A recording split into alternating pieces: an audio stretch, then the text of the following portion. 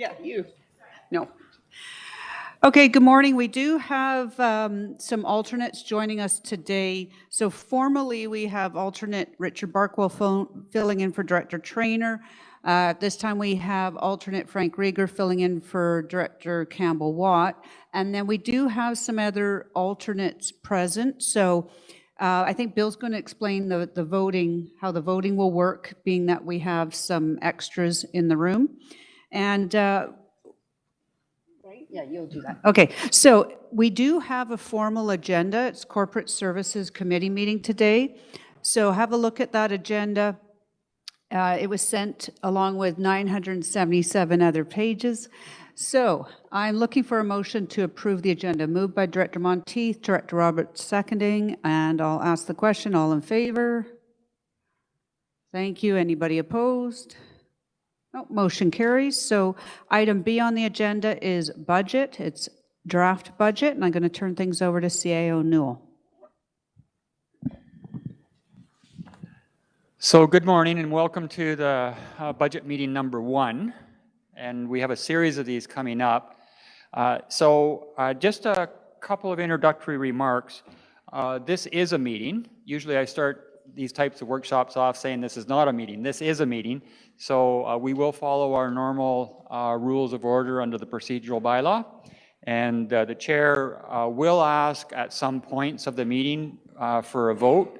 Everybody's aware that everybody votes at committee, and we make recommendations to the board. So committees don't make a final decision, but they do make recommendations that will then go to the board. We usually have budget meetings a little more informal than we do our regular meetings, and that is still the intent today. But because we have some policy issues on the agenda, we do need to know, I'm not expecting consensus on some of these, but I do need to know where the majority lies, because it will have an impact on what Jim puts into the budget when it comes back in its second iteration. So that's all that's mean. Sometimes we just do sort of a sore thumbing type of exercise, but I think because these two policies would have such an impact, we'll want to get a vote on them. So we'll do it that way. Having said that, that this is a meeting, we're following the rules of order. We still do have the COVID meeting rules. So same as those that were before, we need to practice physical distancing. So try and keep the 6 feet in between. There's lots of hand sanitizer around. Use that liberally. Masks are required if you're within that 6 foot perimeter or thereabouts. So if you're up off of your seat and mingling, then by all means, please wear your mask. If there is somebody that still doesn't have a mask, I'm sure we have some available. We've got masks at the registration table. So do that. For the breaks and for lunch, same thing, no more than a group of 6 out at one time. And again, try and maintain distancing, but wear your mask out. I know that you're not going to be eating or drinking with your mask on, but when you're out at the tables, then please keep those on. There is assigned seating, and you should each have your name tag on it. So again, just to protect against transmission of the virus, we ask that you stay in your seat, don't change around, and just practice safe meeting etiquette. The agenda for today is going to be up on the screen. And I think you have a hard copy of Jim's PowerPoint presentation, so your agenda for the day is in there. But generally, we're going to follow the same route that we typically do. We're going to open up and talk about the regional grant and aid policy, just to refresh your memory as to what that is. We have some applications for the regional grant and aid that we issue annually. And those that have applied, most of them, I understand some are not able to make it, but most of them will be here in person.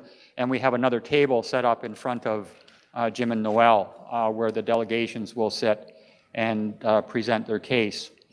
And then once all the delegations are done, I think we're going to give you a break.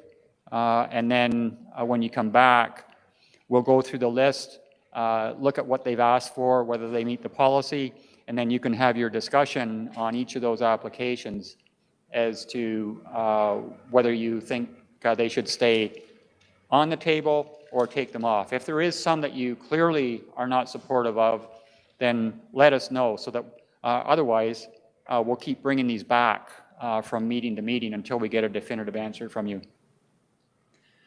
But if there is something that we clearly know either doesn't meet the policy or shouldn't be on there, then let's take them off. So we'll do that. There are some policies that we need an indication on. So the administration fee discussion that you had at the legislative workshop, we're bringing that back. Jim's going to present it, talk about the options, and see if we can get an indication from you as to which one you're most comfortable with, and then same on the reserve policy. And those are the ones that will have a big impact on the actual amounts that go in the budget. So we'd like to get some indication from you on that today. And then once we get through the policies, we're going to go right in, give you the overview on the 2021 budget.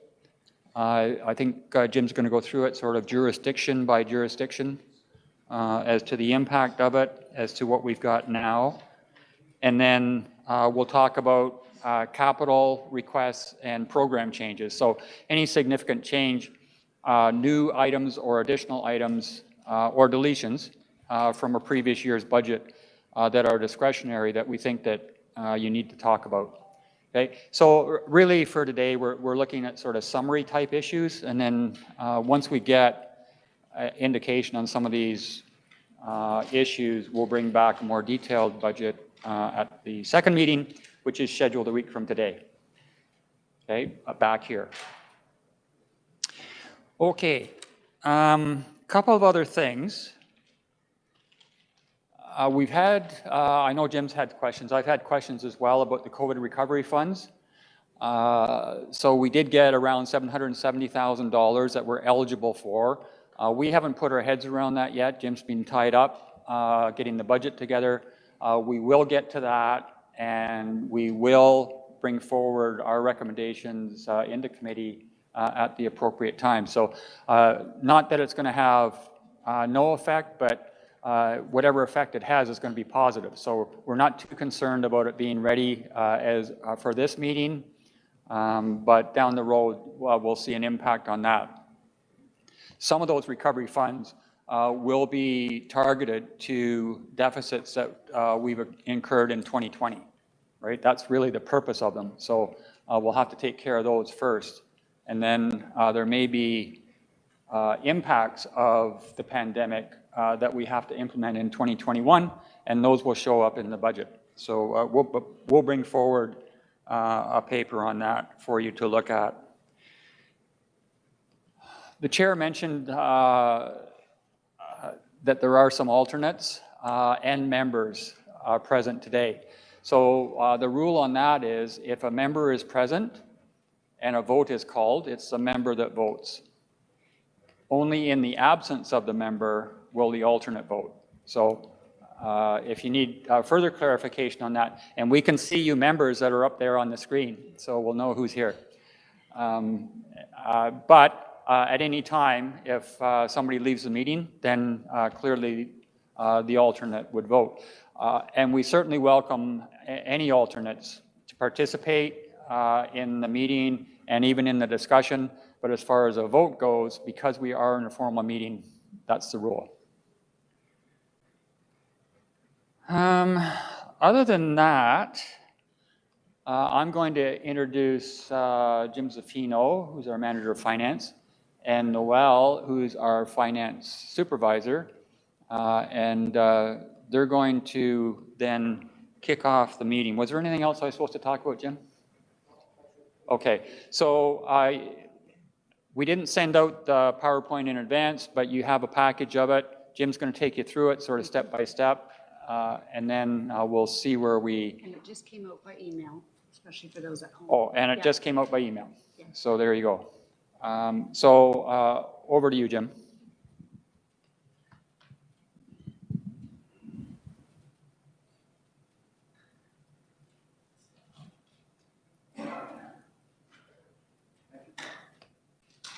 Am I on? Thank you. Thank you, Mr. Newell.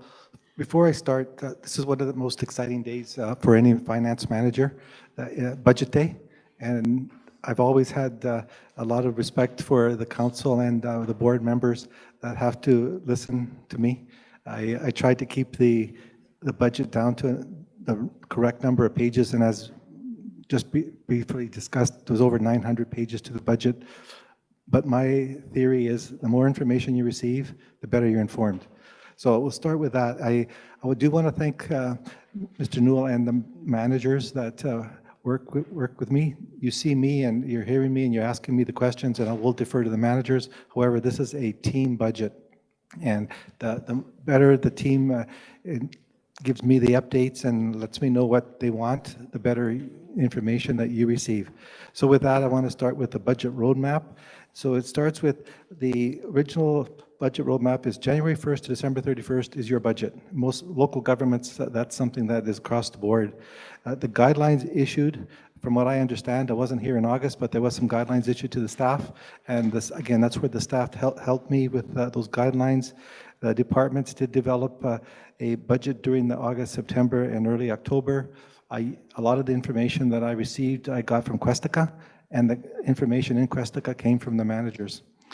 So these items in Questica, they aligned with the bylaws, the master plan, and your strategic plan. So we started with the draft budget, which is what you have in front of you now, and it's draft number 1. So what's going to happen is the budget now is in your hands. Any changes that happen or requests, and I've had some as recently as 4 o'clock yesterday, that things happen and it's a living budget. I will come to the board, ask for the change. If the board accepts the change, I will then change it in the budget. Before I go any further, if there's any questions, just let me know. I can stop at any point. So we did have budget workshops with staff. We had 2 workshops, and I personally spoke with every single manager with their budget 2 to 3 times, depending on the issues. So that one, and it wasn't easy this year because as a new guy, maybe 14 years ago I had some, I was here, but that was a while ago. And there's new formulas, there's new forms, new requests, and I appreciate their cooperation. So the different workshops is for you. We've got one today. We have one on the 20th, and if we need one, December 4th and 11th. So it will take as long as you need. It's not our timelines, it's yours. So with that, the first major part of the agenda is the regional grant and aid, and I'm going to turn that over to Noelle. Thank you. So before you hear from the 6 out of the 7 grant applicants, I'm going to give you a brief overview of the regional grant and aid policy. So grants are not provided to subsidize activities that are the responsibility of senior levels of government, and preference is given to applicants that have not received assistance from other local government funding. No organization will receive more than 2 regional grant and aids in a period of 4 years, and the annual maximum grant allocation is $50,000. To be considered for a grant, applicants must demonstrate that the organization is locally based and benefits at least 3 electoral areas and/or member municipalities. The event fills a community need and there is support from sources other than government. And lastly, there needs to be an alignment with at least one of the regional district's strategic goals. The policy also provides direction on what the funding cannot be used for, which is remuneration, capital improvements on leased or rented facilities. It cannot be used to cover operating or capital deficits, and it can't be used to cover tax payments. So there are 7 applicants this year, 6 of which are going to present today. You have paper copies of all of the applications in front of you.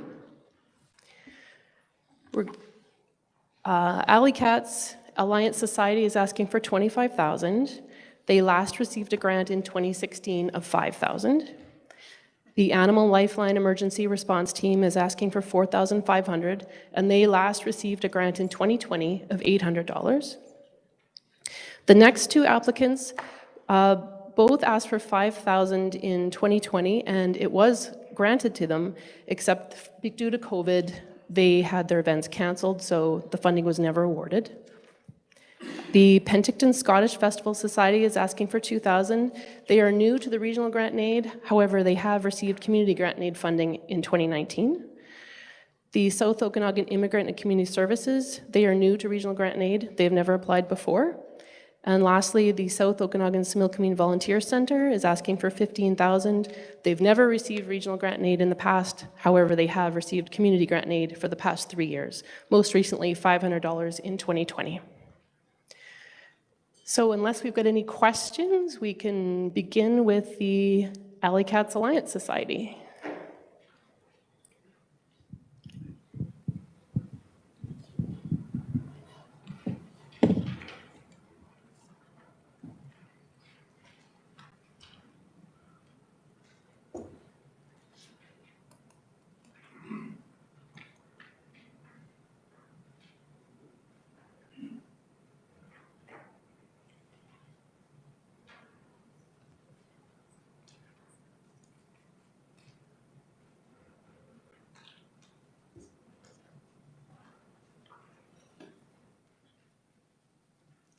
Good morning, everyone. Thank you so much for having us here.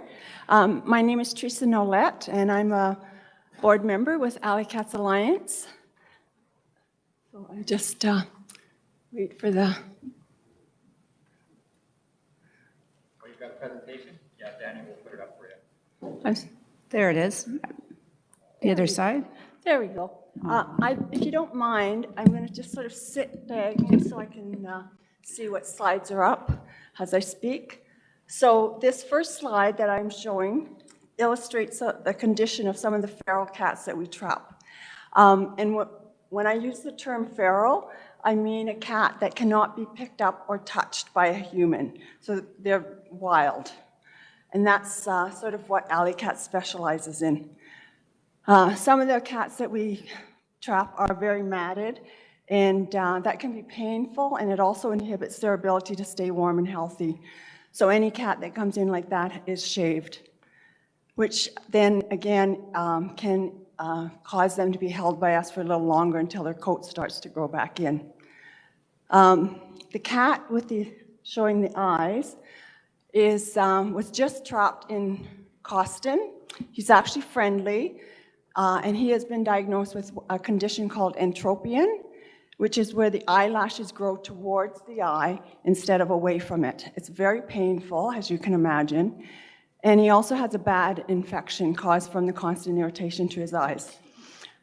This is actually a rare condition and is the third cat that we've taken out of the regional district area in the last year. One was from Soyuz. We named him Yul Brenner. This fellow is from Costin. We named him Frankie. And we had one from Karamias, which we named Cadence. We have also rescued 3 other cats with the same condition from other areas of the Okanagan. I joke that we're beating the odds, but not in a good way, unfortunately. So, number 2, please. So this, oh, no.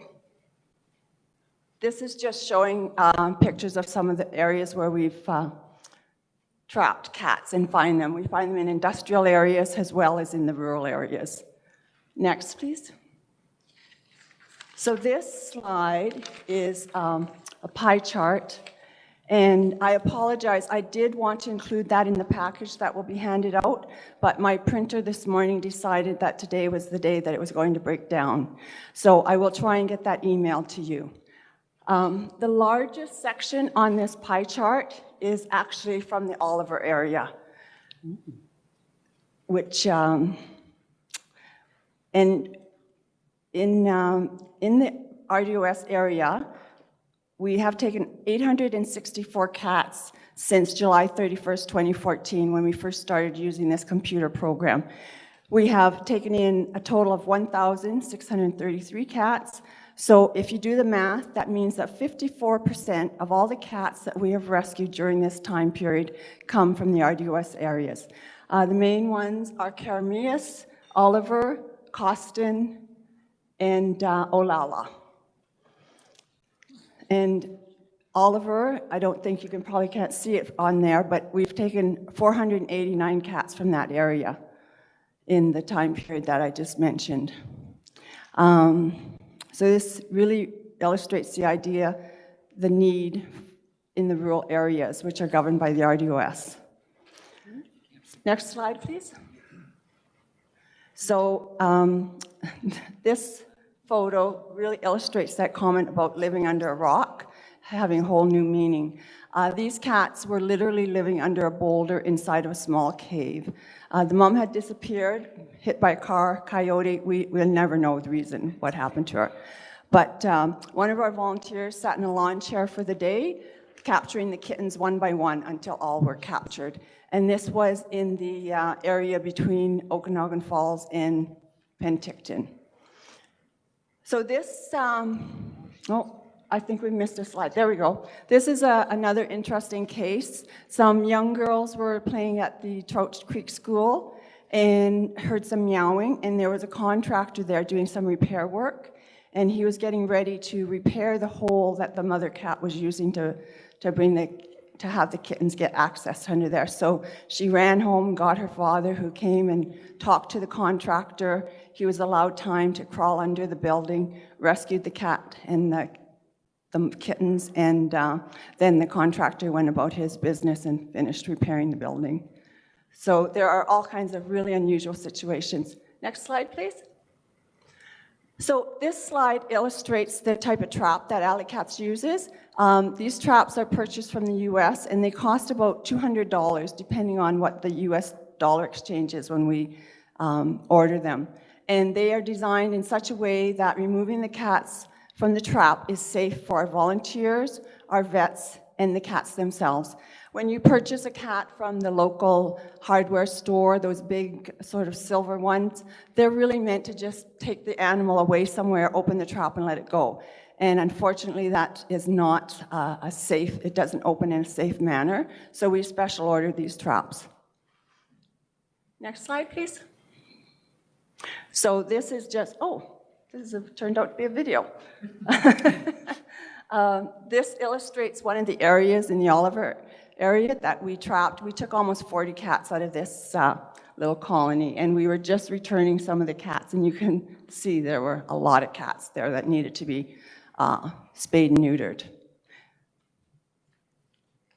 We can go, there we go. So this next slide shows some of the injuries that the cats incur, because it's not just spaying and neutering that we do when we trap the cats. We totally vet check them. They're vaccinated, they're dewormed, and they're ensured that they're healthy. So you can see from this slide that some of them come in very badly injured. That cat had abscesses, which are caused from fighting.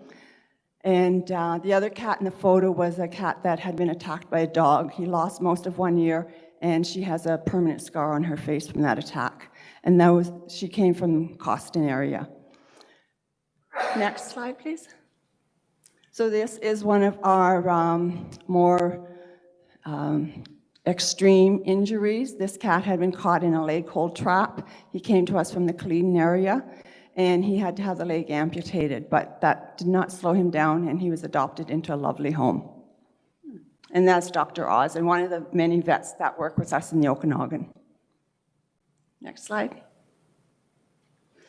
So this little kitten was rescued from a dumpster, and unfortunately that is not a really rare occurrence. We actually get quite a few cats and kittens that are found in dumpsters. So that's an unfortunate part of overpopulation. Next slide. This is a little kitten that was found in the Oliver area, in a rural area. A woman was out walking her dog on a large property, and the dog insisted on going to a shed. It was in freezing weather, and she found a litter of kittens there. It was later discovered that the mom had been run over, so if it wasn't for her inquisitive dog, those kittens would have all frozen to death. Cats are always attracted to abandoned buildings, and this is one of our more popular events where they were in a home that had asbestos, and we had to get the specialists in to go in and retrieve the kittens for us. And this is just showing the volunteers releasing some of the feral cats after they've been vet checked. So what happens to all of the cats that we are trapping? The best case scenario for a feral cat is to be returned to the area where they were originally caught. We require these locations to have a caretaker that will subsidize their food and water needs. And this also means that there's someone there to monitor the colony so that if cats are injured or if new cats show up and are not trapped and altered, that would only mean the colony would again start to repopulate. So this is very important. We won't release cats back to an area just to live on their own without any type of human intervention. So next slide, please. This is just illustrating some of the volunteers bottle feeding some of the young kittens that we get. Can go to the next one, please. We also, some of the places where we're asked to trap, the cats cannot be returned for various reasons. Sometimes it's because the building is going to be torn down, the area is being developed, the person has died, the home is being sold. So in those cases, we do look for barn homes. We evaluate the barn homes as well because we want to try and ensure that all cats get a good chance at a life, and they do serve a good purpose on rural properties, controlling mice and rats, which can be a problem in our areas. So those are very desirable cats because they're all spayed, neutered, and health checked.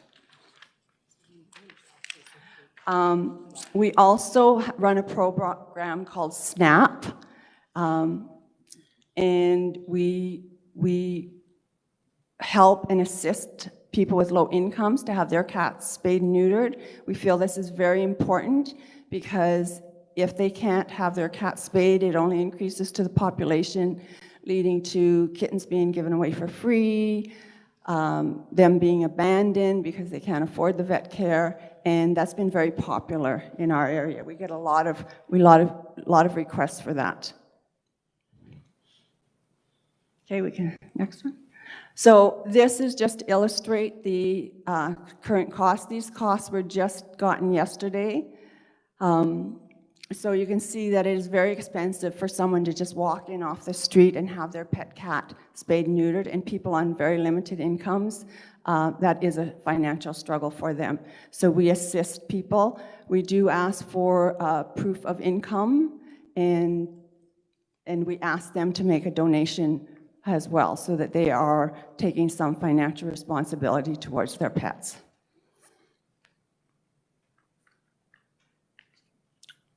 Okay, next one.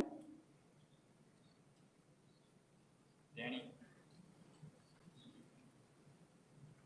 So we are entirely volunteer-based. We have no paid employees. We are a very small group. We're very proud of everything we have accomplished since we've started AlleyCATS Alliance, and COVID has affected our ability to fundraise. I'm sure that you are all aware of that and hear that from everybody, all of the different organizations.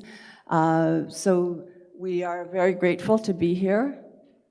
And okay, I think we can go on to the next two slides. These are just little heartstring pullers, hopefully to show you that we take our business very serious. It is emotional, not just from the animal side, but from the people side as well. We have people call us and they break down crying on the phone because they're at their wits' end. They don't know what to do. There are injured cats in their yard, and they find it very emotionally distressing. So they're always very grateful when we help them. So there's our last plea from this little guy. And we do appreciate you giving us this time to appear before you, and hope you will consider our request for a grant. Great, thank you very much, Teresa. You're Are there very any questions from directors? Director Bauer, go ahead, please. Thank you, Chair. I just have one. Feral cats also are pretty aggressive to, house pets. Like I remember a number of years ago, I had a feral cat. I had to trap it because it wanted to eat my cat. And so how do you deal with that issue? Well, part of that aggression is because they're not spayed and neutered, so their hormones are kicking in and they're very territorial. One of the things, once the cats are spayed and neutered, that their hormones subside and most of that aggression disappears. And we've had good luck with some cats. Actually, we just have one that came in. It took the fellow about 3 weeks to actually trap the cat, and the cat was going into people's houses and getting into fights with their cats. And the neighbors were getting to the point where they were going to trap the cat and dispose of him. The gentleman trapped the cat for us. We went and picked him up, had him neutered, he was a male, and vet checked, and it turns out that he is actually a very friendly cat and will be adopted. He was just doing what a male cat does, looking for a mate and being very aggressive about it. So that is the solution to that. The more cats are spayed and neutered, the calmer they become. Okay, thank you. We have some more questions. Director Roberts, go ahead, please. Thanks to the chair. To follow up to Director Bauer's question, so now they've been neutered or spayed, and then you let them back out. Does that somehow diminish their ability to survive in regards to their instinct and their need to hunt and et cetera? No, cats, even domestic cats, if allowed outside, are hunters. It's built into their DNA. And like I said in the presentation, when we work with colonies, we always want there to be someone in the neighborhood or on the property that will supplement their food and make sure that they're getting water in the extreme heats of summer and cold of winter, and to report back to us if a cat appears injured. We have had a couple of instances where we have been called in after a colony. One was with a cat that just had an abscess. So he was treated at the vet and re-released. And another cat was hit by a car, so we went and picked him up and had him humanely euthanized. So that's not a concern. We won't just take, like if people were leaving a property or something, we wouldn't go and trap them and then just re-release them not knowing what would happen to them. We're going to come back later to this, right? Okay, thank you. We do need to keep moving along. Director Gittens, you're next, then Monteith. Thank you to the chair. Just on your budget here, it says that you pay $15,000, $640 in mortgage. Is that the Martin Street? Is that the main building, your one on Martin Street? No. Our building is on Government. It's actually across the street from the SPCA. We just purchased that building. We've been renting it for many years. And the Martin Street is just our mailbox. Okay, got you. Thank you. And then also just earned income of $40,000. How do you do that? This says here interest, but how do you earn $40,000 a year? It's through donations and fundraising. Like we generally have adoption weekends where we take donations, promote things. We've done Tugs Pub, which we had to cancel this year because of COVID, events like that, and that's how we generally fundraise. Okay, thank you. You're welcome. Thank you. And Director Monteith? To the chair, I appreciate your presentation. Thank you. So this is your first time asking for regional grant and aid? No, we did get one in 2016? Yes. Okay. So I guess I'm looking for the impact of the $25,000 and what that means to your organization versus continuing your fundraising efforts that you've been doing currently. Thank you. Yes, that's would be a huge asset to us because we are limited by our vet bills. Our vet bills are the largest expense that we have, and they are going up and up and up. Currently, we only deal with one vet in this area, which is the Oliver vet, and he will not do what we call pediatric spays. So almost all of the vet care is done in West Kelowna, and even we go as far as Lake Country because we have to have vets that will work with us and give us discounts that allow us to be able to afford to do this. We could not afford to do regular payments. That would cut our our ability to assist in half.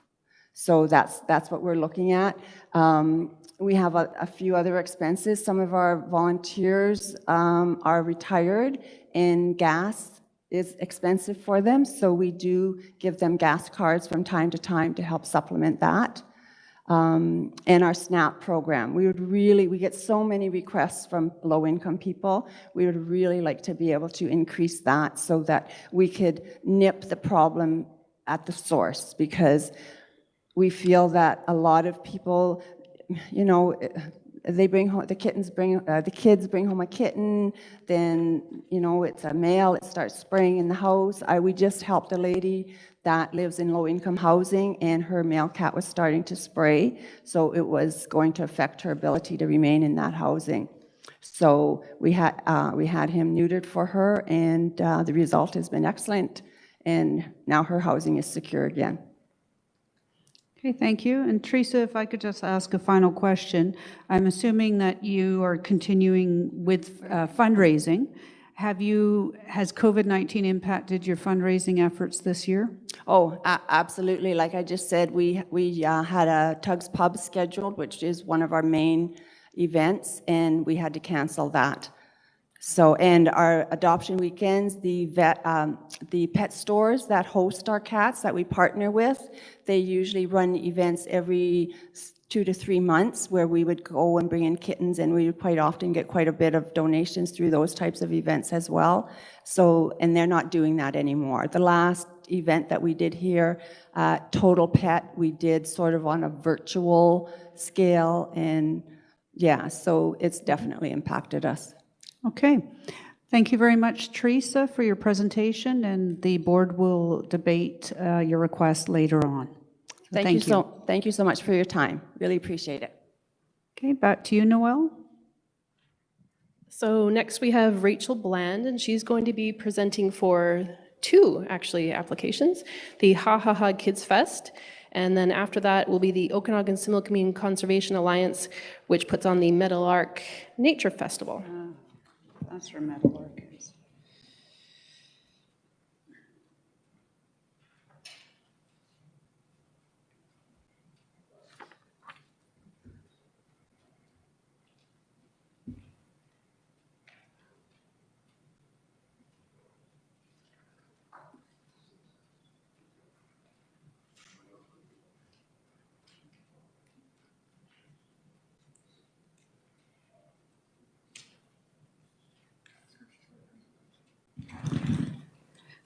What's her name again? Rachel.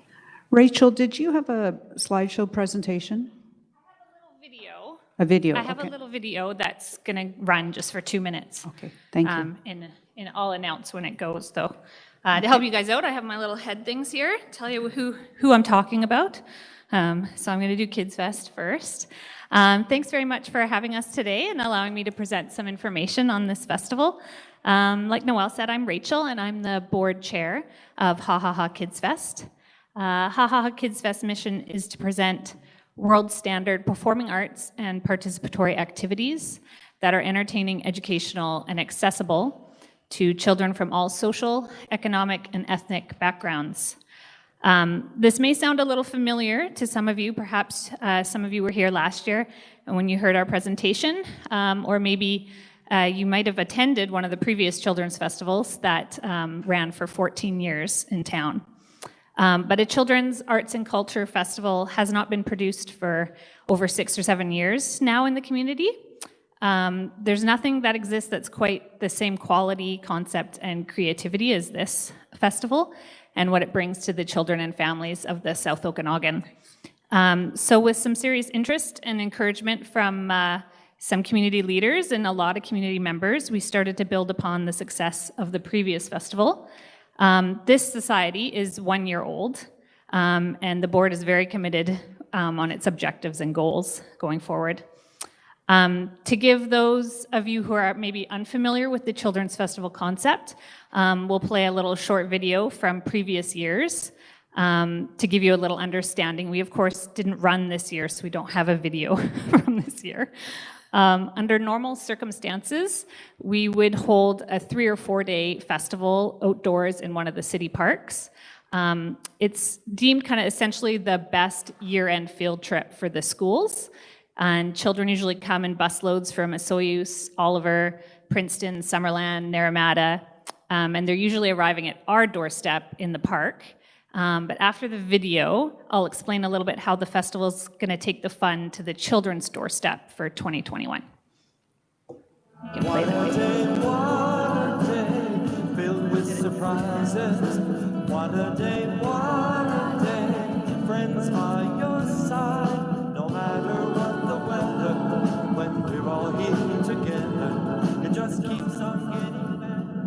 What a day. It's the last field trip of the year, and children pour into Penticton by the thousands. They come in hundreds of school buses from central British Columbia, marching into the festival grounds full of lively anticipation for a marvelous day. What children did not find here is a carnival, Ferris wheel, cotton candy, or sideshow hucksters. What they do find is the best children's theater, dance, music, and lots of hands-on activities. Buskers, jugglers, and street entertainers continually roam the festival grounds, engaging children with their wit, grace, and delightful humor. The thing that we think is great about being here at the festivals is just seeing families here having a good time together, seeing the parents and kids enjoying the show. It's I think, a dynamic that unfortunately doesn't happen at a lot of performances. And the same happens during the week when the kids are here with their teachers, just having a good time together. And we just love to see that. Of course, it's multi-generational, but the other aspect that's really incredible about these festivals, because we've played a number of these children's festivals all around, and is the multicultural aspect. I mean, these kids and parents and grandparents are being brought entertainment from all around the world. I mean, you're seeing stuff from China, Taiwan, Germany, India, Japan. New York, don't forget New and York. New York, that's right.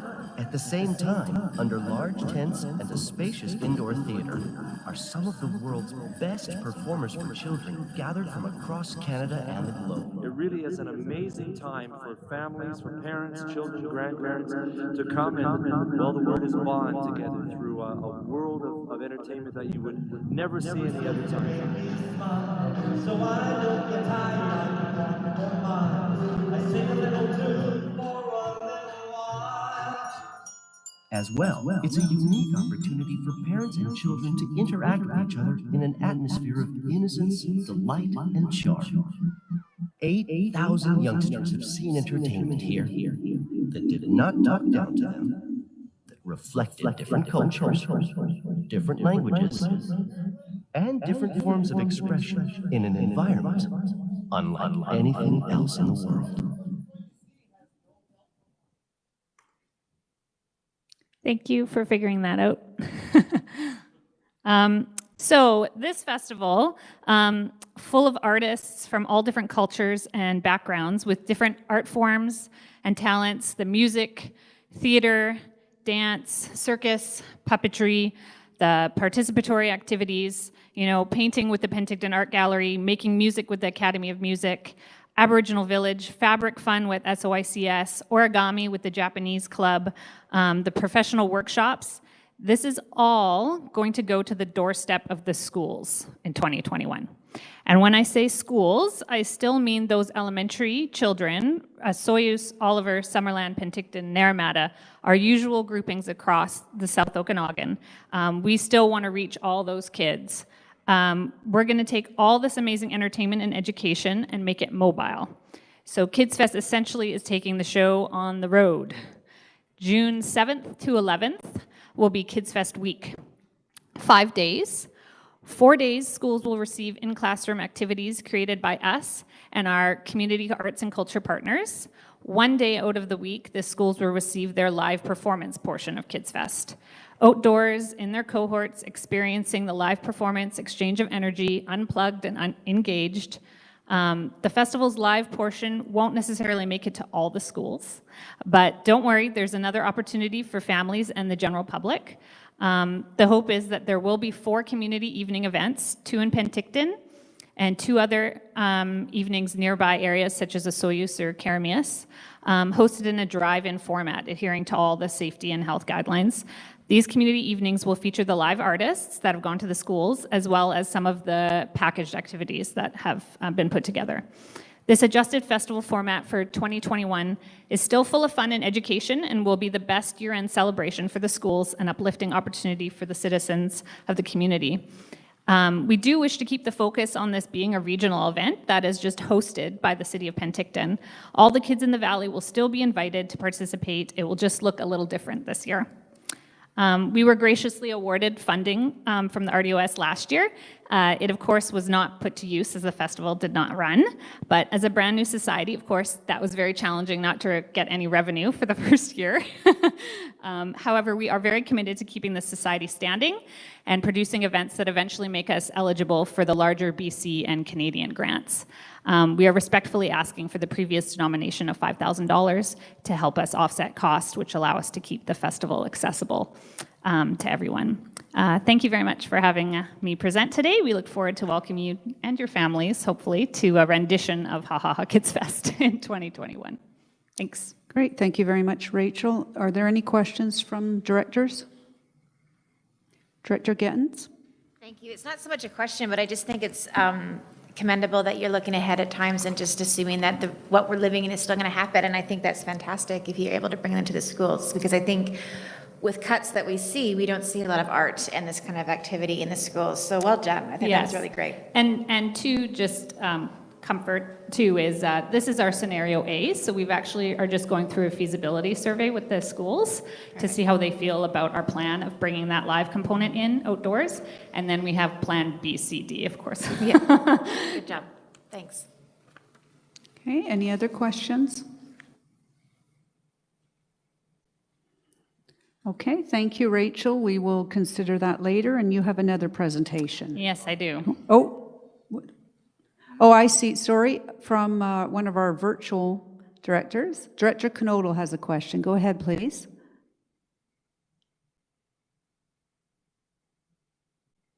Not so much a question as a comment. My wife works with disabled kids, and she finds your program to be one of the best programs out there for kids that are challenged. That being said, you know, you're kind of picked a year where you're holding a cup out in a desert. But do you feel that your program will go ahead this year, that you're confident that we'll be far enough out of COVID that you'll be able to hold your program? Yes, even if it doesn't look like our scenario A, where we get to bring live right to kids, we will still get them the programming. Thank you very much. Very confident in that. Thank you very much. Great program. Thank you. Great, thank you. Any last questions or comments on this one?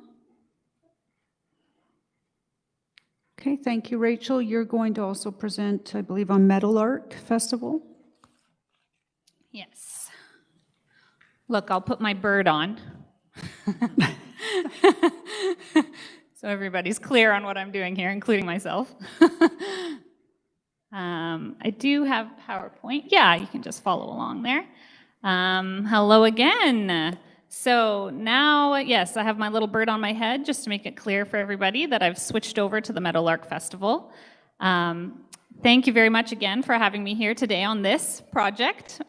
Each year, the Okanagan-SIMILKAMEEN Conservation Alliance, OSCA, presents its largest environmental education and outreach event, the Meadowlark Nature Festival. Next year, in 2021, the Meadowlark is striving and proud to present its 23rd edition of this event. The mandate of the Meadowlark Festival is to get people engaged with nature and expose them to the diversity of habitat and species that we have here in the South Okanagan-SIMILKAMEEN. We do that by presenting over 75 events each year during the course of the 5-day festival that takes place on the May long weekend. In 2021, we'll see smaller number of tour events and smaller group sizes, but the same quality and experience will be provided. The event takes place throughout the Okanagan-SIMILKAMEEN, from Summerland to Osoyoos to Princeton and everywhere in between. With the diversity of ecosystems we have in the South Okanagan-Similkameen, people really do get exposed to several different natural aspects of our natural environment, such as the geological diversity, indigenous history, and of course the plant life and animal life. One of the wonderful things about Meadowlark Festival is that you get to go exploring with someone who knows a lot about what you're looking at. Participants tell us each year in our post-festival survey how much more meaningful their experiences have been having someone interpret the magnificence of this spectacular part of the world. As a newcomer to the Meadowlark Festival this year, I admit I initially fell into the common group that assumed the festival was all about birds and bird watching. So I'm happy to remind everybody that the Meadowlark programming is quite diverse and really does have something to offer everyone. In order to be inclusive and make sure everyone can enjoy our region, we offer programs at different difficulty levels. We keep the groups small, obviously much smaller this year, and intimate, and most Meadowlark tickets are $20 to $30, and then there's also a kids pricing, which is usually around $12, making it pretty reasonable for everyone to attend. Participants are able to explore our beautiful surroundings and learn about our area as they engage in one-on-one interactions with expert leaders and other participants. Another great aspect of the festival is that often we present tours to locations that are not always open to the public. So people get a kind of behind the scenes look at things, special places. We work closely with the Aboriginal community and are granted access to their lands and knowledge. We truly do believe that exploring our natural history encourages people to observe our natural world more deeply and foster curiosity and passion. Not only for this small region of Canada, but for the whole of Canada and essentially the whole world. Learning about natural history encourages careful observation, interpretation, reflection, and innovation. It inspires creativity and can lead to deep emotional connection and self-awareness. This understanding is essential to engage citizenship and pride in our region and Canadian identity. OSCA has a great opportunity at this time in the world to provide the citizens of BC with a safe and healthy event. The Meadowlark tours are outdoors, small numbers, and can be easily social distanced. So the festival is, I believe, a much needed resource for those that have been suffering due to little activities going on in the community. This is a great opportunity that could be safely done for people to participate in. We are truly proud to be part of this great place. We're so very pleased to be able to offer these wonderful experiences for locals and for visitors. The next Meadowlark Festival is May 20th to 24th, 2021. It may shorten a little bit depending on how we shorten the tours, but that'll be the timing of it. And if any of you wish to attend, we'd be more than happy to host you. So thank you very much for having Meadowlark out. We appreciate your time. Great, thank you, Rachel. Any questions? Yes, Director Coyne. Hi, hello. Hi, right here. Oh. Is there any way you can make part of this virtual by any chance? We are doing some things already. So the launch that is usually done, that's usually in person in a big gathering, that's all going to be virtual. We are looking into self-guided tours as well, where some leaders who maybe won't be comfortable doing it, or we have more interest in one tour that we just can't allow that many participants, that we're going to do a self-guided tour as well. So we do that recording, kind of like when you go to a museum or something. And but there'll definitely be portions of it that will be virtual. Yeah. Perfect. Thank you. Yeah. Okay, thank you. Any other questions?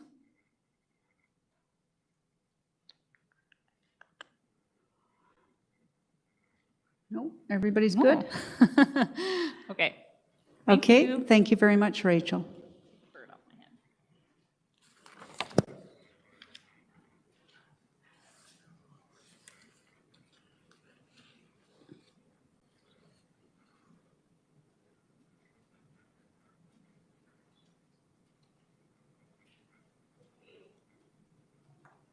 Next up, we have the South Okanagan Immigrant and Community Services, and Elmira will be presenting.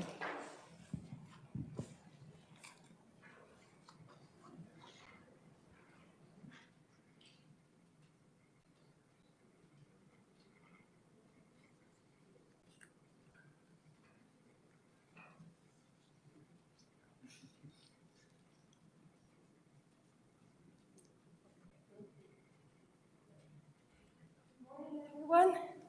Morning. Good to see you. Thank you for having me. And our slides are up.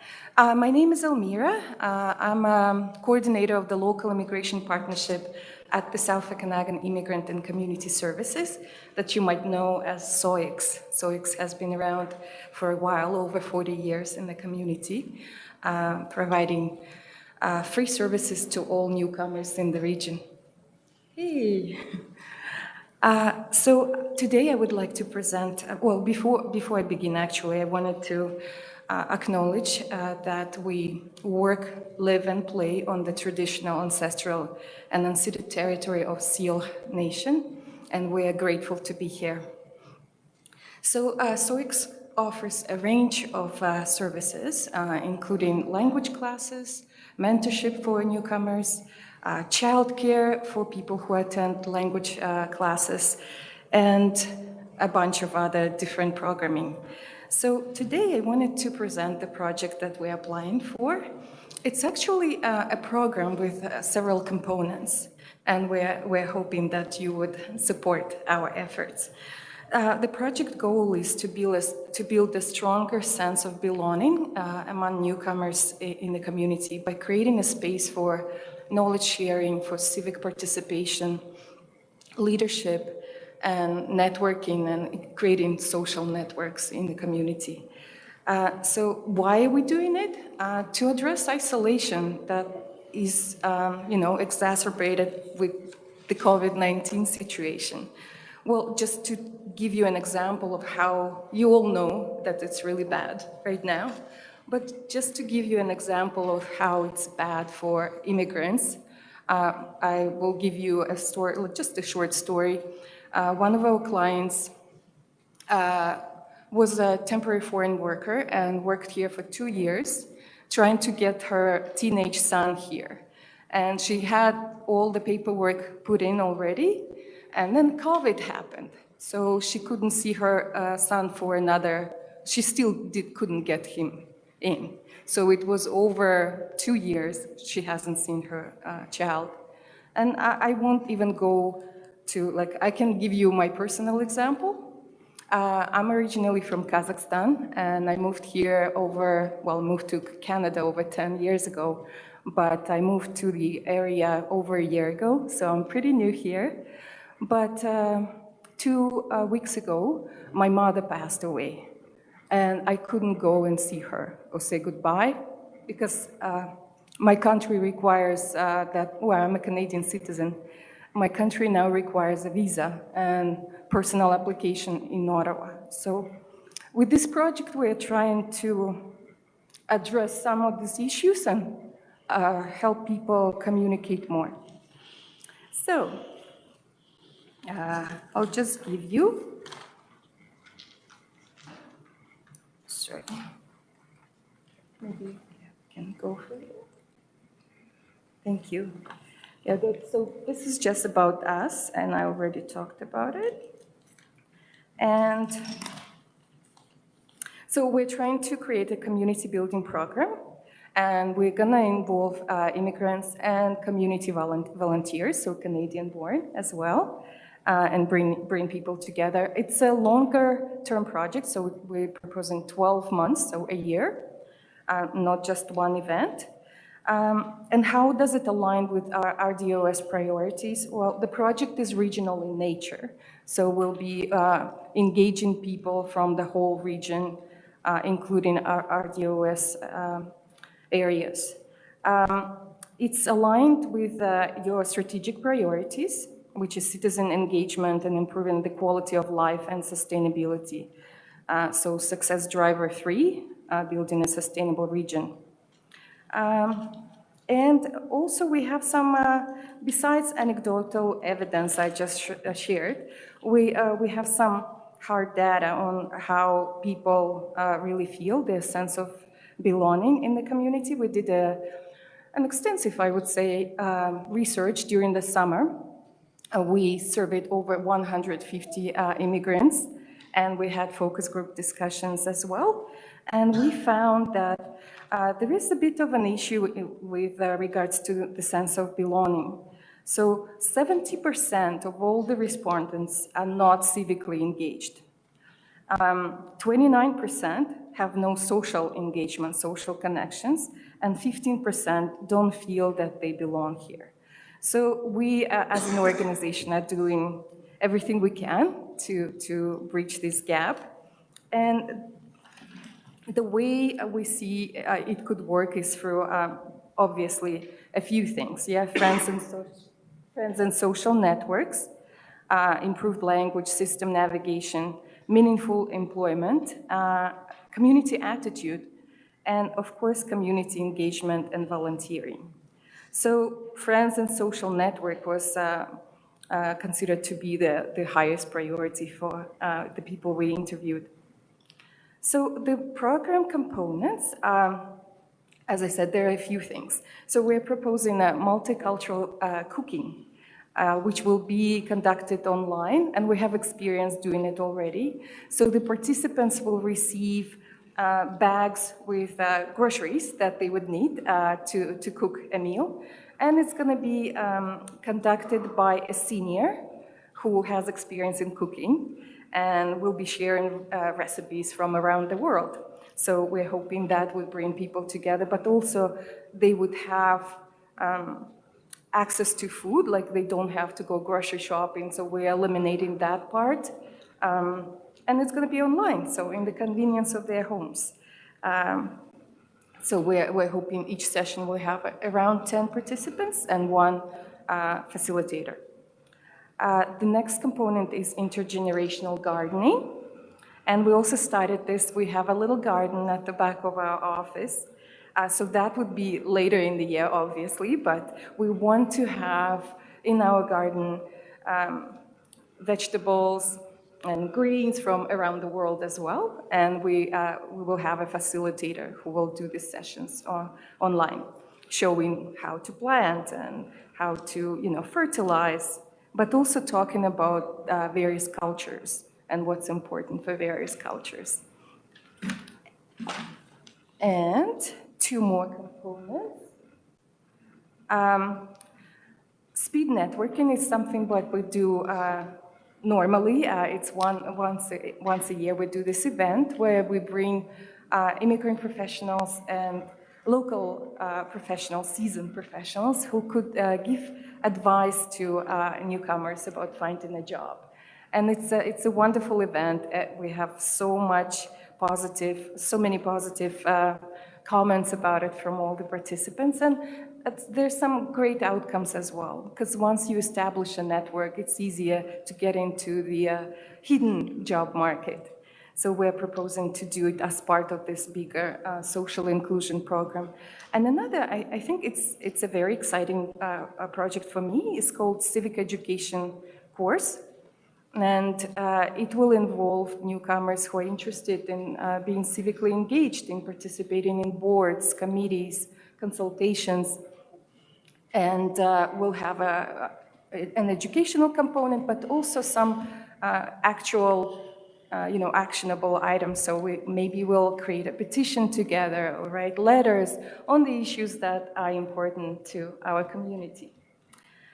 And next slide, please. The next slide is about the expected results. I'm not going to read it, but you probably got a sense of what we're hoping to achieve. We're hoping that people would feel more connected and will have a better sense of belonging in the community. We also hope that there'll be intercultural exchange, so local community would learn more about various cultures we have here and enrich their knowledge. And the positive impact would also be in terms of employment, because once you build the connections, as I mentioned earlier, it's easier to get into the job market. Yeah, and the last bit is the project budget.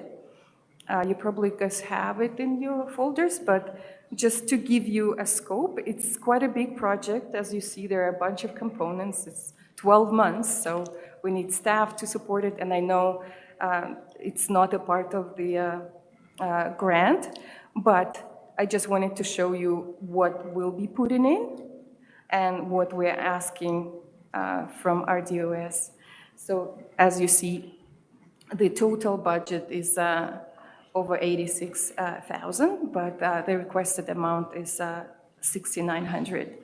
And the requested amount is for supplies, so groceries for the multicultural festival, for the garden, supplies for the garden, as well as, which is very important for us right now, is we are hoping to get refurbished computers through a social enterprise, local social enterprise that employs people with barriers to employment. So we're also supporting them by doing that. So we're hoping to get at least 10 refurbished computers to eliminate this barrier to using our online programs for some newcomers, which is a huge issue right now. We actually have an agreement with this organization, but we only get one computer a month, and it's not enough to catch up with our programming. That's it. Thank you very much. Any questions? Okay, thank you very much, Elmira. Any questions? No, everybody. Oh, Director Roberts, go ahead, please.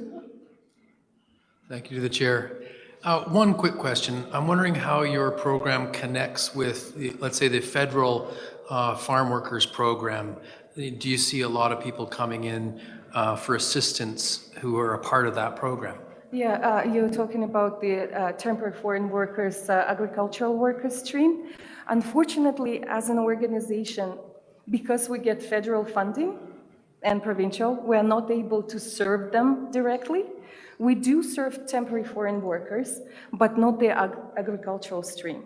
However, we do work with community organizations in the area to organize various events for farm workers, distribute information. But it's limited, unfortunately, because of their precarious situation, really. The government doesn't see them as potential citizens. Okay, thank you. Director Holmes?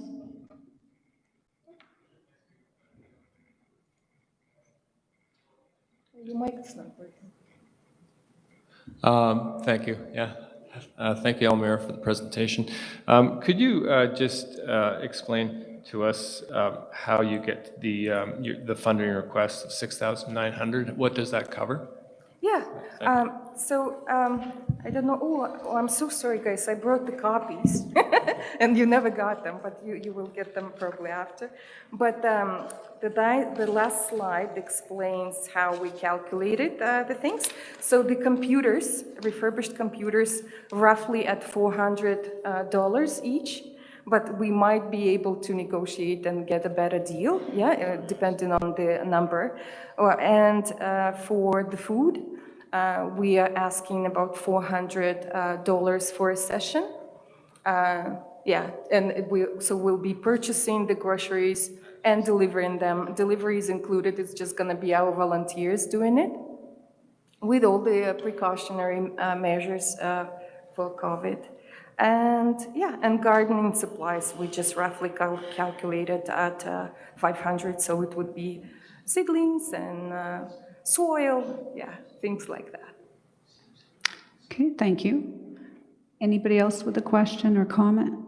And we're flexible in terms of the budget. If you feel that it's overestimated, we're open to the negotiation. Okay, thank you. Thank you very much for your presentation, Elmira, and we will debate it a little bit later on. Thank you. Thank you. I appreciate you having me here. These are the copies, just in case.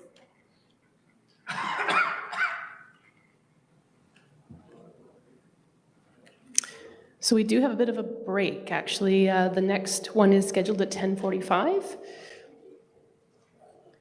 Okay, good. Thanks, Noel. So everyone have a 10, 15-minute coffee break? We have one more, right? No, two more? Yeah, well, if they aren't here by the time we start, we'll fill it with something else. Because we have, There's a half an hour until yeah, 10:45. we have 3 more applications. Yeah, I don't know but why there's a break. Noel, so we have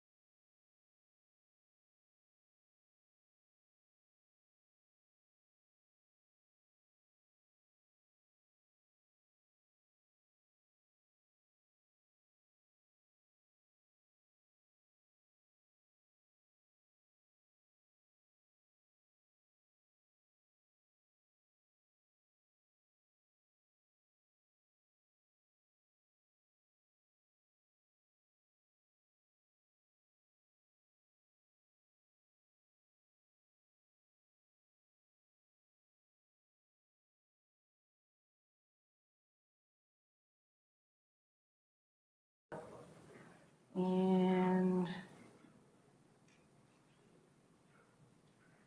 there we go. So as you know, ALERT is a group of professional volunteers responding in the Okanagan. We follow an incident command system, and we've been operating here since the Garnet Fire in 1994. We deploy for emergency support services for domestic household pets and directly, oh dear. Sorry.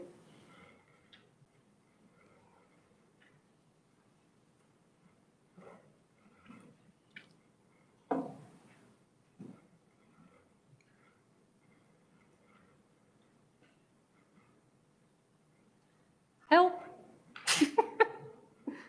I'm used to a mouse.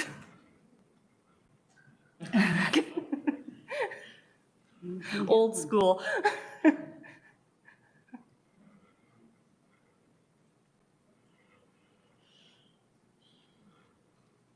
Sorry.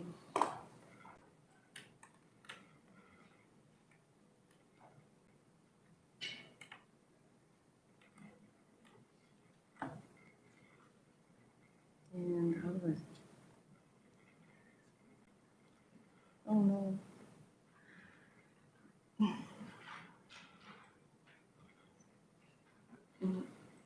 Okay, so the next one is.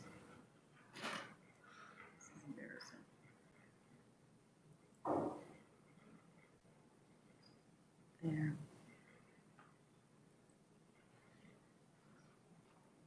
Okay. So, sorry.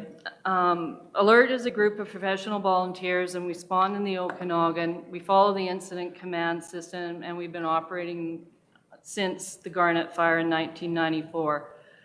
And we deploy emergency services for domestic household pets directly through EOC for hobby farmers, where livestock evacuation, sheltering, and reunification.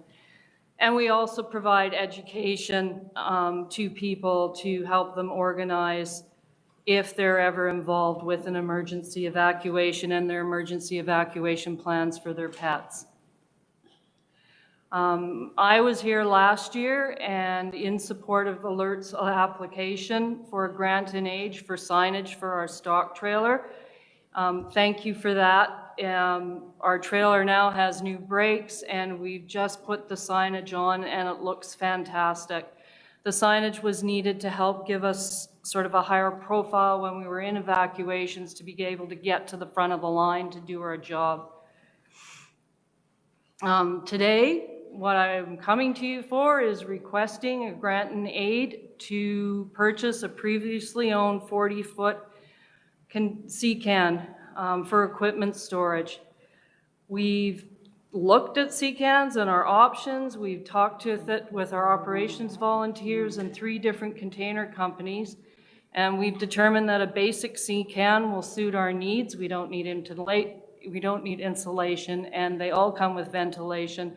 So it offers a safe and secure storage area for our equipment. It's hard to determine really a baseline for how much equipment is needed for our response capacity. Our responses can be minimal, such as a house fire, or it can be grand, as in a community evacuation, such as the Christie Mountain fire evacuation. And because of this, we need a lot of equipment for the bigger responses and the possibilities of a large intake. Originally and initially, our equipment was scattered all over, really, the South Okanagan. We had it in volunteers' homes, and in some cases, municipal yards. It was problematic because we were losing equipment. It was getting damaged because of weather and rodents. In 2016 and 17, we paid for storage at a facility, and it was costing us $300 a month for that, and our volunteers were spending more time doing fundraising to pay for storage of our equipment than they were in other areas of ALERT that were needed. In 2019, we were given the use of the Penticton Animal Intake Facility, which is the old pound, and we moved most of our local equipment there. And soon after we moved in, we moved everything out because we wanted to paint the building, the animal intake center. Now the equipment is back in the facility, but if needed for a large intake, then we're going to have to make a concerted effort to get that equipment out and to get it organized so we can use it for intake and make space for the animals. So like we were, with all this back and forth, we were looking around, we really could use a storage facility to put our equipment in and consolidate. And we also have stuff out with our volunteers in sheds and garages, so it really is kind of all over the South Okanagan. We're presently working on consolidating our equipment and taking inventory of supplies. I believe inventory has been provided with our package that we handed out. And once we work on what did we have locally, we'll tackle the supplies at Desert Park Equestrian Facility in Asuyas and the PXA in Princeton, and that's including hay and shavings, which we need on hand. Just for your information, we use Barn B in Asuyas and the American barns in the PXA in Princeton for evacuations then in that area.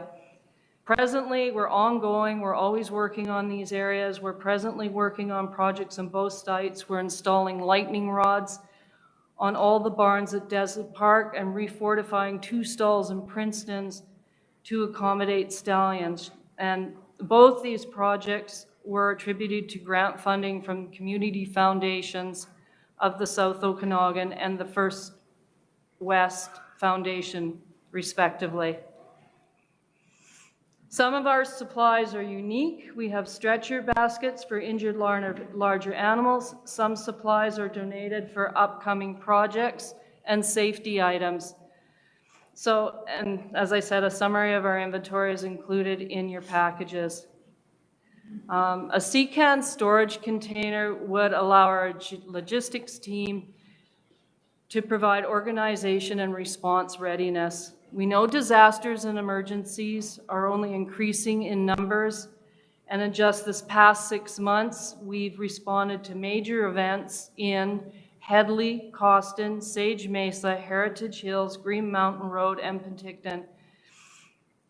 And any additional costs, so we're asking for funding of the container only, any additional costs for leveling ground, crane service, and painting of the container we'll take care of ourselves.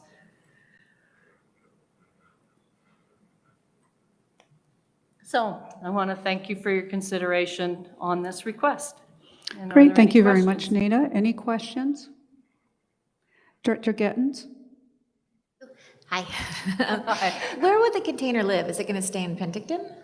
Yeah, we're at the we're in the process of requesting at the fire department area.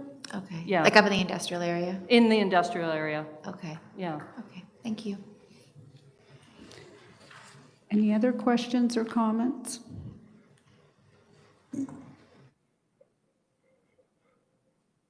All right. No, looks good. Nobody from virtual world. Okay, great. Well, thank you very much for your presentation, Nada, and we will debate this later on. Thank you. Thank you.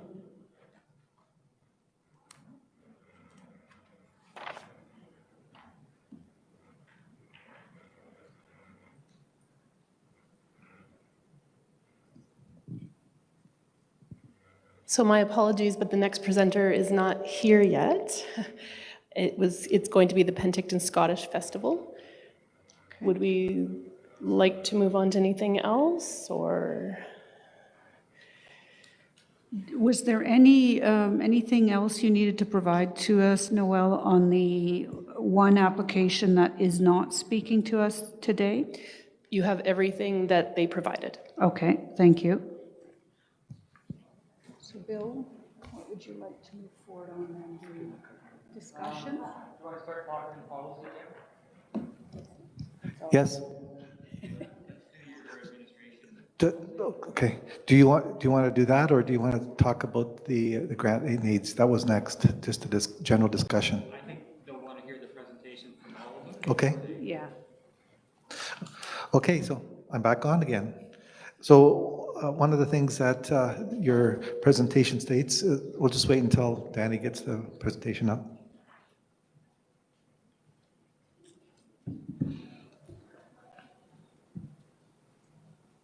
Well, I could start. In your package, you've got essentially 154 budgets. There's 157 services, as you know. The regional district, the hospital is not included yet. We don't have enough information that I can provide for a budget. And there's two other areas where they're blank right now, so you don't actually physically get a budget. There's no expenses and there's no revenue in those other two. So I cross-balanced because I was told 157. I balanced to 157 services. So as far as the budget is concerned, only those who participate in the service pay for the service. Most service allocate costs based on assessment. And one of the packages that you received has just your services that you pay for. And on the far left, you'll see the page number that the budget is on. The next number is the department number. And after that is that the actual budget. So if you wanted to see exactly what entails your budget, it's on that package. But one of the things that's important with this budget is that there's two decisions that have to be made, and it's going to change your budget materially, not vary, but it's something that the board's going to have to decide, and one of them is the administration charge. So one of the first things that I was told when I started on Monday, September 28th was budget, reserves, administration. So I looked at those on an individual basis. You saw the presentation that was made the other day, and the two systems that I looked at were adding wages to the administration cost and also looking at the possibility of charging at least 20% of the total administration cost against your capital. Now, there's a section in your budget, it's called the Project Reserve Tracker. It has a 5-year, up to 5-year, and hopefully it's going to be populated in the next year, the full 5 years on there, of what the capital projects are, how they're funded, and how much reserves that you have. So the ask for the total project for capital is just over $13 million. And one of the things that I'd like this board to let me know, give me the direction, is how you want the administration to do, how to change. Do you like my original recommendation? So one of the things that I've had some discussions with the managers, and I listen, and one of the things that I listen long and hard is, do we want the full 20% if the board decides to do the 20%? Do you want it the first full year, or do you want to ease into it? So that all of a sudden, if you've got a $1 million budget and you've got an admin fee on there, you're going to be over budget. So if you ease into it, we can actually predict what the administration charge will be for the 5 years. And your project tracker will include that right now. So the project tracker is new. I've had some positive comments from the managers. However, it's still flexible. It can change to meet the board's needs. So that's something that I'd like for you to look at when you're reviewing your budget and move forward with that decision. The other decision, and I'll just briefly talk about it, is how do you want to treat the surpluses? The last 7 or 8 pages of this presentation talks about major variances and why there's a variance in some of those budgets. A lot of time, there was no discretion on trying to reduce the budget because the surplus of the previous year was used to artificially reduce the requisition for the 2020, for instance. So you had a very happy taxpayer in 2020, but you're going to have a very unhappy taxpayer in 2021 because that surplus is no longer there. And in some cases, it's a deficit. And then in that case, according to the requirements of the government, is we have to take that deficit and charge it back and recover it the following year. So one other recommendation that I'd like the board to consider is to look at having operational reserves for essentially all of your services.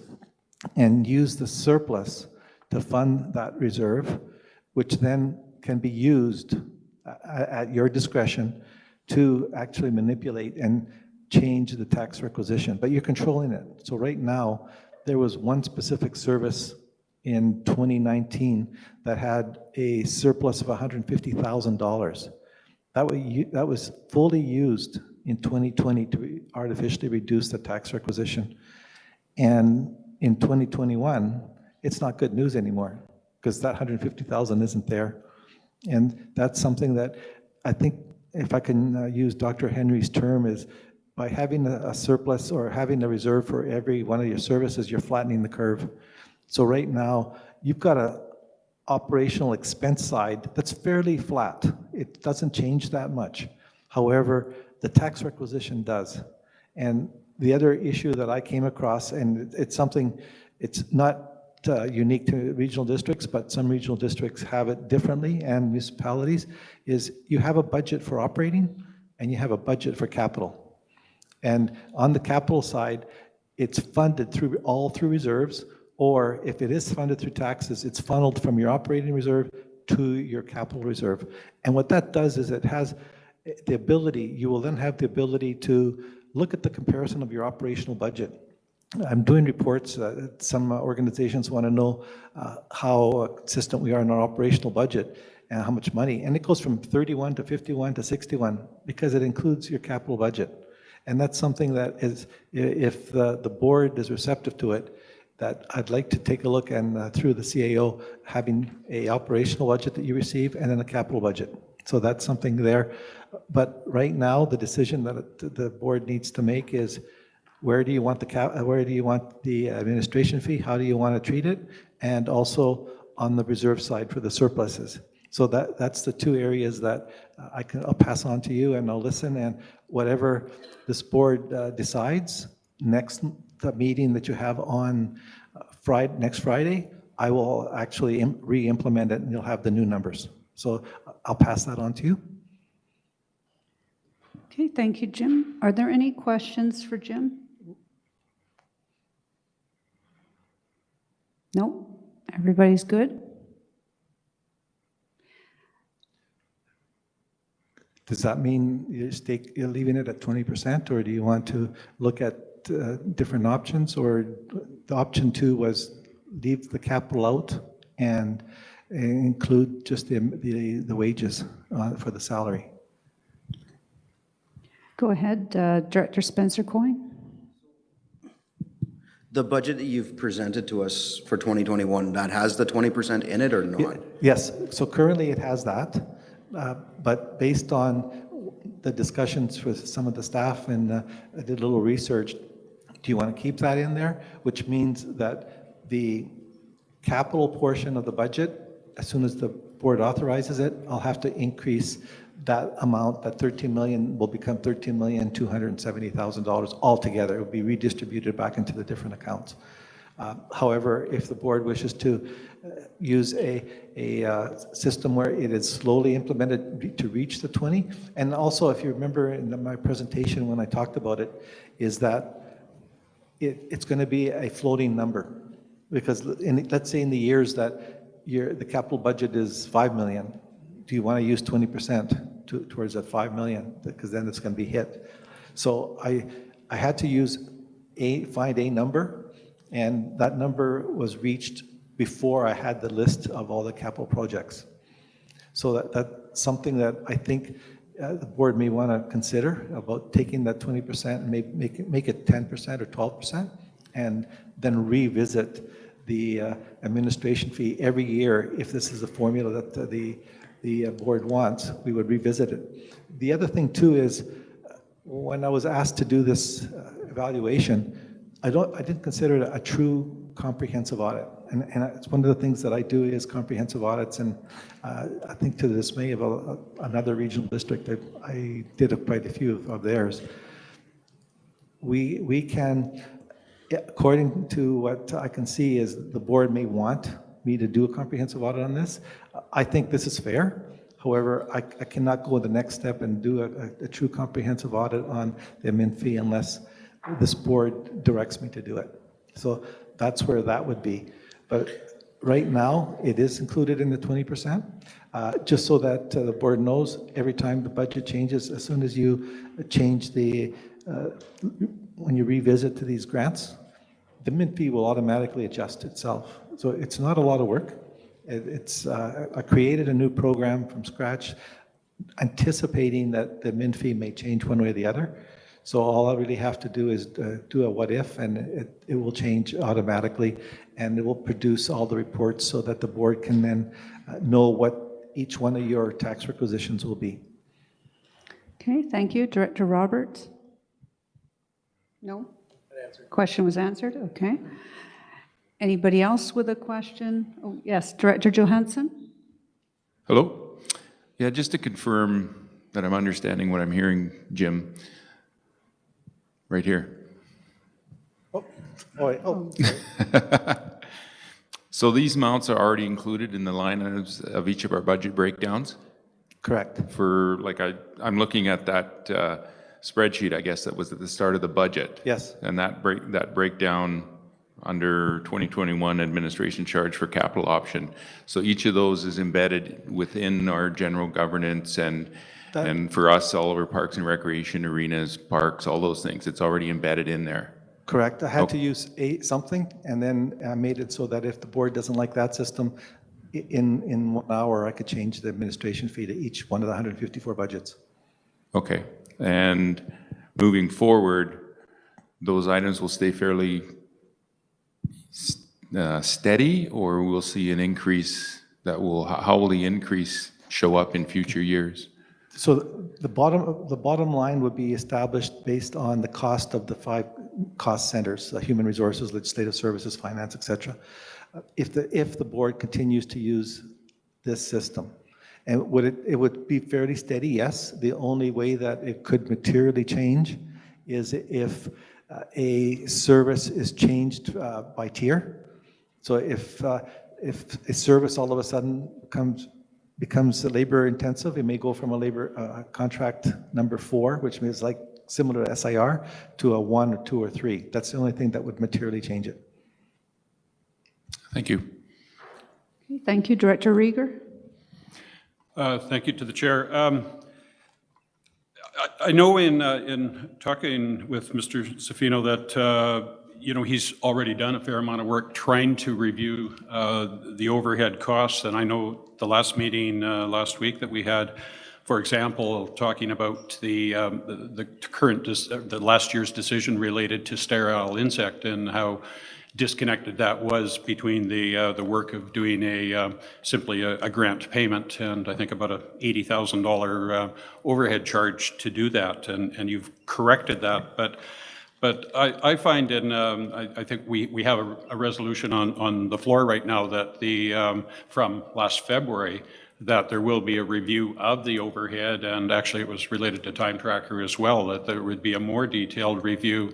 And I think Mr. Zanfino is saying that would take some future effort, but to do that type of review. But work that I've done, and I have passed in a paper looking at it to the CAO and also to Mr. Safino, that I certainly find the labor costs that are going into general government and into electoral area administration, there just seems to be such a disconnect from the concept of well, really what it says up there, that those who participate in a service pay for the service, but right now the costs charged to the service don't really reflect the cost of the services. They're being charged out in 2 very different ways. Under general government and electoral areas, they're charged based on taxation, and under the actual program charges, they're taxed based on that specific one of 154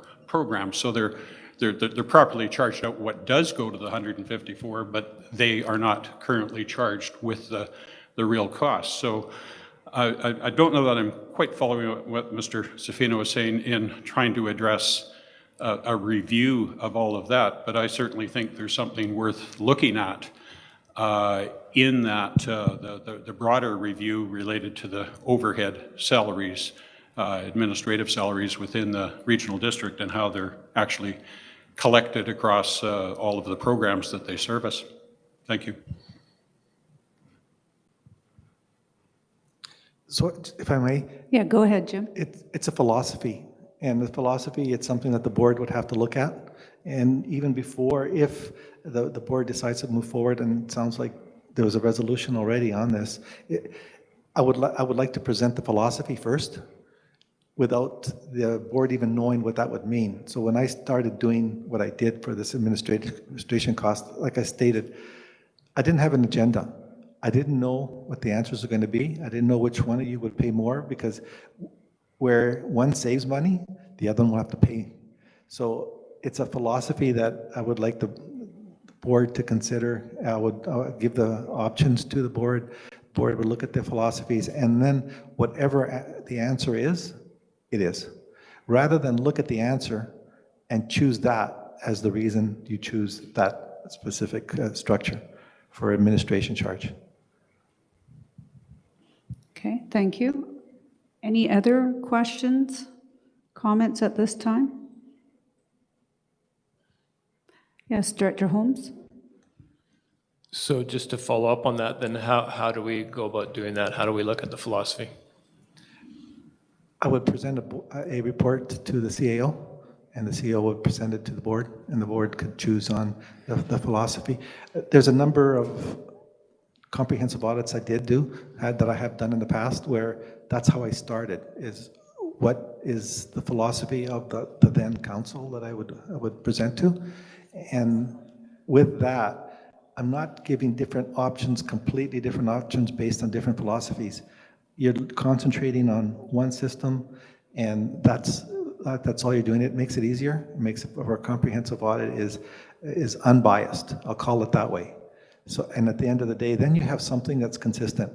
So, because right now, you've got one administration policy for this year, and you've got another one coming up for 2021. So that also affects your taxpayer. So, because at the end of the day, as the administration changes, so does your taxes. And in some cases, some of you have already come to me saying, my taxes requisition's gone up. Why? I could point to you where it's because of the administration charge. In another case, someone's come to me and says, wow, this is nice. It's because of the administration charge. And again, by having something consistent from year to year, it helps you out so that you're not going to get complaints from the taxpayer and the media that your tax requisition is going up and down like a yo-yo. So one direction I would like is, how do you want me to treat the administration policy for 2021? Okay, thank you. Director Rieger, go ahead, please.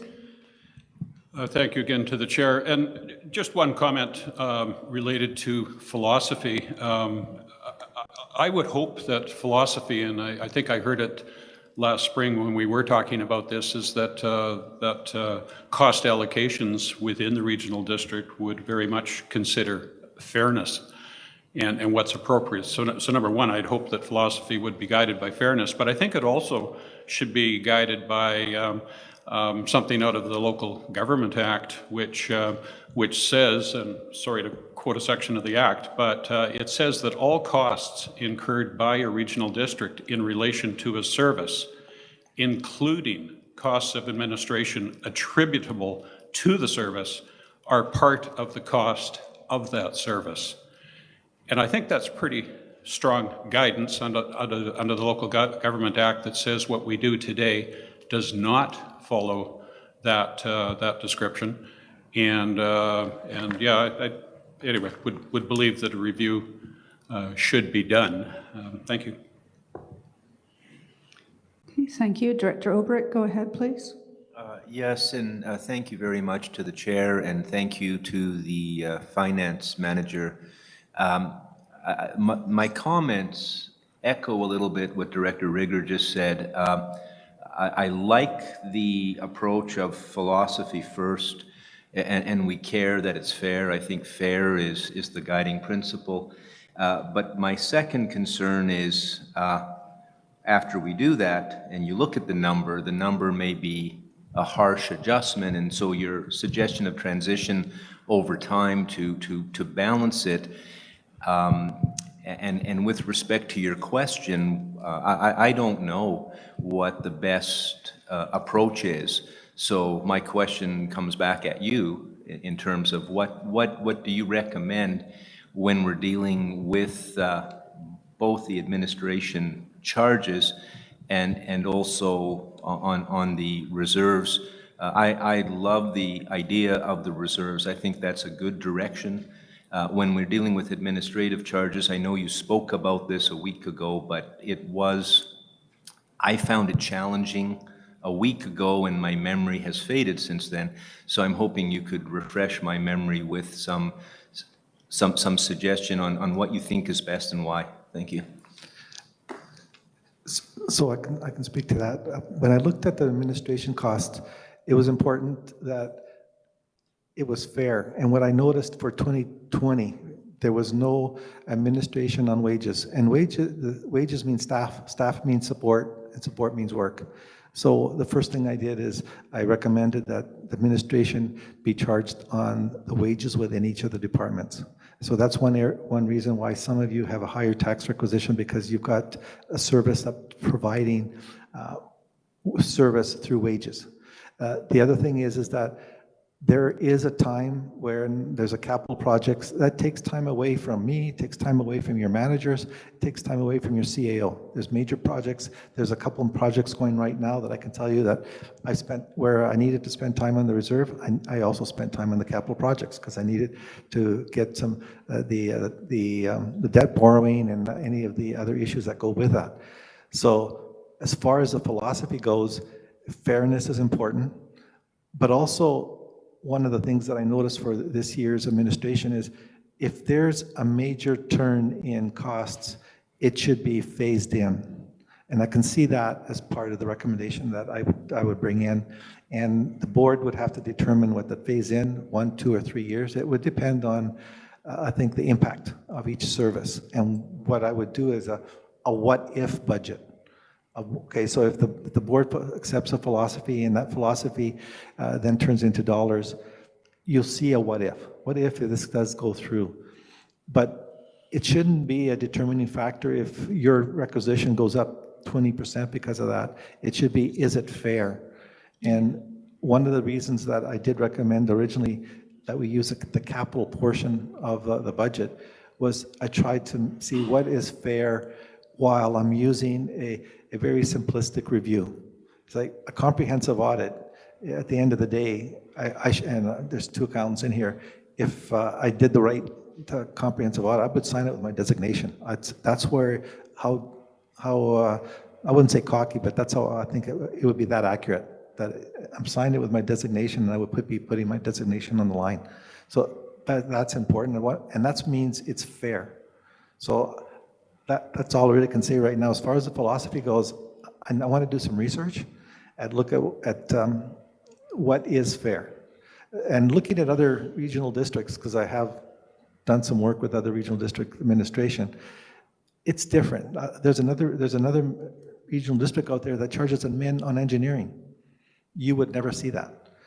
I didn't agree with that. However, does that make it wrong? No, that's their philosophy. So each regional district should have a philosophy. What I strongly believe is that the province should actually give some guidelines for regional districts, just because it can be complicated.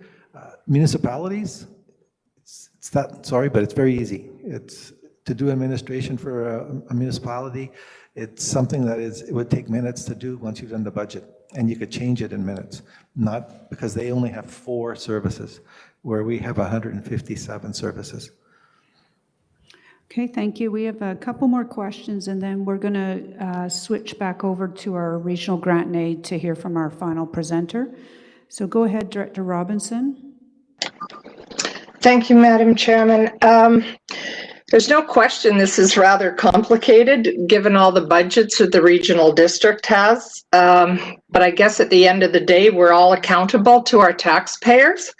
And just to follow up on Councillor Rieger's question, it seems in its simplest form that we already have the answer. It says only those who participate in service pay for the service. And that's why I know Penticton in particular requested the time tracking be done so that we could figure out who is actually paying for the service, because the admin costs seem ridiculously high, and we continue paying for it. So I think I appreciate there's some philosophy in it, but at the end of the day, I think it's just as simple as that those who participate in the service end up and should pay for the service, and that's fair. And if we start comparing the regional district to Cord and some of the other regional districts, their admin costs are a lot lower in comparison to what we're now paying. Thank you. Okay, thank you. Director Roberts. Thank you to the chair. I just have a quick question. I'm processing the other stuff, because I'm all about fair and equitable, and I really support the philosophy behind reserves. I just had a quick question, of course, going through the original draft here for Area G. And is the difference, for instance, I'm going to use the example of garbage that I've got in Area G, and the fees are going up by 9,000, but the costs show going up by 4,000. Is the differential what you have, like you're going to be going into a reserve? Is that what that differential is?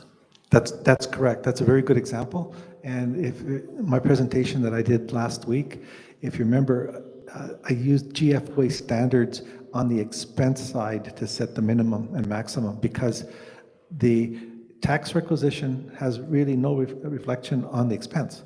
So one of the things that I've noticed when I did the reserves and the budget is the expenses are fairly flat, but not the tax requisition.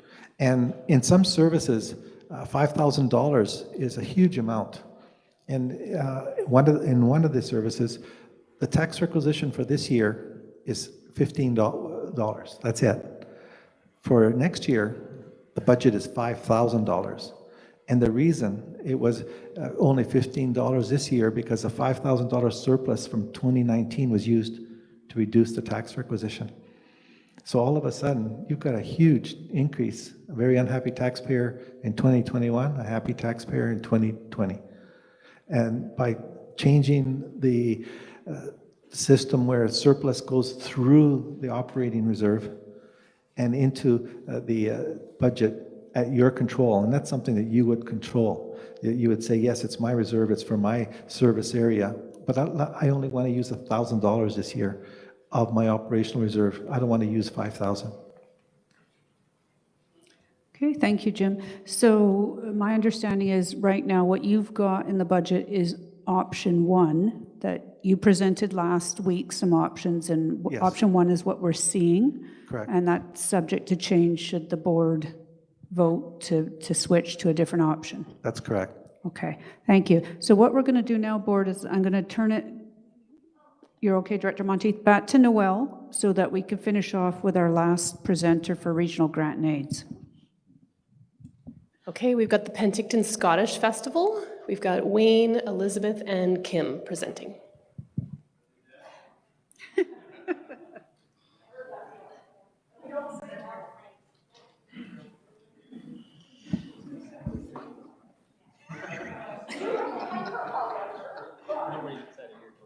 That's right. I want to see a sword or...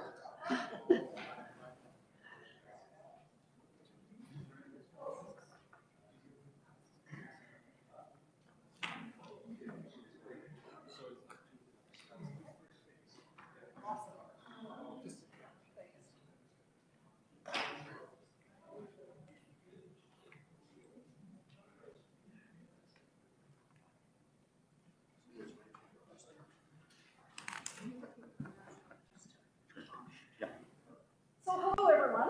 My name is Elizabeth Smith, and I'm the president of the Penticton Scottish Festival. Oh, that just makes it so much more loud.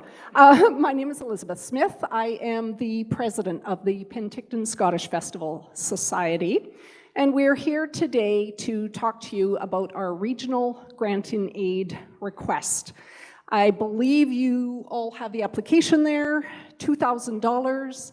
Last year, we were granted $1,550 through the community grant in aid. That money we put towards paying a portion of our security costs for the 2019 festival. And this year, we are asking for $2,000. With me today is Wayne McDougall, our Vice President. And Wayne has a history as a retired TV producer with Shaw Cable and is a piper and a very valued member of our society, being past president. Also, I have Kim Smith-Jones. She is a professional piper and she plays with the Vale United Pipe Band here in the Okanagan Valley. As well, she started the Okanagan Youth Pipe Band that is based out of Penticton. So we do have a presentation, and I will let Wayne and Kim carry on. Right, thank you very much for inviting us here. And has anyone here been to the Penticton Scottish Festival? See a few hands up. How about for those who haven't? Are they aware of what a Highland Games is? A Highland Games is similar to. So our festival is beyond a Highland Games. It's more very community-based. The Penticton Scottish Festival exists to celebrate, showcase, support, and stage competitions for youth and families through Celtic events and activities that are musical, cultural, artistic, athletic, and community-based. The Penticton Scottish Festival offers an experience of Scottish arts and cultures in many ways. One way is a musical experience with the skirl of the bagpipes, the rhythm of the drum corps, the feel of thunder as hundreds of pipers march past in amassed bands. You can also experience the color of Celtic heritage through costume and dance with styles of the Highland and Irish dance competitions. Experience the taste of Scotland with Scotch whiskey experience workshops. Experience the history of Scotland's ancient show of strength with demonstration battles of the medieval knights in armor. They've been at our festival, and this group actually, our event is one of the few that they attend, but they love it and a real crowd pleaser. The Scottish Heavy Events competition features the iconic caber toss. Has anyone out there tossed a caber before? Oh. We have the kids' caber toss, and that's a real one too, where moms and dads can get in there with the kids and toss cabers. It's good fun. We organize an annual event held on the first Saturday in July in Penticton, to which we invite competitors and spectators. Athletic competitors feature the Scottish heavy events such as the hammer throw and the iconic caber toss. Musical and performing arts competitions include Highland dance, bagpiping, drumming, and pipe bands. A main stage features Celtic music and dance entertainment throughout the day, with a headliner band performing in the early evening.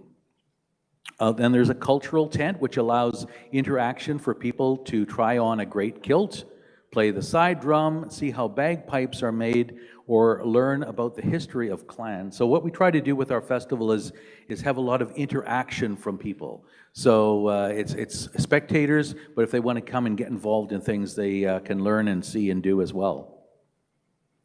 A cultural, multiple activities happen concurrently throughout the park.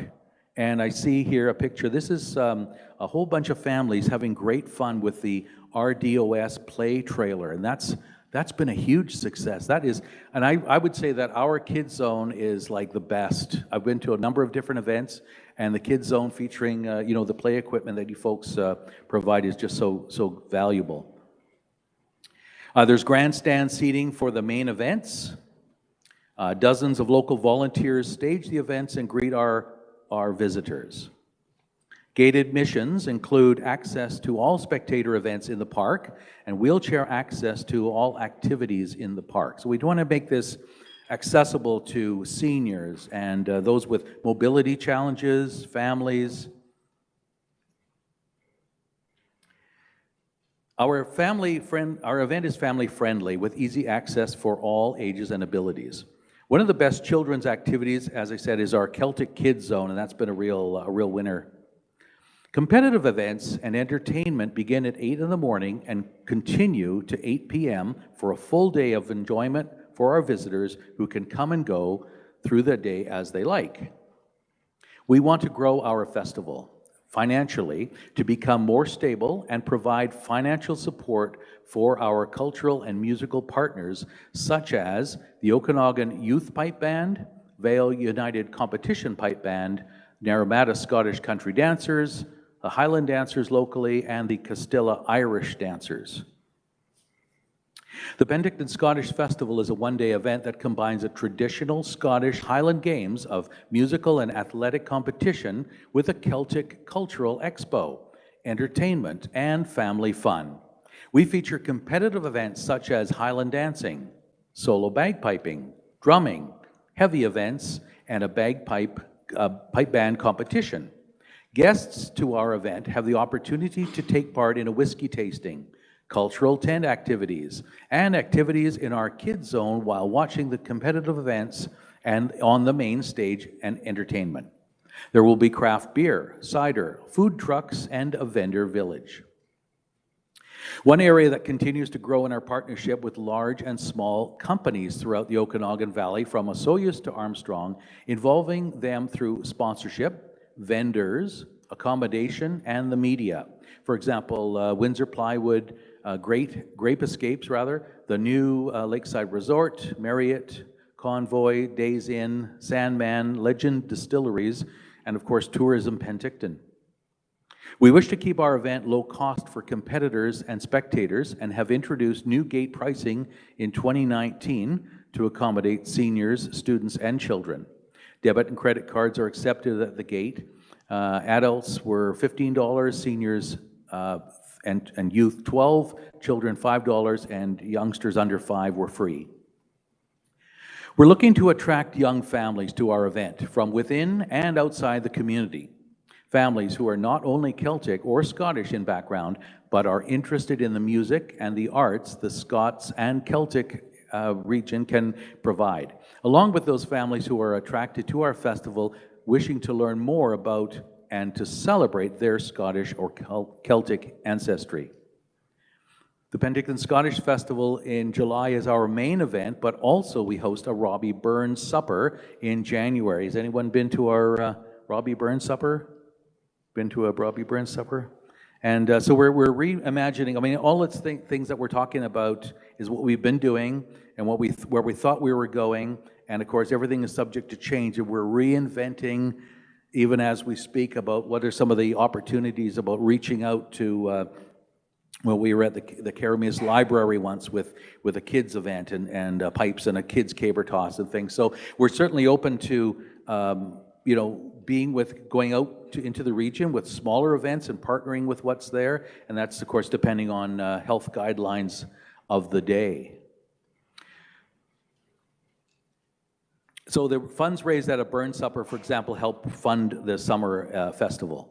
As we are unable to hold our live event this summer, we have created a virtual experience instead. We have partnered with Shaw Spotlight Community Television, and soon will present a series of videos on local television and online as the Penticton Scottish Festival Society presents Experience the Arts. Stay tuned for a launch date for that sometime later this month.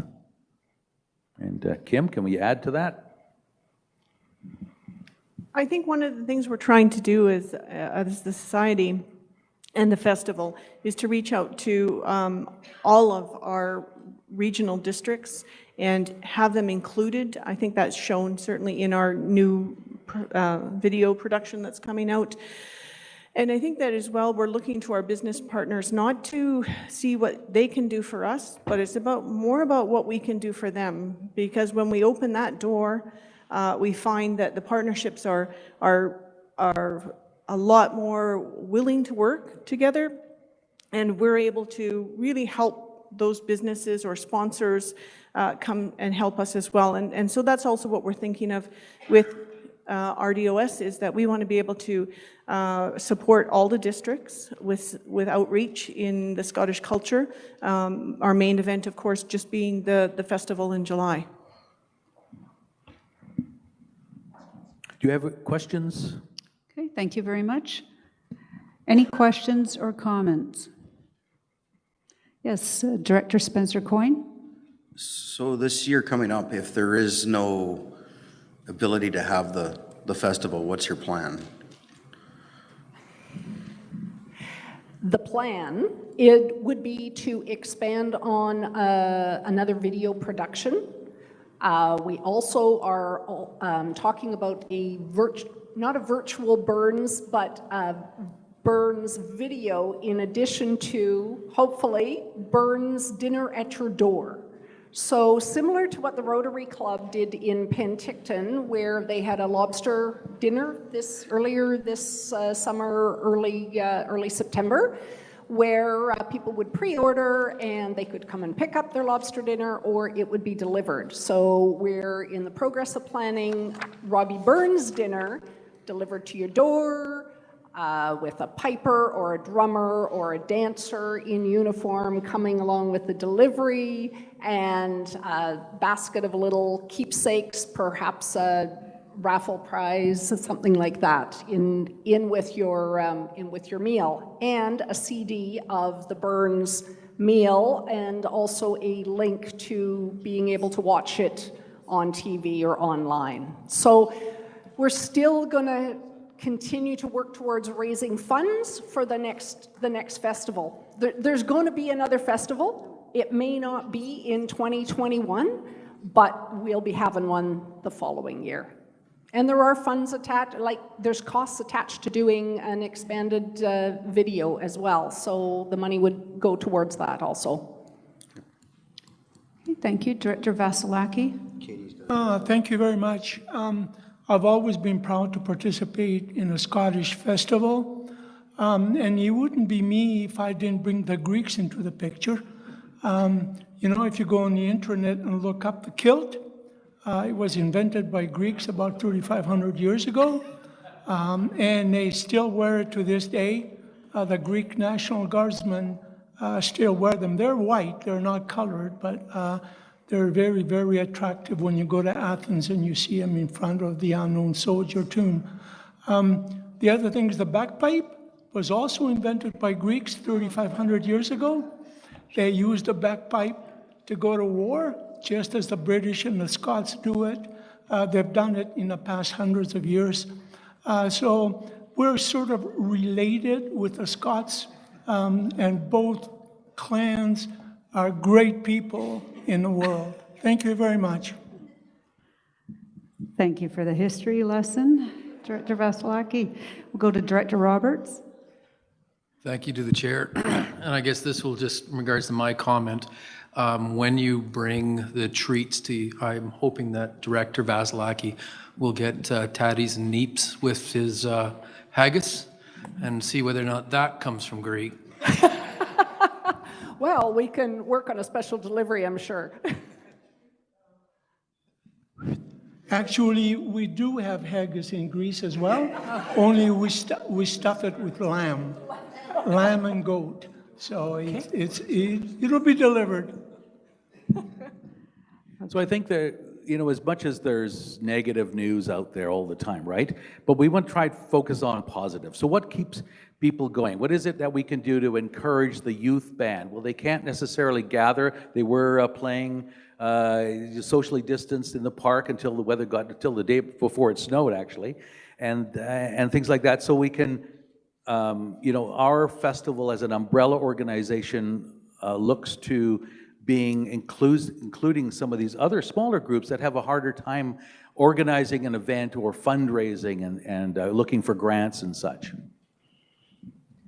Just to add on what we're hoping to maybe do next year, we do realize that COVID could once again interrupt our planned festival.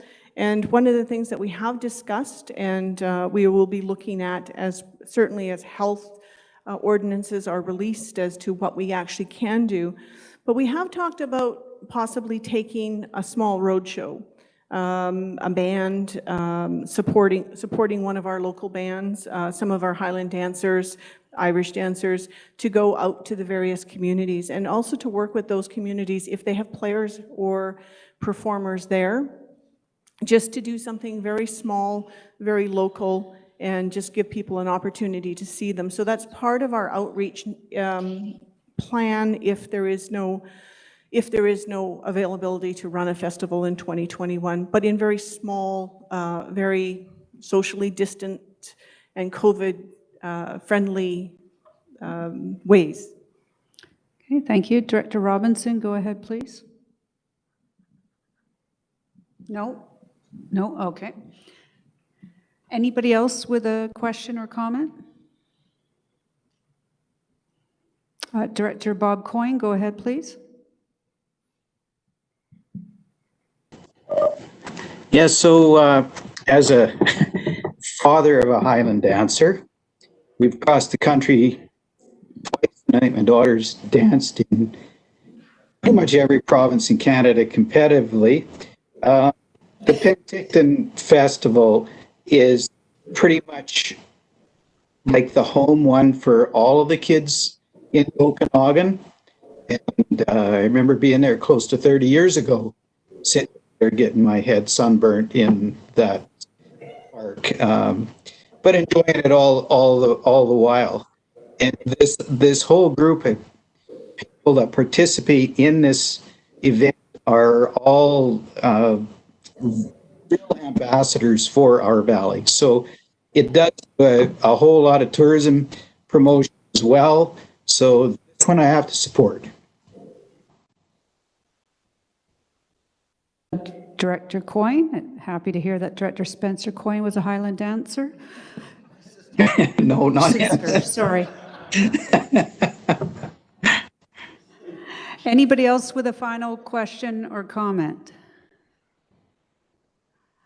Okay, thank you so much for your presentation, and the board will debate later on your request. Thank you. Thank you very much. Thank you. So what's next? Are we going to be starting the debating? Are we done with the presentations? Yes. And yeah, we'll go through the list of grants. Okay. See if we take some off. All right. And we should get through that hopefully before lunch, maybe.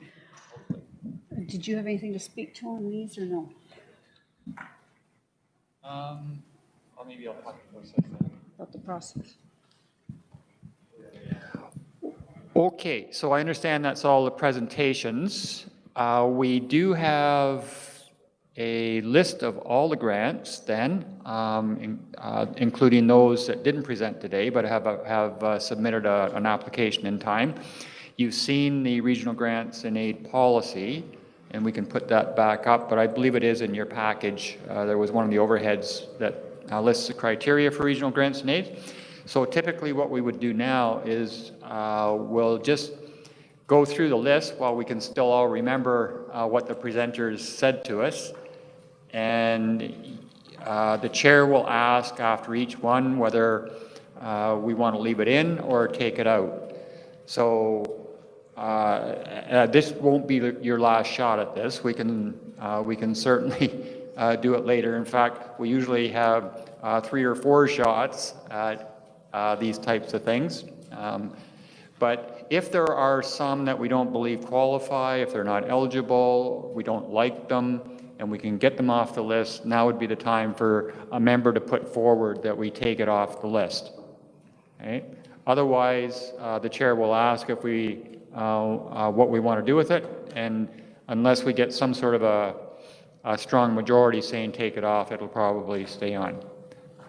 So that's sort of a procedure, Madam Chair. Okay, thank you. So important to note, you'll get another crack at this. If we take something off now, it can come back on. We keep something on now, it can go off later, or we can also look at adjusting those amounts. So we may end up voting in a different amount than what we see in the request as well. Director Monteith, go ahead, please. Sorry, to the chair. Could I ask about the money that wasn't used last year? Is that included in the $50,000 budget for this year? And the second question is, are we able to use any of the COVID money towards any of these grant and aid applications? May I speak to that? Yes, go ahead, Jim. I haven't seen what the requirements are, but I believe this would not qualify. There is a criteria that you have to have additional costs, and giving a grant and aid, it would not be one of the ones that qualify for that $769,000.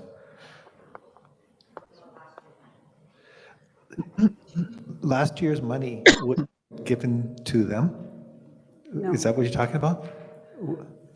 I think it's because we approved some funds last year, but it was never issued to the Meadowlark Festival or the Kids Fest. Sorry, to follow up, so is that money part of the 50,000, or is that on top of the 50,000 that we have to spend? Thank you. We would have to approve what they've asked for to get it in. But we had money left over from last year that we didn't use. Is that part of the 50,000? What 50,000? Where's the 50,000 amount? If we did not forward them the money would be there. So you would approve this, and then that's the money that we would pass that on. Noel? Noel knows where I'm going. I think so. So the 50,000 is actually a maximum per applicant. So it's not a total for all of the grants. So what do we have in our budget then is what I'm looking for? It's whatever you said, yeah. Okay, so the last year funds that we didn't use, are they carried over to this year as? No. Okay. Okay, thank you, Director Gittens. I guess I wanted to just talk about the philosophy, because I think with money, it should just be black and white, because it's just numbers and the facts are the facts, and then we have this philosophy part of it as well. And given that we're going into a year that's probably treating all of our areas a little bit differently depending on what's going economically, I'm curious around that philosophy around the grant request. And I brought this up last year with the electoral area request as well, because we as electoral areas also get individual requests. And for me, what I think my philosophy going into this year is, how do we support those that need us most right now, and that especially those that are suffering from COVID, and we know that this is going to go on long term. So for example, with the HaHa Kids Fest, I really like that they're being pretty creative and thinking about how to outreach and move beyond what they normally do, and they're preparing for that, and to me that's fantastic. And when I look at the AlleyCATS, it's a big ask, but what really got me was with those low-income families bringing in kittens and having kids, and how do we keep that going? And I just wanted to put that out there, that my thoughts going in and looking at this is, how do we support our residents that are having a bit of a harder time right now? And how do we support the organizations that are being quite innovative and creative? Because if anybody's ever volunteered on a nonprofit board like this, you don't have a lot of money. And when you have these passionate people bringing these things forward, recognizing the constraints that they're living within, I think that deserves a bit of extra merit. But I'm just sort of curious about that philosophy question, is how do we approach this? And we don't really have, when we look at the trucks and we can tell if we want to rebuild a truck depending on kilometers and age and all the rest of it, and it gives us a number. And we don't have that for the grants. And I've sat on boards where we give out grants at United Way, Community Foundation, and we do have a tracking system like that, so we're all sharing the same kind of philosophy. But I just wanted to sort of share, that's how I'm looking at it, is how do we reach those that need the most, and how do we support those that are being pretty innovative? Okay, thank you. Director McCordoff? Yes, thank you. We did have a presentation from the Meadowlark Festival, and I don't see it on the list. Is it under a different name? And yes. Is that the Okanagan-SIMILKAMEEN Conservation Alliance? Yes. Okay. And the other one was the South Okanagan-SIMILKAMEEN Volunteer Center. We didn't see anything from them. Which one is that? They didn't present to us, but they have applied before. Okay, thank you very much. Okay, thank you. I've got Director Holmes, then Sentis. Yes, thank you. Just speaking philosophically, I think COVID has impacted every single organization out there's operations. It's impacted our operations. And so I don't know if we can fairly provide grants that are solely for, to support operational matters, operational shortfalls due to COVID. I just don't see any fairness in that at all. And because, you know, that's every organization out there. So I have a bit of a problem with that, if it's just administration or operational matters, because they haven't got the money they expected to get due to COVID. Thank you. Director Sentis?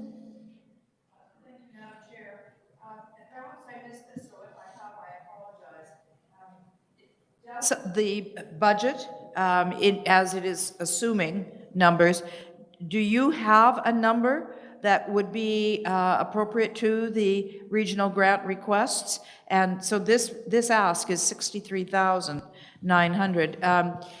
Is the budget prepared to meet that number, or what does the budget suggest? Go ahead, Jim. It doesn't make it into the budget until the board approves it. So No, I respect that, but I just wondered, as you are preparing numbers, do you make an assumption there or No, not? no assumption. Okay, thank you. Okay, thank you. Director Bauer?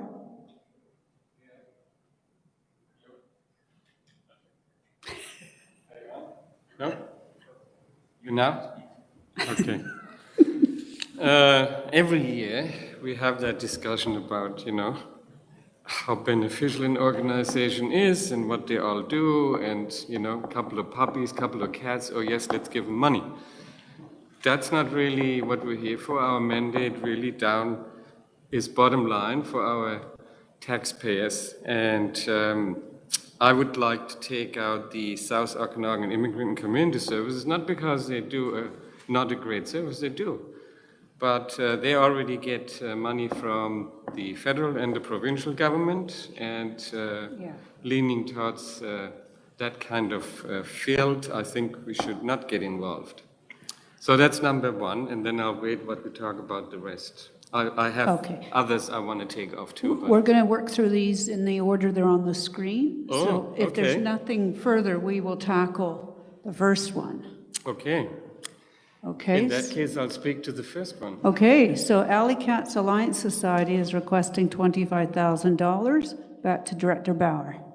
Okay, so I can see that I want to help them a little bit because they do kind of good work. On the other hand, if you talk about people who like rodents, or if you want to interrupt the chain, the food chain, because they are being returned, there's a lot of kind of issues how you can look at this. So I would go for 5, but not for 25. Thank you.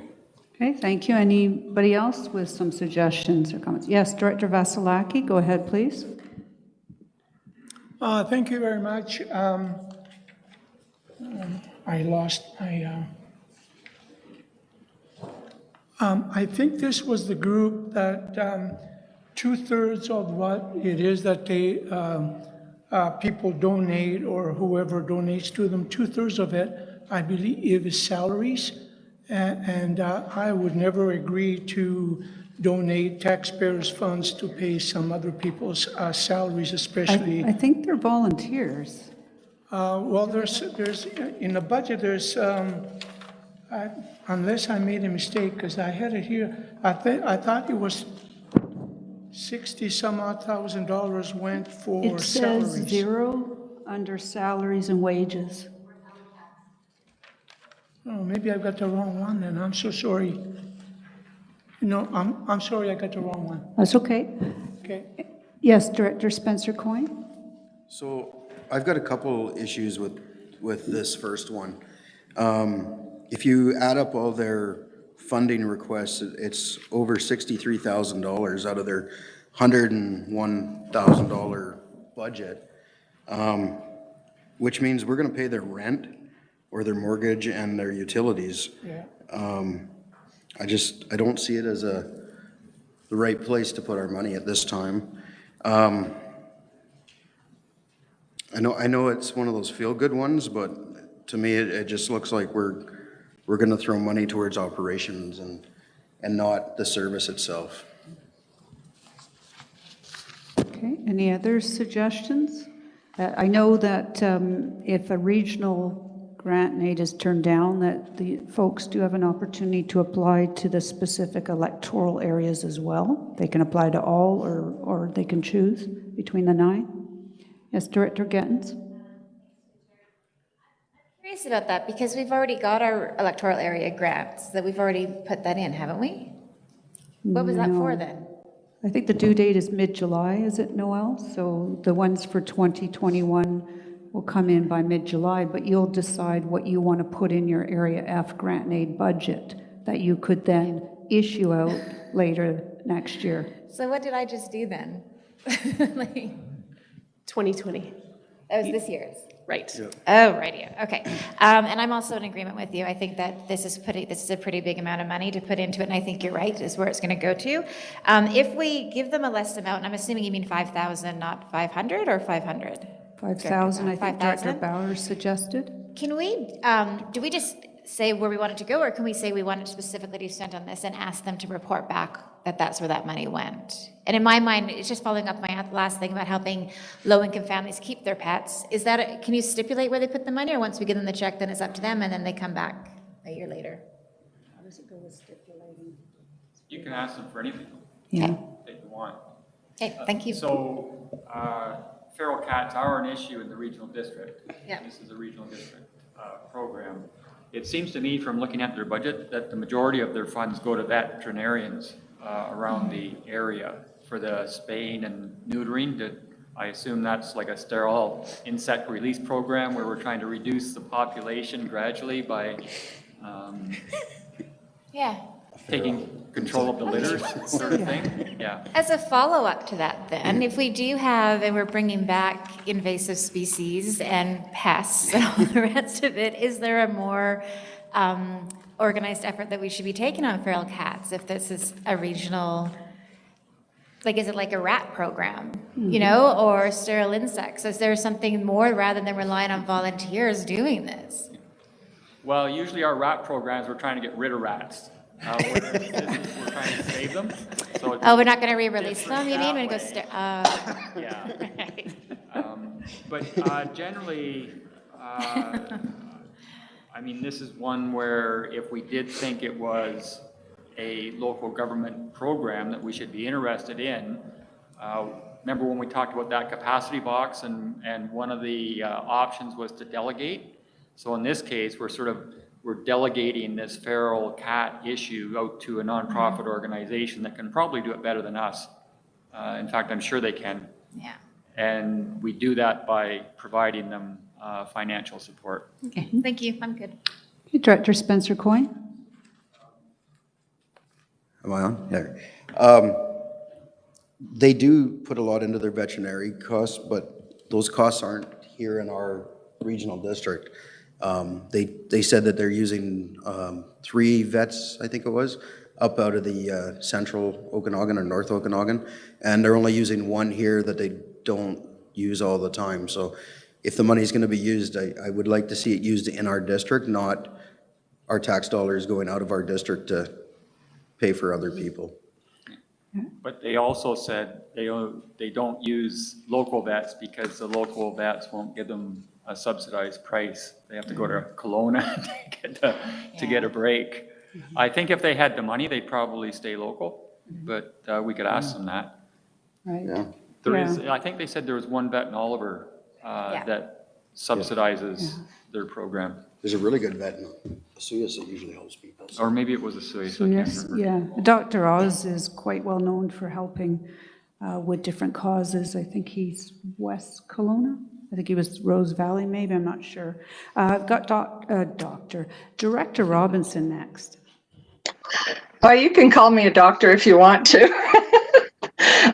Not a vet, though. But I think regardless of where the vets are, I think it was stated quite clearly that the feral cats are actually coming mostly from our regional district. So I feel fairly strongly that we should be giving them something, and I would certainly go along with the $5,000 suggestion. And if you need to, I would put that in a motion. Okay. Sure. So we have a motion from Director Robinson for $5,000, seconded by Director Bauer. Any further comments on this or questions? Otherwise, I'll call the question on this one. Okay, for $5,000 in the budget at this time, all in favor? Okay, thank you. Anybody opposed? Director Bush? Is that everyone opposed? Okay, that carries. So we'll go on to the next one, which is Animal Lifeline Emergency Response Team. The request is for $4,500, and that was for, I think that was for a CCAN storage unit. So anybody want to start us off with some questions? Okay, Director Spencer Coyne. Just a quick question. Is this the organization that works with our ESS teams? Yes. Okay. Great, thank you.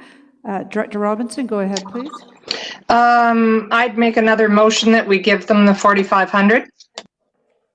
I'll second that. Okay, seconded by Director Gittens. Anybody have any comments or questions? Yeah, I'm fully in support of this group because they do a fabulous job. We need them when we're dealing with emergency responses, and we know what they can do to help our citizens and farmers. Director Bauer, you have a comment? You know, Emergency Management BC if they're doing that kind of work. So if there was a state or local emergency, and if we got authorization for that expense, then they would be funded. I think what they're indicating is this is more of an ongoing operational type of expense, but certainly during an event, we would be using their services and they would be funded by EMBC. Okay, Director Spencer Coyne. If this is an organization we're going to continue working with, maybe it should be something that's brought up at our emergency planning as a option to help pay for some of their services. Okay. Okay, good point. Director Olbrich. Yes, and thank you. I fully support this, and you know, these are volunteers working hard. It's not for operations. It's a specific acquisition of equipment that or storage for equipment that helps them do what appears to be a real important service to the greater region. So I think it's a real good example of one that's easy to support on this application. And going forward, I don't know what to expect in the future, but given the history that they reviewed, it sounds like they've already provided a tremendous value to a lot of our community. Thank you. Right, thank you. Any other comments or questions? We do have a motion on the floor for $4,500. Okay, I'm not seeing anything else. I'll call the question. All in favor? Okay, and anybody opposed? Okay, that carries. Thank you. We'll move on to the next one, which is the Ha Ha Ha Kids Fest, and they're requesting $5,000. Anybody have a suggestion? Director Bauer. Okay, it's moved and seconded for $5,000, and we did approve $5,000 for 2020, but it didn't get issued because of COVID. They didn't proceed with their festival. So any questions or comments on this proposal? Director Sentis. Thank you again, Chair. I'll just make a comment. For many years, I was a volunteer to this festival, and from the young children who attended to the seniors who attended, it was always a point of significant entertainment. And I think from what their presentation showed, they're trying to add a fair bit of education into it as well. And you know, the socialization of our children is significantly at risk with the pandemic and the school situation. So I think for this festival to fill in some of that is very worthwhile. Thank you. Okay, thank you very much. Director Roberts. To the chair. My question is in regards to finances. because I got a little confused there at one point, which is not hard for me. We're still in 2020. We couldn't change our budget re-COVID. We've already allocated $5,000 in 2020. We haven't given the check yet. And I know we don't have a reserve for that as of yet, but shouldn't the money be still, that particular $5,000 should still be on the plate? Yeah, go ahead, Jim. Thanks, thank you. That's correct, we taxed for it. So it would be under surplus, which could be, in this case, used to reduce the tax requisition for 2021 because you brought it over for 2020. So then as a follow-up, then do we need to make a motion that we use that rather than it going as a surplus, that it goes to, because it was already allocated, already discussed, already voted upon, and here they are, and it's still within 2020? I'm just saying it shouldn't have adjusted what we already have or what's for 2021. I'll go to CAO. So here's the program. Each year, the board decides what they want to requisition money for. If we don't use all of that money, and that happens all the time, or we use more money and we run into a surplus or deficit, that doesn't mean that the money stays with what you had initially identified it for in that previous year. If you want to put $5,000 to Meadowlark or any of these other grant programs in 2021, you have to tell us, and we'll put it in the budget designated for that one specific project. Otherwise, we'll use it to reduce the requisition that we apply generally. Then as a follow-up, then really it works as a kind of a balance. It's that it's going to go down 5,000 in regards to a surplus of 2021, but we're going to increase it by 5,000 because we're going to offer it again. There may have been some other line accounts in general government that were over in 2020. Okay, thank you. Director Bush? Well, I'm still kind of confused here. So are we giving them $10,000? No. No, the proposal is for 5. Yes, so, but we gave it to them last year, or we? They turned it back.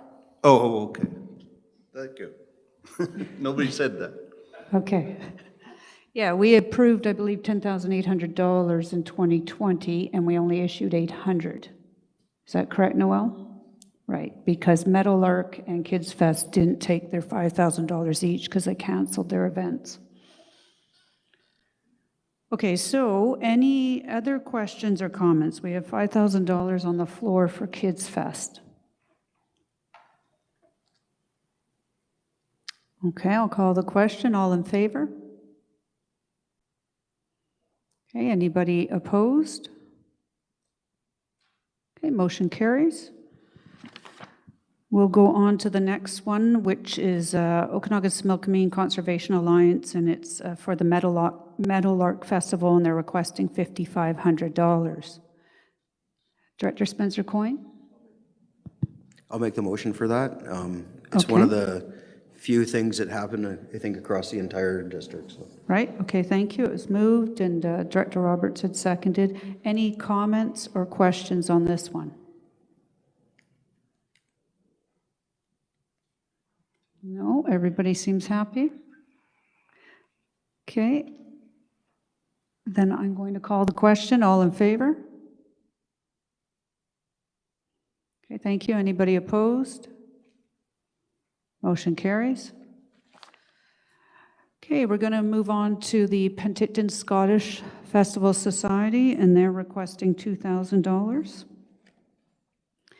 Any comments, suggestions, or a motion? Director Bob Coyne, go ahead, please. Oh. Try again, Director Coyne. Okay. And try again. Okay. Now we can hear you. Go ahead. Am I live? Yeah, you're live now. Okay, I'd like to make that motion, please. Okay, thank you. Director Robinson, are you seconding? Okay, thank you. Any comments or questions? Okay. People feeling generous this morning? Okay, I'll call the question then. All in favor? Thank you. Anybody opposed? Okay, motion carries. We're going to move on to the South Okanagan Immigrant and Community Services. They're requesting $6,900. Director Bauer. Yeah, back to that. I'm going to make a motion to take that out. Okay. Is there a seconder for that motion? I see a seconder by Director Pendergraft. We're looking for questions and comments, and I did make a note, a question for CAO, I suppose. One of the things they have in their budget is that they want to purchase older tablets, computers that have been they could repurpose. Is that something that the RDOS could look at doing in kind with some of our older tablets and computers? We certainly go through them. We do a replacement program, and I assume that we do have surplus equipment at some point, but I think by the time we get rid of it, it's pretty well used up its life. And we would have to strip it down so that there were no proprietary programs left on it. Because I know when directors change out, they have the option of purchasing their used tablet, that it does get stripped down a fair bit, but I'm just wondering if we might be able to look into what we have that maybe could be an in-kind donation, and possibly if our 6-member municipalities could have a look, they might have a few that they could donate as well that may help with this request. We could check with them. I think generally if we did that, we'd probably advertise it and see if other nonprofits would be interested. I think we do from time to time do that for surplus furniture. Okay, great, thank you. I see Director Robinson has a comment. Go ahead, please. Yes, thank you. Actually, I was going to make the same suggestion that the chair just made. I think that's a great idea. It also occurred to me too that when Almera was mentioning that they do like Zoom cooking classes, it occurred to me even on a personal level that I would love to get in on those, and I'm sure there's a million people who would love to participate in that, and think that it would be a great fundraiser for them. So I'd like that suggestion to be passed along to them, but I'd also like them to get some money. So I'd like to float out a suggestion that we give them $2,000. It's a very worthwhile society, and they do an awful lot of good work in all of our communities. So I would make the $2,000 suggestion a motion. Oh, we've already, no, there's already one on the floor. If that fails, yeah. Floor to move 6,900, we need to deal with that motion. Okay. Depending on where that goes, you can make that new motion. Director Robinson? Yeah, that'd be great. I'll wait until the one on the floor is finished. Thank you. Are there any other comments or questions? Yes, Director Johansson? Thank you, Chair. Yeah, I don't support removing this. I think this society does a tremendous lot of work with newcomers, people that come to our area that struggle learning English and those things. I know that they have a fairly healthy bottom line, but this money is directed towards a specific project, and I see the value they do in our communities. I've had some involvement with them myself, and meeting with some of the people that they help. I just wonder how they would be able to survive in our communities or engage in our communities and become part of our communities without this society here. And I'm in favor of the $6,900. I think they provide a value across the region. Hopefully that motion will get defeated and we can look at least the $6,900 or maybe a reduced amount on some level. Thank you. Okay, thank you. I agree with that. I would support some funding. I'd really like to find out if there is anything that we can do in kind and reduce the $6,900. I have Director McCordoff. Go ahead, please. concern is on this issue is that in the Desert Sun Counseling, which is in Oliver and Osoyoos, already has a program like this, which I think Oliver and Osoyoos, certainly Osoyoos supports.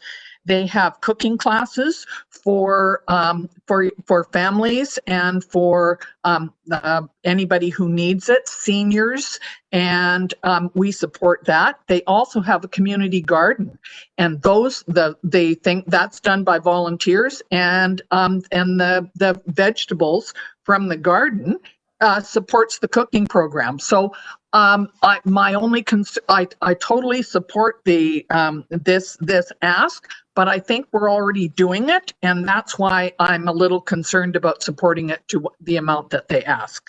Thank you. Okay, thank you. Director Vasilaki, go ahead, please. Thank you. I'll be supporting this motion not to give any financing. I'll tell you why. They have a huge amount of surplus in their bank account.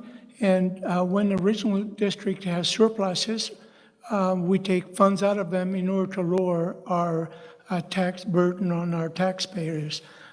So I don't understand if they need that $6,900, why they don't take it out of their surpluses. They're huge. They're nearly $250,000. They own a lot of property. They even made $1,800 in interest rates with the money that they have in the bank, or wherever they have it invested. So I'll be supporting the motion not to give them any funds. Thank you. Okay, great. Thank you for bringing that to our attention, Director Vasilaki. Director Holmes, go ahead, please. Just in response to why they have that surplus is because they're given federal funding on an annual basis for their all their resettlement and English instructions to immigrants, and they get that in one chunk, and it has to be spent over the course of the year, and it can't be used for any other purpose except that the federal government gives them the money for. So that's why they can't use it for something else. It's a federal contract, so that's just explains the surplus. Okay, thank you for that clarification. Any other comments? Director Bauer, go ahead. To finalize, when you read the grants and aid policy, that we should not subsidize activities that are the responsibility of senior levels of government, and that is the question here. And what I see, it's not that they're not doing a good job. They do. They have English as a second language. They got all kinds of programs, but that's not the issue here. Mm-hmm. Okay, Director Holmes. Yeah, thank you. I agree. It doesn't fall in line with the policy on the reasons Director Bauer just stated.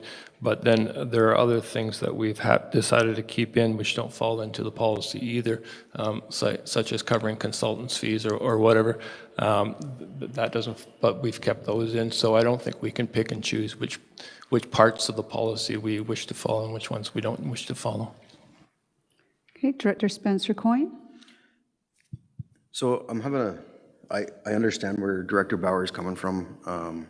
If we were looking at it just as a policy, in a policy sense, then we should cut it. But right now with COVID, one of the things we're seeing in our communities is the lack of connectivity between people and isolation, and that's got me really concerned. So cutting programs that might, reduce that that harm on the mental well-being, I think we have some responsibility to play a part in that. I just don't know what level yet. Okay, thank you. So right now we have a motion on the floor to remove the $6,900. So we're going to go to that right now. So I'm going to call the question, and that's to remove $6,900, their whole request. All in favor? Okay, then I'm going to ask opposed. 1, 2. Okay, it fails then. So really, now we're looking at the request at $6,900. Is this still a request? Does someone want to make a different motion? Director Robinson, go ahead, please. I'd like to suggest we give them half of what they're asking. Okay, so you're, Director Roberts, are you seconding? Okay, so that then is $3,450. Mm-hmm. Any So they get something.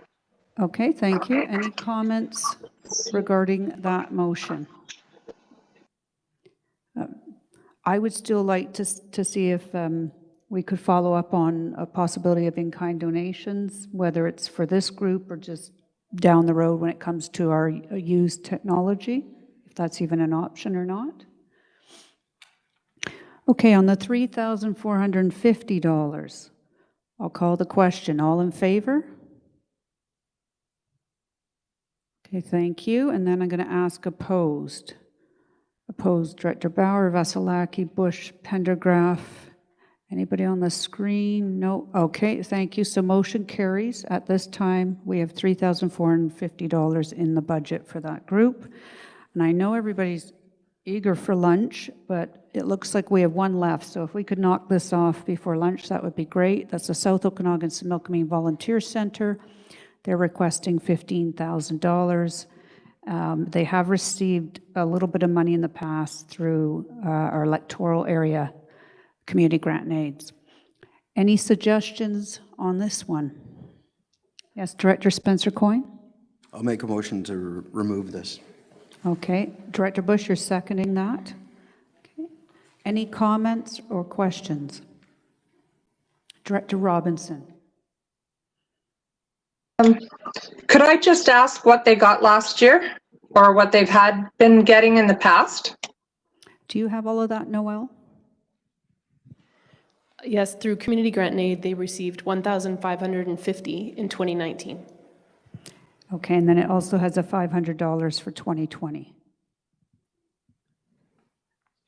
Correct? Okay, thank you. Director Gittens? Thank you, the chair.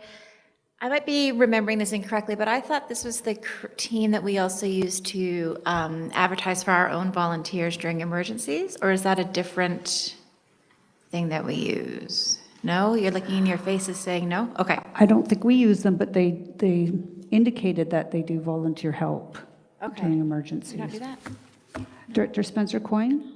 So the reason I removed this is they have Similkameen in their name, but they don't do anything in the Similkameen. We've never heard of these guys before they came to the board, so it's, yeah. To make sure that if we use them here, that's what but I obviously thought of something else. Okay. Director Holmes? Yes, I remember them from previous years, and the conversation always came around the same thing, that they're not really active outside Penticton. So. Mm-hmm. Okay. Director Vasilaki? Thank you. Do they actually charge for some of their volunteers if they put them out on the field? Does anybody know?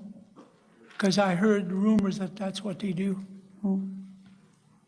I don't know.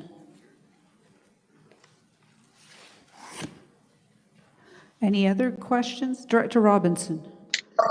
I believe they're strictly volunteer. They came to the city for a grant last year as well. And they do keep extensive contact lists of volunteers for any festivals that need them, for, you know, Ironman, for a variety of different things, also for ESS. Yeah. I'm not quite sure. I'd like to see them get something, but certainly not the 15,000. Okay, thank you. So right now the motion is to remove the $15,000 request. Okay, I'm not seeing any other comments. Oh, yes, Director Barkwell? Since joining the being elected, I have had to, be involved in a lot more boards and things than I ever had before. And I certainly see the need for the contribution that this group makes, but 15,000 is an awful large part of their budget. So although I won't support 15,000, I would support some smaller amount. Okay, thank you. Okay, Director Holmes? No, I'd support eliminating it entirely, just because I don't believe they're really that active outside in areas there, and I don't think they're active in Summerland either, even Summerland, and you know, people in organizations in Summerland have no trouble getting their own Summerland volunteers, and if I remember correctly, other communities have said the same thing. So I think they do, I'm sure they do great work for Penticton, but they don't really have much to offer for the rest of the region. Okay, thank you. Any other comments or questions? Okay, I'm going to call the question on the motion to remove $15,000. All in favor? Okay, anybody opposed to that? Okay, that motion carries. And was there any proposal on a different amount, or are folks happy to leave this for now and it may come back in the future? I see Director Pendergraft's happy to leave it as is. Yes, Director Barkwell. So in response to Director Holmes, I can't swear to it, but I believe that some of the boards that I've been involved with have participated in their governance training, and they've really appreciated it. They have a difficulty knowing they're on the board, so it's not the recruitment thing, but once you're on the board, how to conduct the board is another question as well. So I'll just put out an amount, it's rather arbitrary, of $2,000, and see if there's any support for $2,000. Okay. So a motion for $2,000. Is there a seconder for that? Director Robinson, are you seconding? Yes? Okay, thank you. So the motion's on the floor for $2,000 of support. Any comments? Questions? Nobody? Okay, Director Obert, go ahead, please. My comment is perhaps we can encourage them to do more in other areas. I know in OK Falls, we've had conversations, but not enough action. And I don't know how much effort they make, but we have great volunteerism in OK Falls. But when we look at regional events like Ironman and so forth, there is a benefit, even though that may be a little bit Penticton-centric. You know, it does benefit the greater region, and there are benefits. So I do see the benefit, but I also see the concern that they could reach further outside the boundaries of Penticton. Thanks. Okay, thank you. Director Spencer Coyne. Yeah, thank you. So not only does this go against our policy with, you know, receiving 2 regional grants in 4 years, the majority of their funding is going to come from us and the government. They've done no fundraising according to their budget template that they've given us. I just can't support it. I just want to clarify, they haven't received 2 grant out of regional. So it's community grants, electoral area grants they've received, not regional grants. Any other comments before I call the question? Okay, we have on the floor $2,000. Call the question. All in favor? No. Okay, thank you. Anyone opposed? Hands up on opposed. Vasilaki, Bush, Monteith, Roberts, Pendergraft, Sentis, Johansson, Spencer Coyne, Bob Coyne, McCordoff, Bauer, Holmes, Kozakovich. Okay, so that fails. Doesn't mean we can't see it back again. There's always an opportunity to move these in and out.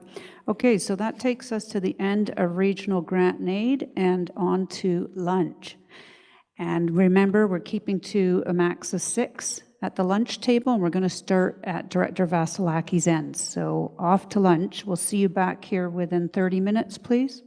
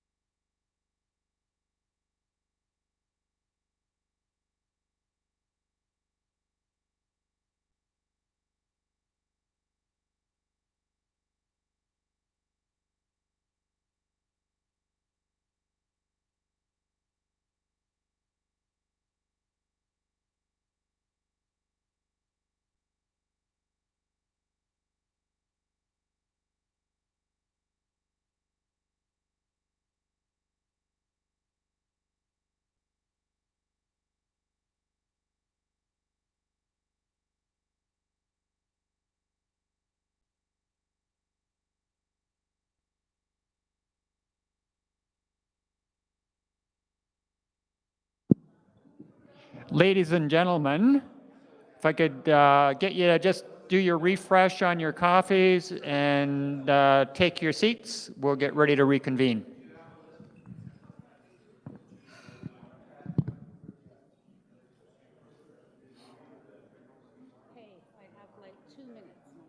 You got 4 seconds. Oh, 4 seconds. Yeah, how's it going? Oh, okay, so we don't know, but should you be trying to do a retest on Monday? Okay, so you could go Monday morning and talk to her. Hopefully tonight she'll post some of those marks. Okay, okay, good, hon. Okay, I gotta go. I'll talk to you later. Okay, love you too. Bye.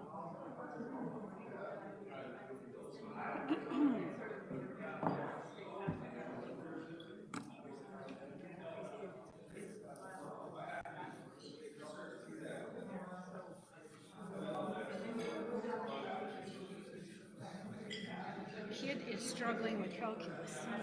Hey, I'm with them. He's great and everything else, but bombing that class. No, that is tough. Did we lose anybody? Probably. Bauer. Bauer just went somewhere else. Oh, there he is. And Spencer is there. Okay, I think we got everybody.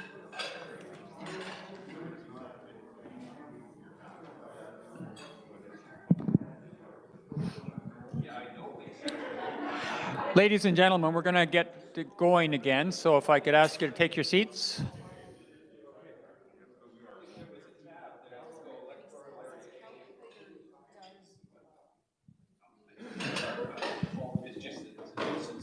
Yeah.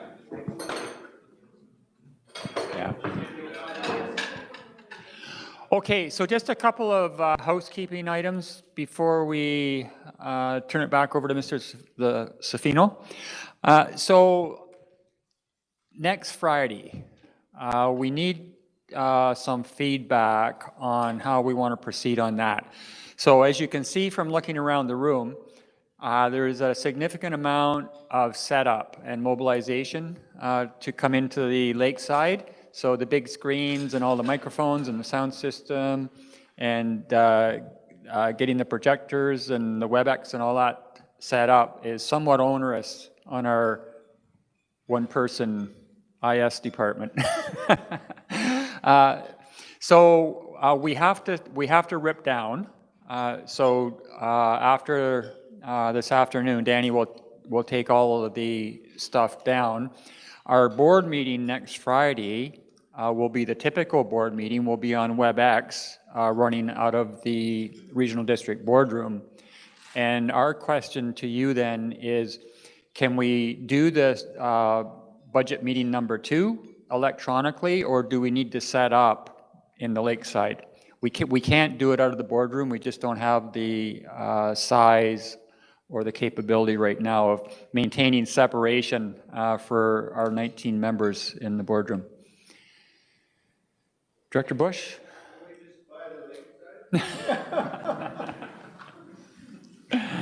Expropriate. Yeah, out of Area B. Director Gittens? Well, I want to meet in person for budget. I think there's too much conversation and information, and we've got a lot of, like a new approach that we need to discuss further, and we just are having better conversation in person. Okay. Director Johansson? No, I would just echo those comments as well, and I think there was some COVID money that came from the province that our municipality, we're using some of that money to renovate our council chambers so that we can meet in our council chambers again, and I think that's a small amount of money to pay, and it's really to make sure that the best decisions are made, which happens with debate. Okay. Okay, so we'll try and get organized for back in here for next Friday. Director Coyne?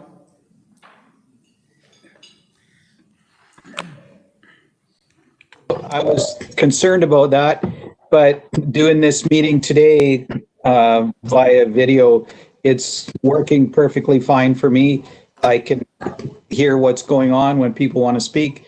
I don't really see a need to come back to Penticton for that. I know I won't be. Thank you. Director Robinson? Thank you. Yeah, I would have to echo that sentiment. I think this is working really well for me. In a perfect world, yes, it would be nice to get together in person, but this is working really well, much better than I had anticipated. Thank you. Anybody else? Director Coyne. So I think it was posed yesterday, or maybe last week, I can't remember, whether or not the city of Penticton had, you know, any sway over the price over at the convention center to help us out or not. Director Vasilaki? Yeah, thank you very much, sir. Yeah, we are looking into it, and Donnie or Cheryl will send an email and inform the RDOS as to what we have available. Yeah. Okay. Yeah, it wasn't really the price that we were so concerned about. It's just the mobilization time. Oh, Director Knodel?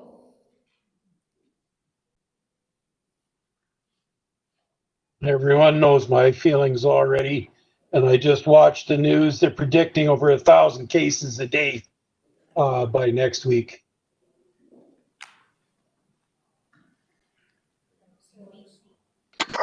I second that thought. Yeah, so just so everyone's aware, next Thursday, we're not here, correct, Bill? We're back doing our virtual board meeting. So I'll be back in the RDOS boardroom. And so I don't know if does this all have to get torn down and then put back up for Friday? Yeah, we'd have to tear down the boardroom on Thursday night, and Danny would have to come over and reset up in here on Friday morning. Right. Okay. So Danny probably just won't sleep. We'll just keep him going all night. Yeah. Okay, he'll do what we want. Okay, Director Bush. When will the new chair people start? So that'll come For the forward committees. in That's on corporate. for next week, isn't it? Yeah, Thursday we'll see the list. Okay, so the old chair people are still doing Thursdays, this coming Thursday. We have corporate services up first, so that's when we're seeing that list. So the new folks could take over then, unless somebody really wanted to stay Well, in I'm just trying to place. figure out who's supposed to come in, that's all. Right. Yeah, until replaced, those current chairs would still be the chair of their committee. It's not going from corporate to board, though, is it? No. No. Not next week, no. No, so it's the first, isn't it the first thing on the agenda? It is. So we'll talk about committee appointments on corporate services, which is at 9 o'clock next Thursday. But that recommendation from corporate services would then have to go to the board on the second December meeting, or the 3rd? first meeting in December. Right, so you'd be in place till December 3rd. I'll be like Trump and I want to recount. We won't be able to get you out. Okay, so we don't have an answer, or do we? So let's put it to the floor. For a vote? Here or boardroom. Okay, so let's just vote on this then. So I'm going to ask for those of you who want it to be here, I'm going to call the question on that, Because if we have it a yes or no, whether we're here or not, those who don't want to come can still log in. Those who do want to come can. So if there's more that don't want to come, that means the ones that do want to come aren't going to have that opportunity. Is that the decision? The question is, do we book in here Friday or just do it virtually? Okay, so that's the question. Yeah, so if you vote yes, that means we're going to set up here on Friday and come here. If you vote no, then we'll do it out of the boardroom at the RDOS and it'll be virtual. Director Roberts. Director Roberts. And Bush. To the chair. So when we do it virtual, and of course I've noticed many different directors over the period of time, not only who are chairs, attend. Is there going to be a limit on it? Is just those that are chairing a committee?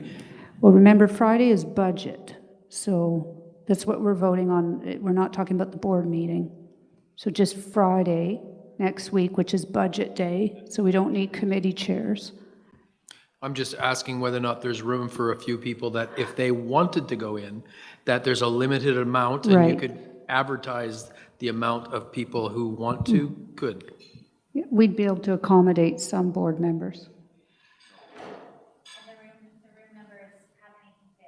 I think I've heard 17 if you open up the Oh, thing, no, no, not 17. Okay, Not at that's 6 feet staff apart. Does Christy know that number?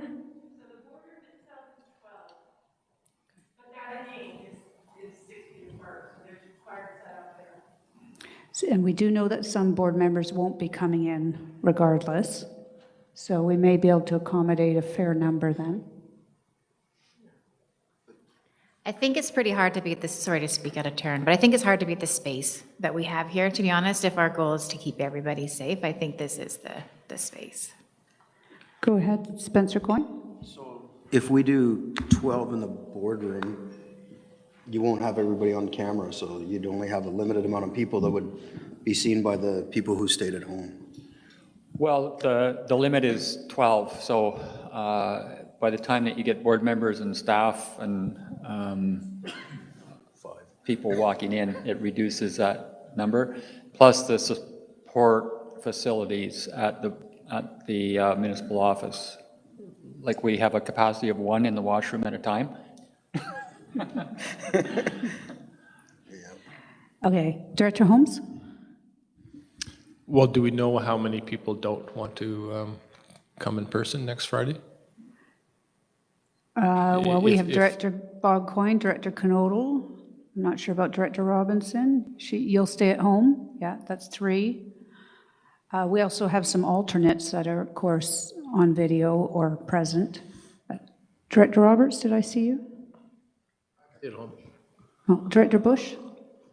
So regarding the budget meeting on Friday, are we having any delegations like we did today? And maybe what's on the agenda? Is it important to have this kind of group discussions, or would it be okay to do it online?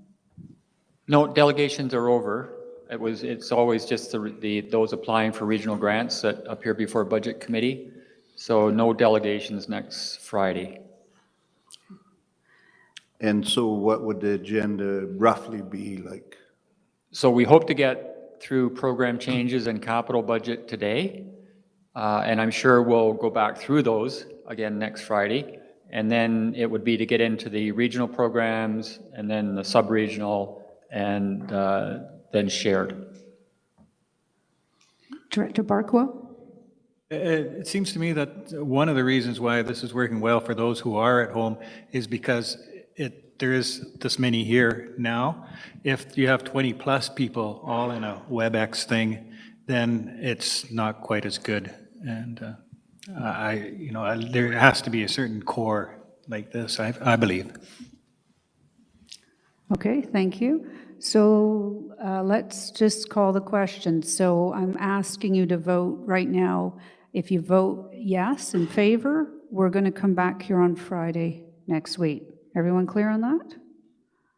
Okay, I'll call the question then. All in favor? Those opposed? Director Bob Coyne, Director Robinson, Director Roberts, Director Bush. I think Director Knodel's an obvious. Director Rhodes. Got everybody? So sounds like it carries, right, Christy? Okay, we will be back here for Friday morning for a 9 o'clock start. Okay, back to you, CIO. So we want to go into finish the discussion on our 2 policies that we have before Budget Committee, the first on administration fees and the second on reserve. And we've talked about both of them, but certainly if anybody wants Mr. Sofino to flesh out what his recommendations are on either of those, I'm sure he'd be prepared to do so. But my understanding is that on the administration fees, we're proposing option number 1, which is that we use 20% or that we apply 20% of the administration fees to capital.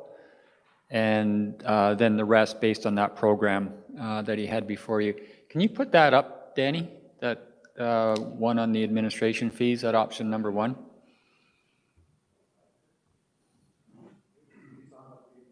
Oh, is that too complicated? But I could speak to that. Okay, is it in their package, Jim? Some are Yes, visual, they want to yes. see it? Yeah. It's in the packet, the budget package, yes. Okay, so option number 1 would be in that package that you got this morning, so you can pull that out, and then we'll let Jim give a really quick summary. Very quick. So just some directors were just asking some questions. As I stated, the 80% of the administration fee is already in your operational budget. That 20% is waiting for the board to decide which option you're going to use. Once the option is chosen, that 20% will be redistributed in your capital project using a sub-tier system. Depending on the size of the project, it would be a higher administration fee. If it's something very simple, $10,000 truck or whatever, that has a lower fee. So that's it. I am recommending option 1. It's the fairest one of the options, including the current one that we're using.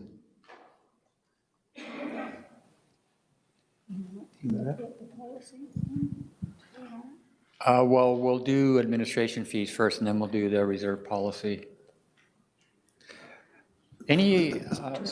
So if I can get direction from the board? Yeah, we have a question, Director Robinson.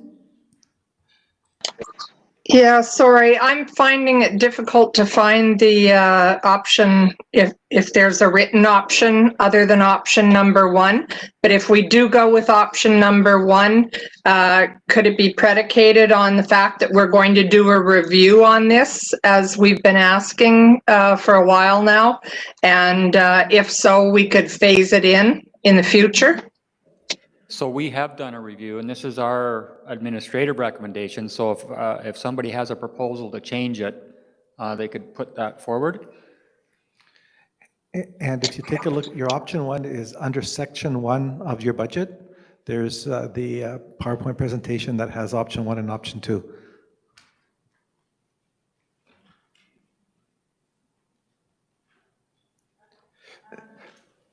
Yeah, go ahead, Director Gittens. I'm looking at the Special Corporate Services Committee for today that we just got in the email. And if I look on page 16 and 17 in here, that shows the two differences. If that it's helping me, hopefully I'm looking at the right thing because I'm finding it helpful.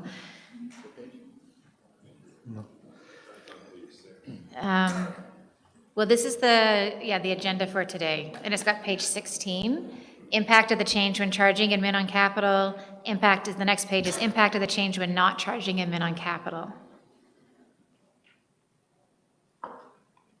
I'd like to take a look at that. Mine is under, you each got 6 sections of the budget. Section 1 is the administration portion of it. And that essentially tells you exactly what option 1 is.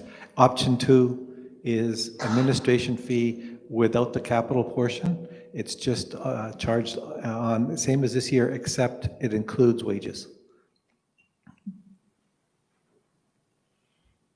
Do you want me to, what? You want me to do?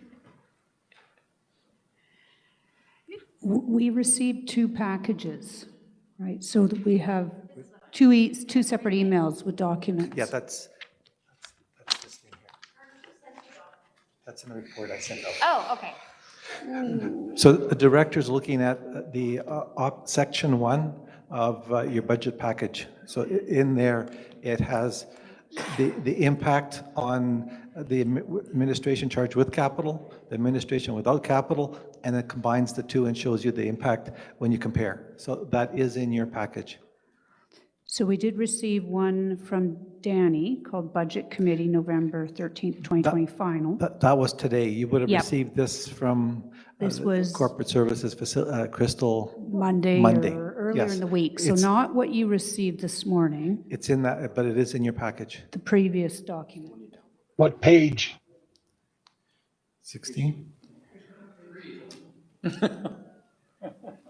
I don't have the page numbers with me. I just got my original. It would be the first 6 pages, the first 10 pages of section 1. So you've got 6 sections of your budget, and I separated them specifically so that we can discuss it separately. I have it in section 1, page 16. Let's go with that. Is that okay? Yeah.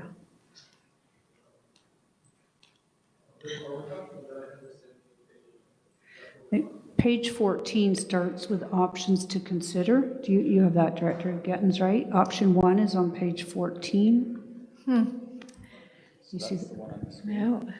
Yes. So what's on the screen is page 14 of the document you received earlier, not today's document. Okay. So I don't know. At the bottom of my screen, it says page 16 of 978. That's the budget package, correct? Yeah. And that's where the 2 options are.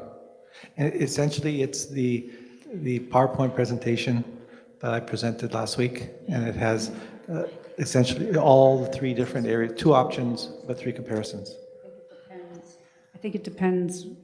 I've got the PowerPoint presentation here. I'll get Danny to put it up.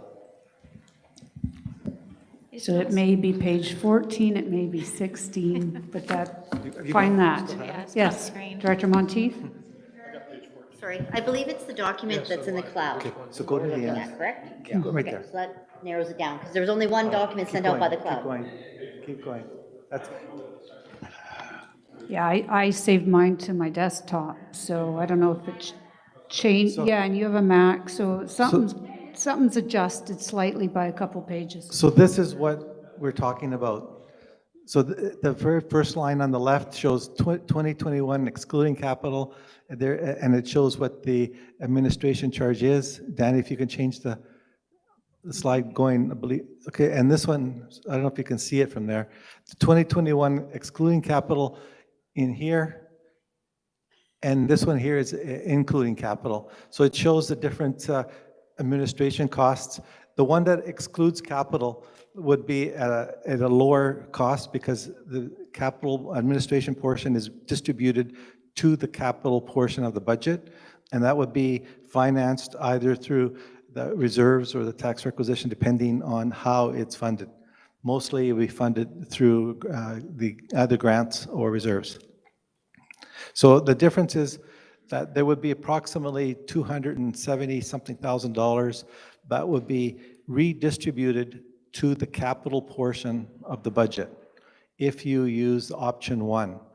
The option 2 is that money that would normally be distributed to the capital is now redistributed to the operational expenses, and capital is left alone. That's the 2 differences. The difference, and comparing 2020 to 2021, the 2021 system, regardless of which option you choose, includes administration on salaries, where in this year it did not. So there was a huge hit on some of the smaller accounts where, because they're paying a bigger portion because it excluded salaries in some of the other accounts. So that's the 2 differences.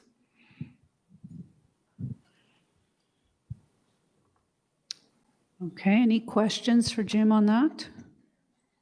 Yes, Director Monteith? To the chair, is this the general governance admin that we're looking at, or that's the electoral area admin? This is administration for all So that's for the everything. general governance. General, yeah, it's for everything. And sorry, follow up. What is, I know you've been through this, so what items are in there? So that's like lighting, overhead, building? Correct. Hard. Insurance, human resource expenses, not excluding wages. I used essentially the same formula we used this year, but I recommended we redistribute it differently. So you've got facilities expenses, which houses all the staff, which is used for general expenses. I did look it up. I asked Noel to. Legal expenses is another part of it, and that's a general expense, that kind of expense. Okay, thank you, Director Vasilaki. Thank you. I'm looking at option 1, and I think it's the same figures you have up there, I think, where it shows Penticton at the very top, where 2020, our portion was 259, and change, and 2021 will be 180 and change? Because That, that's yes. option one. This is charging, not including the administration. This will be option 2. That's option two? Yes. So they're both, they're for Penticton, they're both going to save money. So this one would save less because the capital portion will be charged back to the different areas, including the municipalities. Okay. Let us talk philosophically again, just for a sec. So I'm getting the opinion that Penticton thinks we're charging Penticton. Our regional district's a corporation. It has corporate expenses. And this is the way of charging our 85,000 citizens across the regional district the same amount. We're not a taxing authority, so we send our bill to the province. For those in all electoral areas, they get billed directly by the province. For those in incorporated communities, the province just uses them as a collection agency. We're not charging the city of Penticton any certain amount, right? Yeah. So, nor are we charging Osoyoos or Princeton. This is our 85,000 citizens that are receiving services from the regional district. It's just a collection methodology. Instead of the province, instead of the city sending out a tax bill and then the province sending out a tax bill to city residences, they're just saying it's more efficient if we just give the city of Penticton the requisition to collect for us, and then they send us our money. Okay. So this is regional district corporate expenses like computers and information technology and corporate facilities that all of our, that the board and all of our employees use. And there would be very little in there for human resources. We charge that out through electoral area admin or through services. But there would be financial services because the board requires financial services to run the regional district. So this is just a mechanism for collection. Director Bush, go ahead. Yeah, so my electoral area admin has gone up like close to $7,000, and yet I don't think we're doing any more in our area. So that's what I don't understand is why is it going up so much?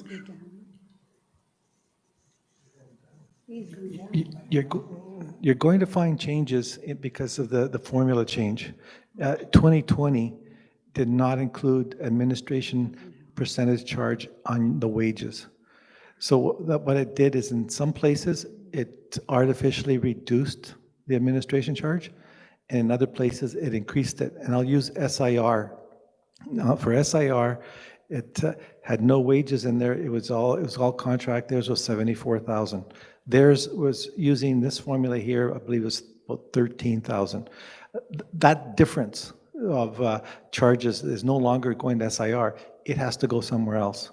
And it was redistributed using a unified formula throughout the 157 services.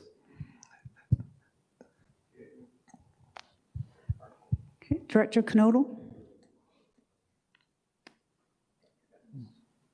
That was accidental. I'll just stay confused. Oh, okay. Director Barkwell? A couple of us here have some accounting background, and I agree with what our CFO said right from the beginning. You know, you shouldn't really even be looking at the numbers. You should be making a philosophical decision and what's the appropriate way. And I guess the one thing I'd like to hear is how does this relate to what Director Oberlich said earlier that the LGA requires us to do? Doesn't it sort of point us in this direction and sort of require us to do it? Go ahead, Jim. I believe this does meet the requirement. Again, there's different ideas of what is those requirements. The idea is to be fair, and we're not being, this was not a biased formula. Like I stated earlier, I didn't know what was going to happen until I figured out the last number. So does it meet the requirements? Yes, I believe so. Okay, thank you. Director Gittens? Thank you, through the chair. When I look at option number 1, and it says at the bottom of 2021, it's the total tax is for $964,000, and then option 2 would give us a total tax requisition of 1.2 million. And I think you had just mentioned this, but I might have missed it. So where does the extra 200 come from, please? So if the board chooses option 1, that money is redistributed into the capital projects. Okay. And it's funded through different areas. So it'd be funded through mostly reserves. And one other thought that I had is you're aware that the government charges us 5.25% collection fee. Well, that's on top of that, if we don't do it this way, if the board chooses this method, that 5.25% is also saved because it's funded through reserves, not through taxes. Okay. And then if I can ask a follow-up, and a philosophical question. We were just beginning to talk about that before we had our final presentation for a grant. And I think you were going to ask if we wanted to do this right away or phase it in over a couple of years. I just wanted to bring that up because my thought is always give you different options. However, I am recommending the 20%. I did that looking at the different options, and I think that is fair right up front. However, I would be able, through the CAO, I'll come back with a recommendation after 1 full year of it being working. The project reserve tracker that is being introduced first time this year will give the board a full 5-year picture.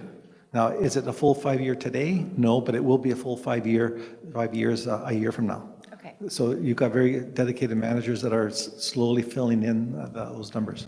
Okay, thank you. Okay, thank you. Director Rieger?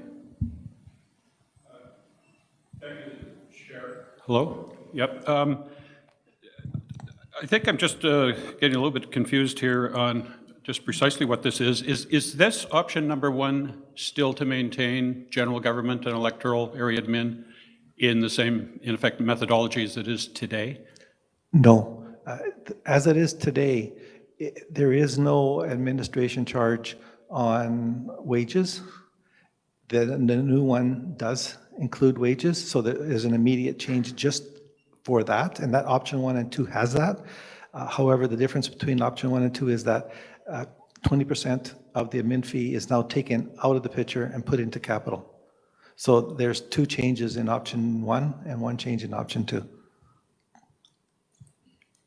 And if I may, the further review would still be done later of sort of the general government and electoral area, charging out into an area distributed by proportionate taxation versus based on looking at those overhead costs as costs of the services, the 150 services that are provided. So I know we discussed about the review, but from what I understood from the CAO is this considered the review? We need to lock in on a formula for allocating these administrative costs. So as we go through our budget process, we are going to have expenses for information services. We're going to have expenses out of legislative services to support the board and all the other programs they do. We just need to know how you want to split it up. We've already decided what the cost is. We just need to know how to split it up. And we need to lock in on a specific formula so that we can get on with other business.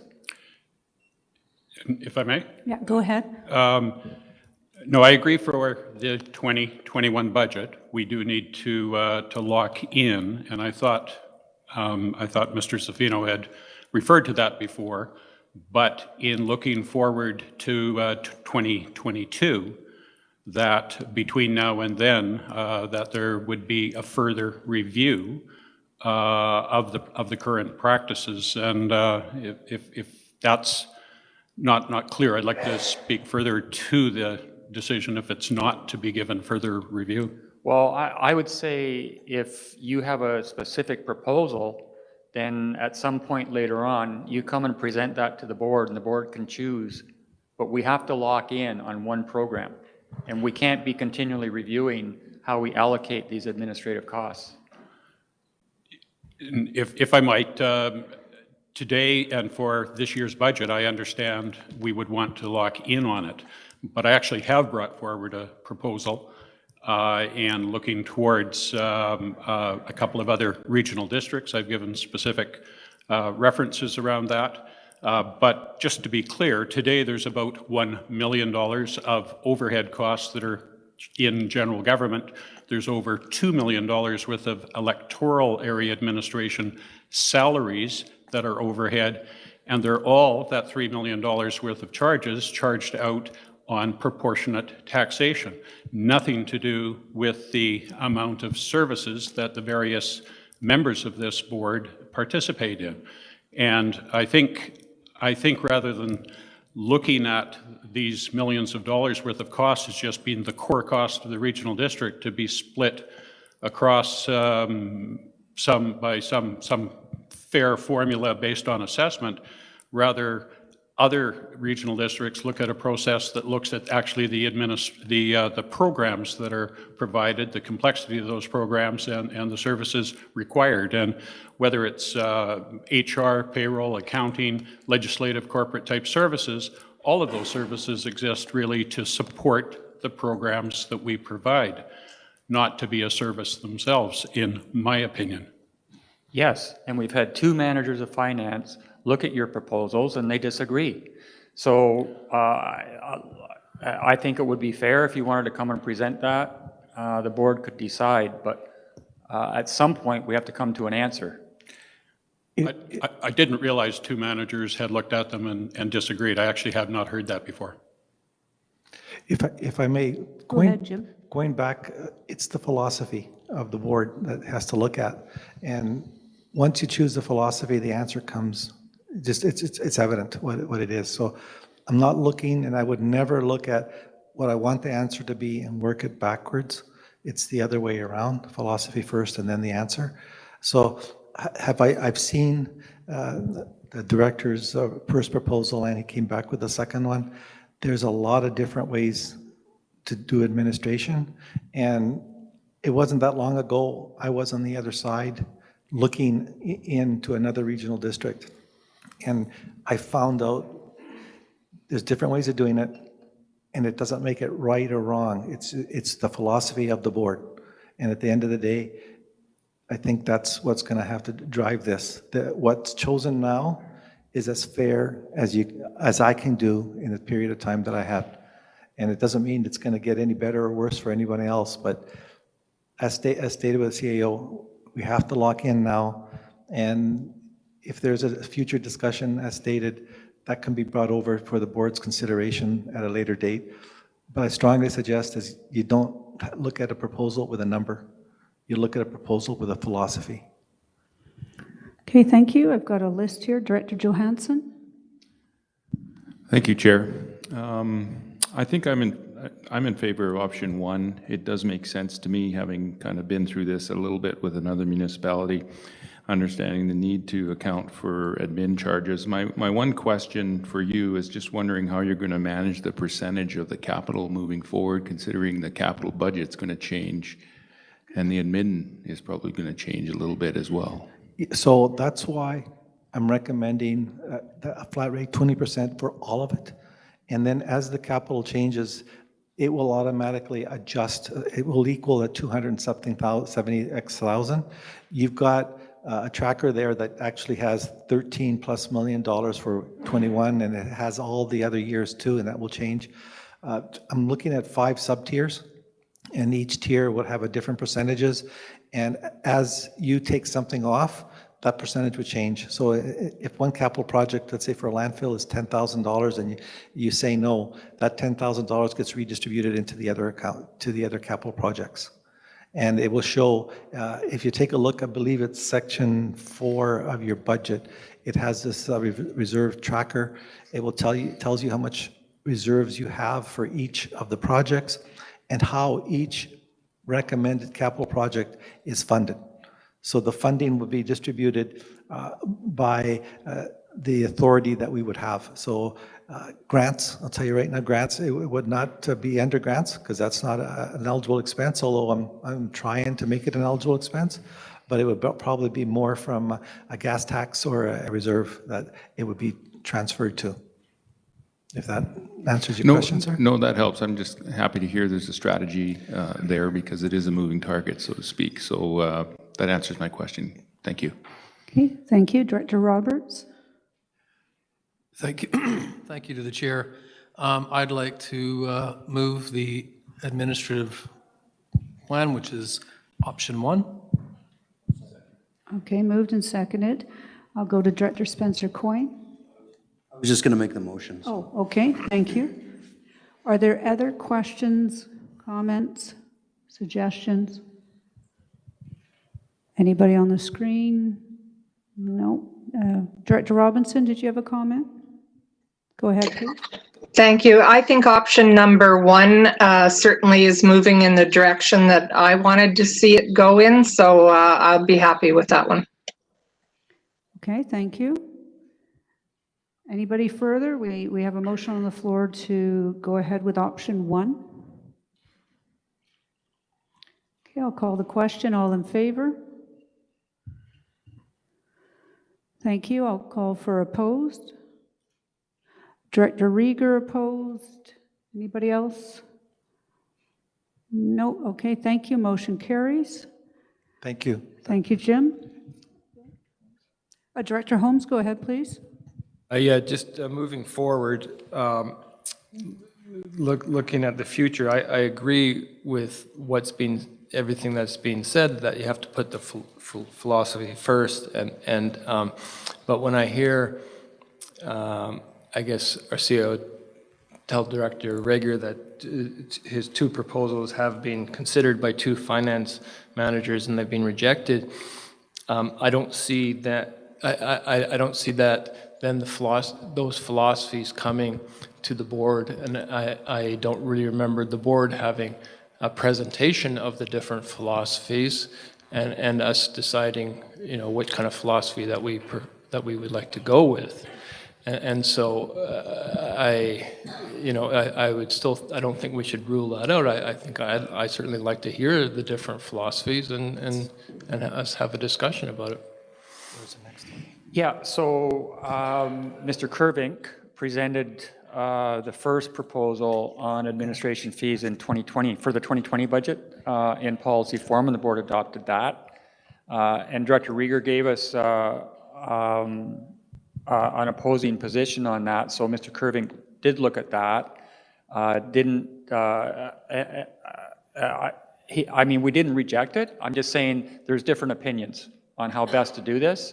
So he was more favorable to the one that we used in the 2020 budget. When Mr.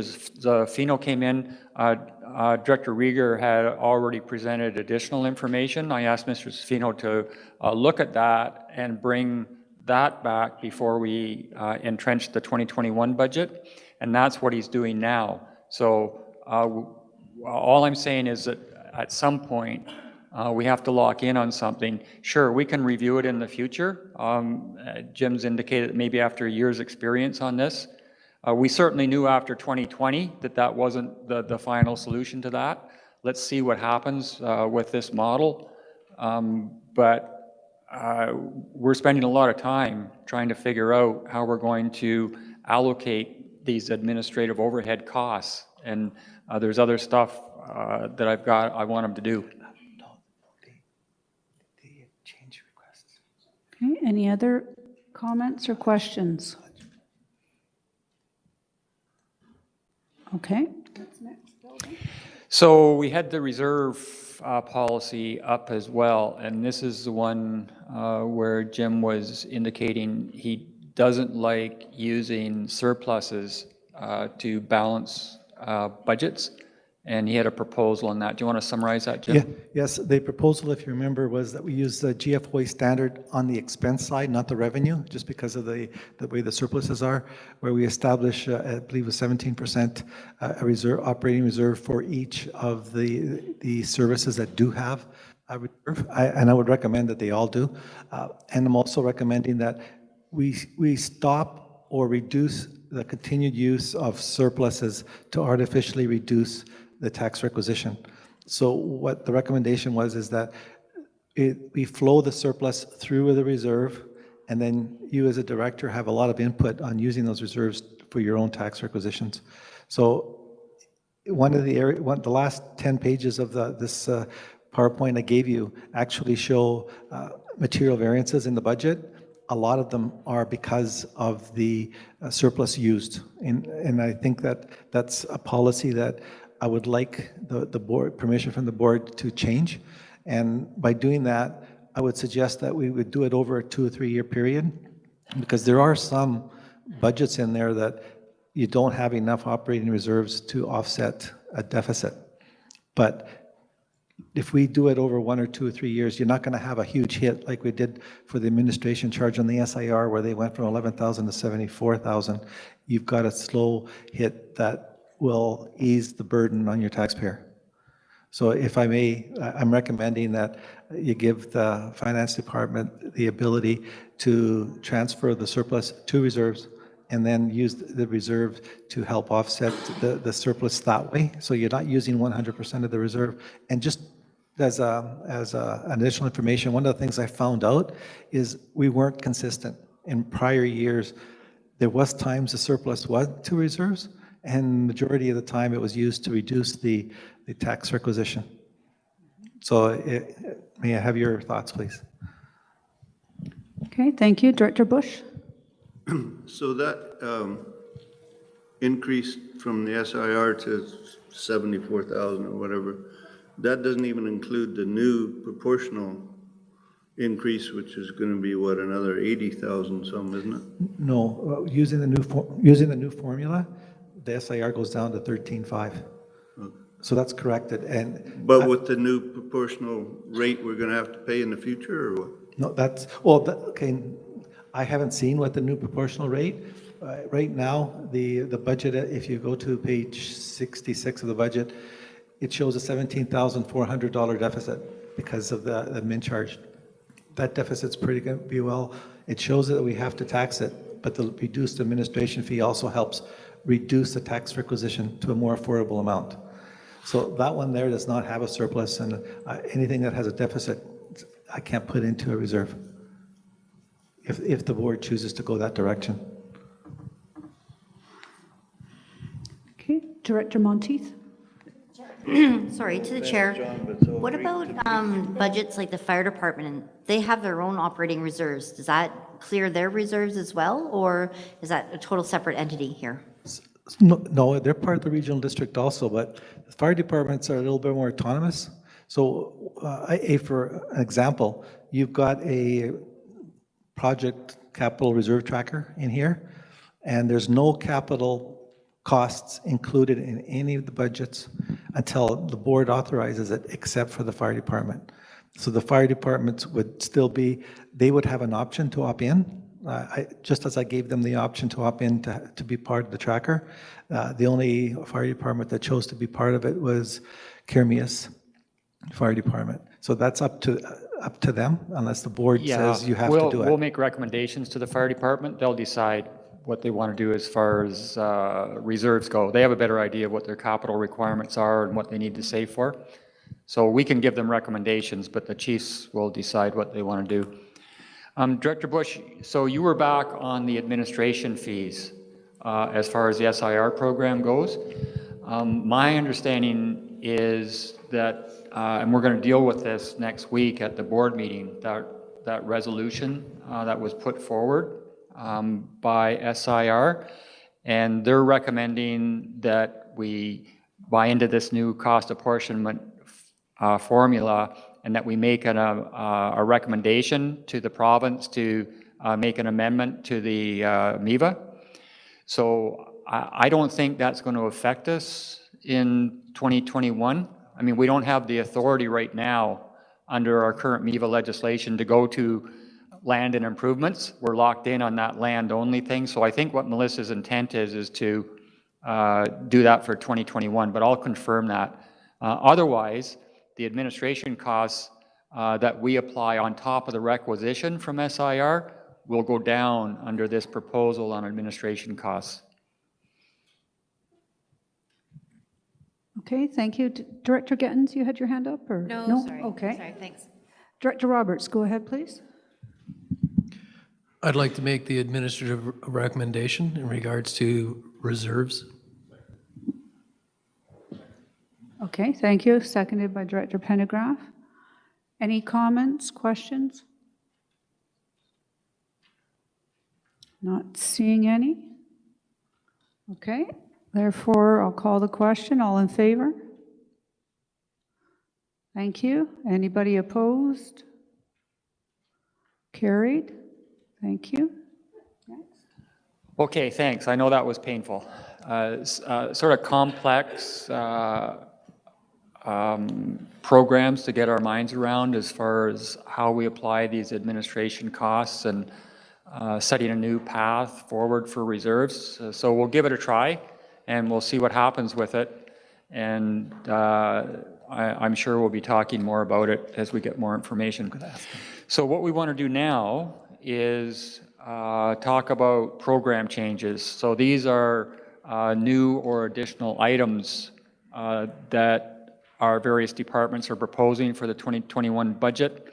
They're discretionary and or deletions. I keep forgetting deletions. We don't get very many deletions, but it is to be sort of any significant change from what we have in a program for 2020 compared to 2021. So we've got a list of these, and I think we're going to get, Jim's going to run through them, but we have our managers here to provide the board more information if they need to drill down on any of these proposed changes, and then we'll do the same thing for our capital proposals for 2021. So we'll turn this back over to Mr. Safino. Thank you. Just, it is out of order, but I think we have a better chance of finishing the change requests than the capital. There are quite a few capital requests, as you probably have seen. So this is more the manager's show, road show, than mine. And start off with the program change number 1.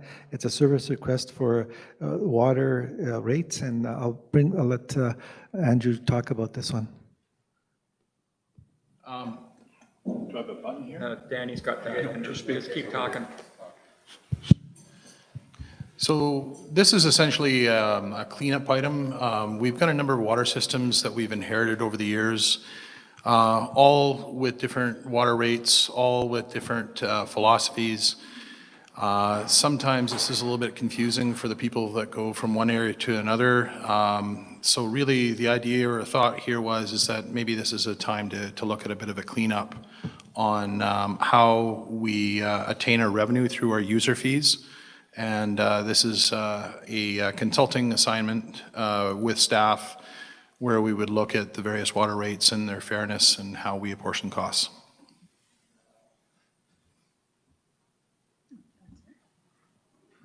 I guess it is. Okay.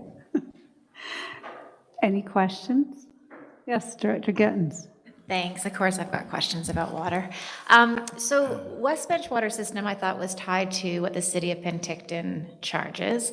And then Falder is a whole different animal on its own because they just pay once a year for their water.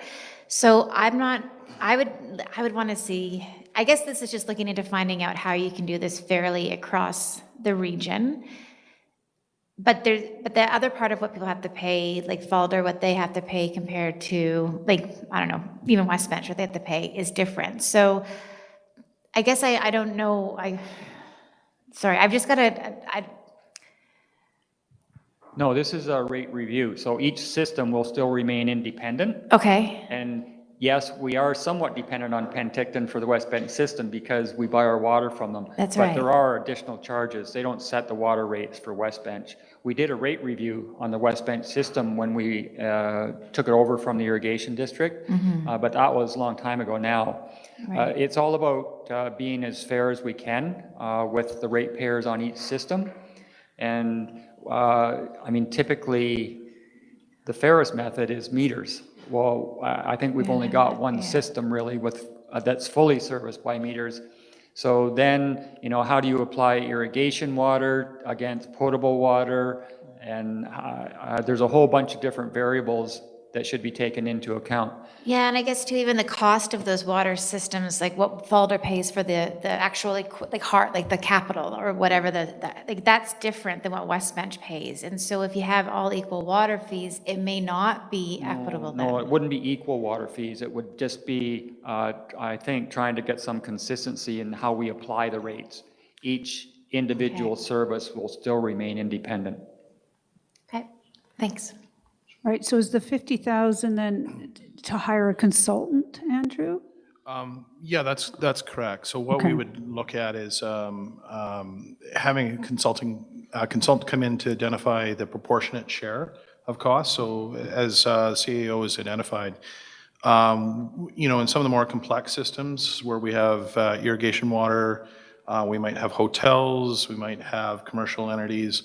How do we fairly apportion those costs? Some of the ones that are like Falder will be fairly straightforward. Other water systems like Naramata are going to be somewhat more complicated. Okay. Any other questions or comments? Well, with all of our water systems, they're very cost sensitive, and some of our water systems are very small. We have, in fact, the one I'm on that has like 28 ratepayers. So anytime you put a capital cost like this against it, it does have an impact. But at the same time, I'm sure the ratepayers are interested in having some rationale as to how they're getting charged, and it should be the higher volume users should be paying more, and we don't have that consistency in all of our systems right now. But I think as part of this too, is part of this consulting, Andrew? We should be consulting with the ratepayers in each of these services as we go along. Yeah, I would propose when we go through this that we would actually work with some ratepayers groups. So like we did a little bit of this kind of investigation with Willowbrook recently, with a Willowbrook advisory group.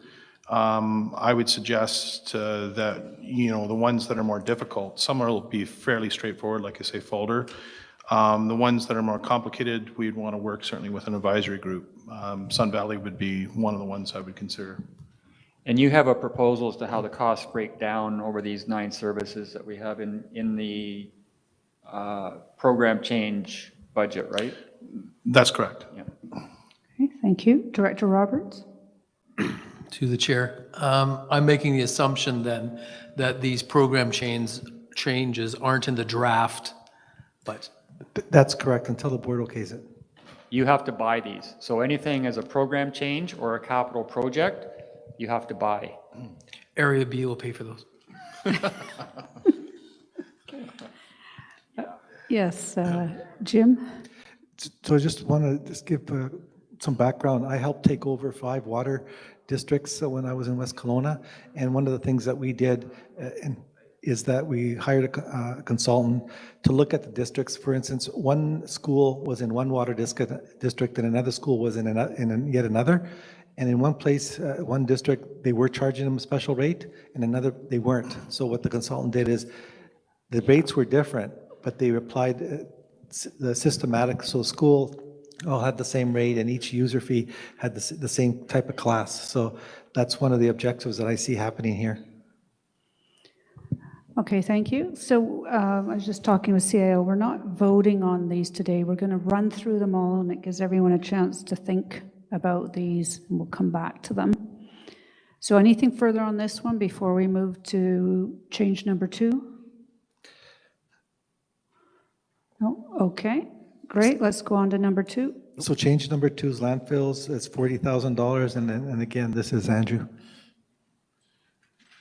So in 2022, we're going to be actually undertaking a change, or we'll be making an award for our heavy equipment contract. And that heavy equipment contract is over $1 million a year. So this is just the one for OK Falls and for Campbell Mountain. We also have one going where we could tie it in as well, which would be for the Oliver area. So just to give you an idea how much we'd be looking at. So we'd be looking at between 6 to $7 million in terms of contract costs. And what we thought might be prudent is that we actually look at whether or not we could actually do the work ourselves cheaper. So this was just to hire a consultant so that when we actually go out to do a bid, so we would go out for a proposal process next year, what we would actually do with that is actually do a shadow bid. And this is something that a lot of municipalities are doing as sort of a prudent measure. And again, the idea here is that with this kind of capital, or sorry, this kind of operational cost, it may be prudent for us to look at seeing if we could do it cheaper ourselves. Okay, thank you. Any questions on that? No? Okay, good. We'll move on to program change number 3. This is the Oliver landfill, 17,415, and again, Andrew's asking for 0.26 FTEs. Andrew? So there's two parts actually to this. What the first part is actually a existing deficiency. So currently our landfill hours are about asking for 0.95 of an FTE. The actual approved amount is 0.84. So part of this is to account for that existing deficiency that's there. And then the second part is that we've added, this year we've added oil collection facility to the Oliver landfill. And we just needed some additional staff time to deal with the management of that. Okay, any questions? No. Oh, Bill does. So this is the town of Oliver and Area C are the participants in this program. It would be the actual users of the landfill that would pay, however. We don't tax. Do we tax on Oliver? We do? Do we tax fully, or is it mostly tipping fees? It's mostly tipping fees. Yeah. So what you have to consider here is if we approve this down the road, that this is going to increase the tipping fees for the residents of Area C and the town of Oliver. And on this one, the request, I think, is specifically just to increase the operating hours of the landfill. Well, there's actually what it is that there's two parts. One is that we're not actually looking at changing the hours. What we actually have is an actual deficiency. So the actual approved hours for our staff are 0.84 FTEs, and what we actually are running with the landfill hours as they currently are is at 0.95. So there's a 0.1 FTE shortfall. And then the other part to that is we need a couple hours at the end of the day just to deal with the oil. So we have this new oil facility, Bacoma, and we just have to manage some of the materials that are coming in. And so we just need a couple hours to help clean up. So no added value to the citizen, just our staff need more time out there. Well, I think it would be related to the service increase. So we've increased the service level by adding the oil. So we'd be taking care of that, yeah. Okay, good, thank you. Yes, Director Bush. Will that be the same at Kermis landfill for the oil? Great question. Short answer, no.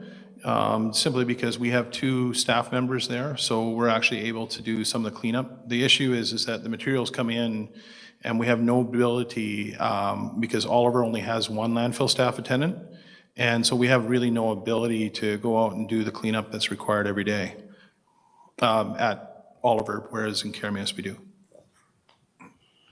Okay, any other questions? Oh, okay, thank you, Andrew. We'll go to program change number 4, and in comes Chris Garish. So as stated, this is for planning. It's adding a new classification without adding a new staff member. I just wanted to make sure that the board knows that, and I'll pass this on to Chris. Sure, thank you. So this is in relation to our planning tech positions, and the change is to allow for one of those to be increased to Planner 1. We've had a lot of turnover in the last few years in our tech positions. We tend to hire people fresh out of grad school, and the tech position has become almost like a stepping stone, and they're leaving us for positions in other local governments where they get more responsibility, more interesting projects. And so with this request, we're hopeful that we can provide that in-house and keep our techs or planner ones hopefully a little bit longer. And I want to point out too, I think there is a typo on the slide up here. I think year 3 was a carryover from change number 3. I don't think it's applicable to the tech position. Okay, thank you, Chris. Any questions for Chris? So this is changing a position from a planning tech to a planner. That's correct.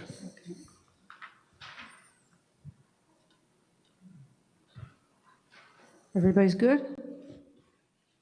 All right, thank you. We'll go on to program change number 5. Thank you. This is a community service, and it's adding a 0.65 FTE, and I'll pass this on to Mark. Yes, thank you. So this is adding to our current labor complement. We've got 3 laborers that come and work for us for 8 months seasonally. What we're doing is expanding the hours allotted for mainly the Similkameen area. We've got some other spots throughout the region that these folks actually touch on, and we've broken those down in the actual program change request form itself, identifying where those individual services are. But we're basically building on our complement so we can start to work on mainly the Similkameen rec facility. There's a number of upgrades that are required, and building on the current capacity in that location. Great, thank you, Mark. Any questions for Mark? Yes, Director Roberts. Thanks to the chair. I'd assume then that that's going to be tied to the ratepayers that are dealing with the Similkameen rec.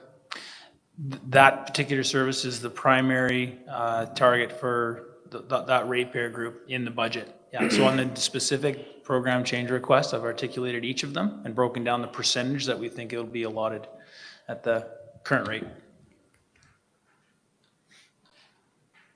Okay, anybody else?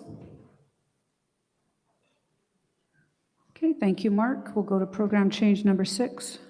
And again, this is community service. So they're asking for 1 FTE, and Mark, I'll pass it on to you. Yeah, this is a brand new position that we're recommending. We currently undertake a number of small to medium-sized capital and operating projects throughout the region through our project coordinator, Doug Reeve, who some of you have met and worked with. We're looking to double the capacity there on project management work.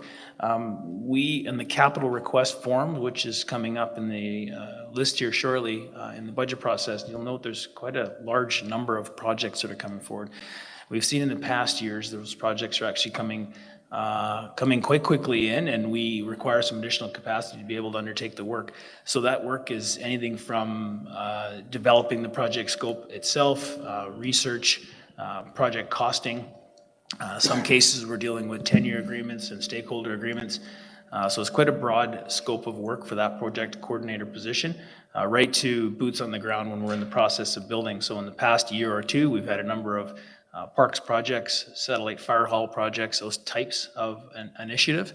So again, with our parks commissions, the 6, this particular case, we've tracked all those projects in, and we're in the area of around 7,000 person hours that we've allotted for those potential projects over the next year or two.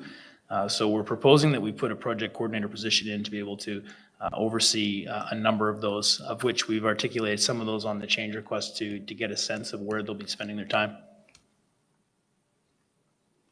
Okay, thank you. Any questions for Mark? Yes, Director Monteith. I'm sorry. Where do we see the percentages on the printout? I don't see those at all. Thanks. That's not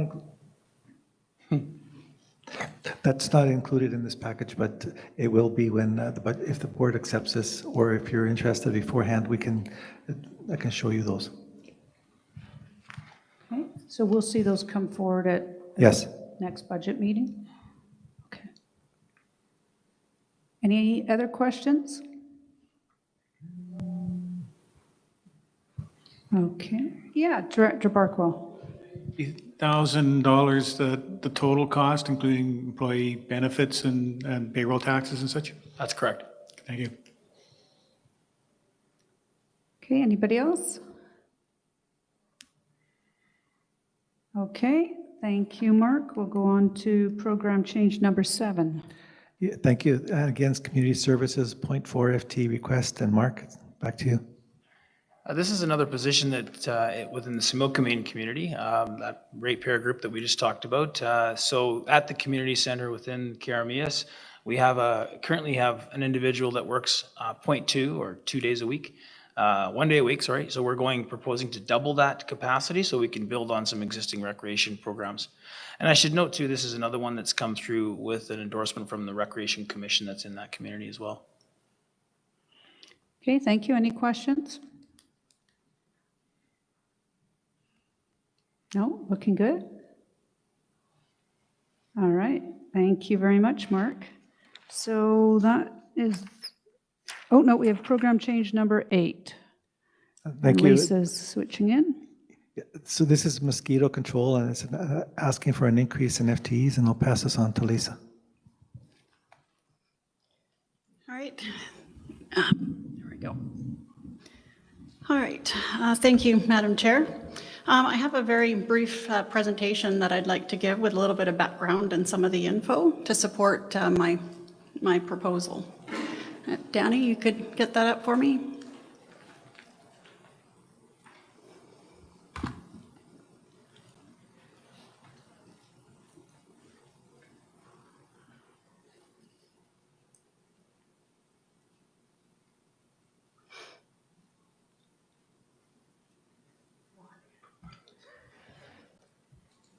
Well, while we're waiting for it to come up, I'll just start talking. So the mosquito control program has been an active program for over the last 40 years, doing all sorts of different activities. They've traditionally been a student summer job, and it started out as with one person back in the 1970s, and it was a typical May to August. So a university student was typically the one hired. 2004, with all the West Nile virus, there was additional funding available, and there was a second mosquito control crew member hired. And it went along for the next 6 years, and then about 2010, it started to change away from a typical student type role. Next slide, please. It's a very efficiently managed program, but over the years, there's been many factors that have increased the need for the crew to be out there longer in the season. Earlier snowmelt, we've seen freshet a lot earlier in the year, extreme weather events, and all of the different businesses and agricultural areas that see a lot of tourists don't really want the mosquitoes around, and there's a lot more requests that come in every year.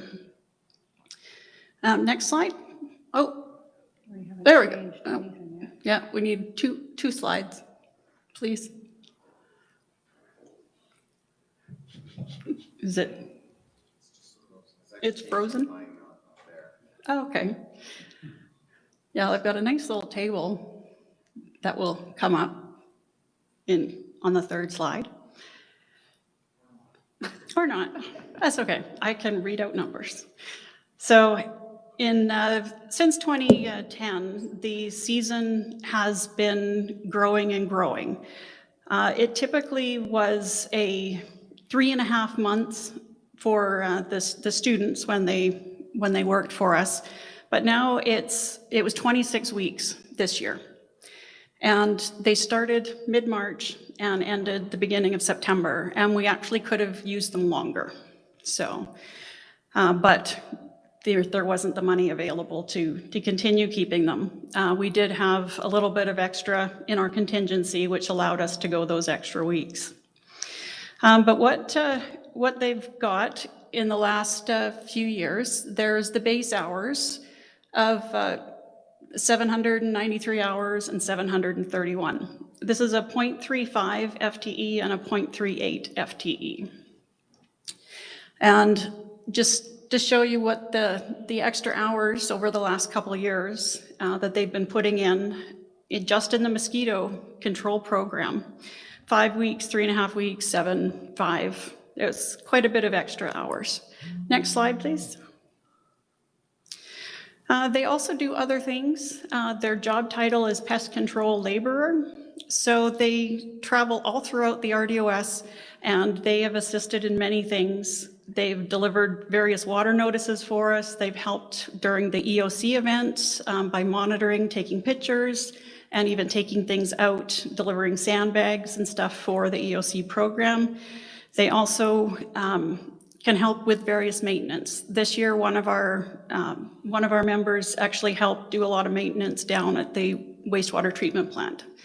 And one of the great things is because they are a laborer, they're very, very efficient, low cost. So as compared to having our operators work overtime. Next slide, please. So the current position is that there's a 0.38 and a 0.35, and they've been classified as a temporary employee. And they have a pay grade 2, which is what that's what the rate will be, 20 plus 25% labor load. All right, so what my proposed change is, the next slide, please. I would like to increase both positions to a 0.6 each. And the first one will get an addition of 0.22, the second one of 0.25 FTE. Next slide, please. And this just shows, I like my tables, just shows how I'm proposing to break it up. So their base hours, what they have right now, 20 weeks and 18 weeks. And for the mosquito control program, I want to increase both of them to 25 weeks. And then for the labor component of it, as a laborer, I'd like to add about 6 weeks. We have numerous things in Public Works that we could definitely use and some extra labor help with. And this would be a great opportunity for that. The proposed mosquito control program increase would just be on the mosquito control program, and that is distributed out based on a 3-year average of where they actually spend their time boots on the ground. The laborer tasks will be based on where they do the work, probably different water systems, the sewer system, landfills. So just in terms of money, the next slide, please. Just shows the amount that I would be requesting to add. The typical mosquito control program, 7,100 and 9,300, and then for the labor, about 8,900. And that would be split out among, depending on where they worked. And just to show you what it looks like in terms of the budget this year, in terms, like nice bar graph, the next slide. The blue is what's already in the 2021 budget, and the green is what I'm requesting to be added. All right, and just the last slide I've got, just to show the mosquito control program allocation, basically where they've spent their time over the last 3 years. So, and that's my presentation. Thank you. Thank you, Lisa. Clearly, Director Bush needs to get rid of the feral cats and bring in more bats. Director Bush, you had your hand up. Go ahead. Yeah, so I guess this is why my mosquito control is going up by $15,000? No, these aren't in there yet. They're not even in there yet. That's what you owe. You have to buy these. Oh, so can you explain why the first thing is in here now at $15,000 increase for Area B? Go ahead, Lisa. Yeah. Thank you, Madam Chair. Yeah, the amount it's going up is because of the huge increase over the last couple of years, and it is based. What's in the budget right now is increased by 15,000 based on the average. So that it does not include my request for the extra funding. That is just what the program is allocating the funds out this year. Amount last year, like 10,000 or something. Yeah. So the mosquito program is based on actual usage of the previous year. So when we hire our staff, they respond based on, I guess, complaints in their normal program. And wherever the most mosquitoes are, they go and apply their chemicals. And then that's reflected in the budget for the next year, because that then becomes our new baseline. So you must have like a cloud of mosquitoes hanging over Costin, Director Bush. Thank you, Director Roberts. Thank you to the chair. I'm kind of biting my tongue too. I understand in regards to proportion of labor, et cetera. And again, as Director Bush stated, we went up by about 18,000 between the two of us last year. We're now going up by 31,000 this year without the projected added on not so many taxpayers. And on top of a bit of a question here, your graphs, I'm paying more than Area B, but they seem to be taking more of a percentage if I'm following your graphs. So, that's a question there in regards to the graphs. Because again, it's showing Area B higher than Area G. And if I look at the graphs in comparison to when I look at the numbers, it probably looks like it's supposed to be the other way around. Not that I want to say it. Okay, so is that something that needs to be looked into? I will look into that. Okay, thank you. Director Gittens, you're next. Chair, I'm just curious about Area F, because we don't have much there, but Area E, so you don't get mosquito control in Area E? No. A long time ago, I had a chat with the head mosquito for my area and asked her and her team to stay out. Move over to And Area B? I brought in the head bat and asked her to bring more of her team in. We just don't seem to have a problem. We have a lot of bats and mosquitoes just aren't an issue. Because I'll say, I think it was last summer, I actually got an email from a few residents complimenting how few mosquitoes there are in Area F. And I was surprised to see how low the amount of work in Area F is, but maybe that's just due to other like conservation or more environmentally friendly efforts, or?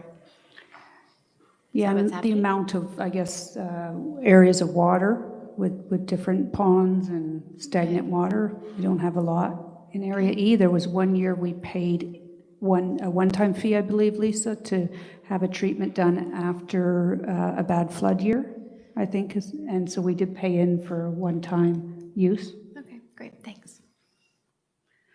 Director Holmes, you're next. Yeah, thank you. We have in Summerland, we have a big swamp called Dale Meadows, and that's why we have so many mosquitoes. But yeah. I was just wondering if the increase in spraying or the need for staff, is it because there is more demand on the program, or are there more mosquitoes than in previous years that need to be dealt with because of the wet springs we've been having, or whatever other reason? Or there just more demand on the program? Lisa, go ahead. Thank you. There is a bit of both, actually. There are a lot more mosquitoes because of the flood years. Each mosquito can lay millions of eggs, and more flooded areas that we don't get into means more mosquitoes. It's also more sites. There used to be only about 100, less than 100 sites. We're over 400 now, and we still have stuck with 2 crew members since about 2004, we've only had 2. But they do a great job, and they're on the ground a lot.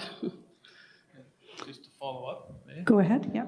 And so are those increased number of sites, though, due mainly because they weren't a problem in the past, but they are now, or just because the people who live around there are requesting that service? A bit of both. Okay, thanks. Okay, Director Roberts. Thanks to the chair. We've also had such an increase in groundwater. There's a lot more spots throughout the valley, I know that. My other question, though, is you were good enough to point out that these are laborers that are going to be used for many different things in the RDOS, and how then is that proportionally spent or paid out? Otherwise, Director Bush and I are basically paying for the laborers for assisting other programs in other areas. So we wouldn't mind a little kickback then. Pay for our bats. Anybody else with a question or comment? No, I think we're all good then. Thank you, Lisa. So that takes us to the end of program changes. So on program changes, these are proposals from our management team where they think they can add value to the programs that are indicated on there. Strictly up to you whether you want to take advantage of them or not. It's natural for managers to recommend increases in programs. Sometimes they just call it creep. They always are looking at ways to improve or to enhance the services that we're offering to citizens. And then it's up to you to decide whether you want to tax them for it. So that's what you're going to have to consider when we come back next time and talk about whether you want to buy these programs and put them in the budget. Like we said, they're not in the budget right now. We think it would be beneficial for you to consider these, and then you have to decide whether you want to tax your citizens for the enhancement. Okay? So I think what we want to do now, Madam Chair, is go into our capital program, and we do commit to get you out of here by 3 o'clock. So we've got a lot of them, and it's the same thing. They're not in the budget right now. There's some good projects in there, but you have to buy them. So at some point, we'll be coming back and asking if you want to include them in the budget. So we'll turn this back over to Mr. Safino, and he'll start taking us through them. Thank you. So I'll just get it to the right slide here.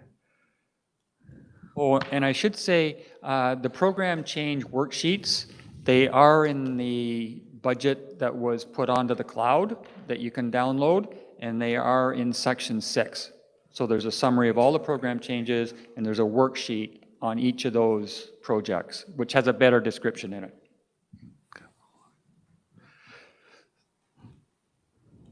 Okay, so thank you.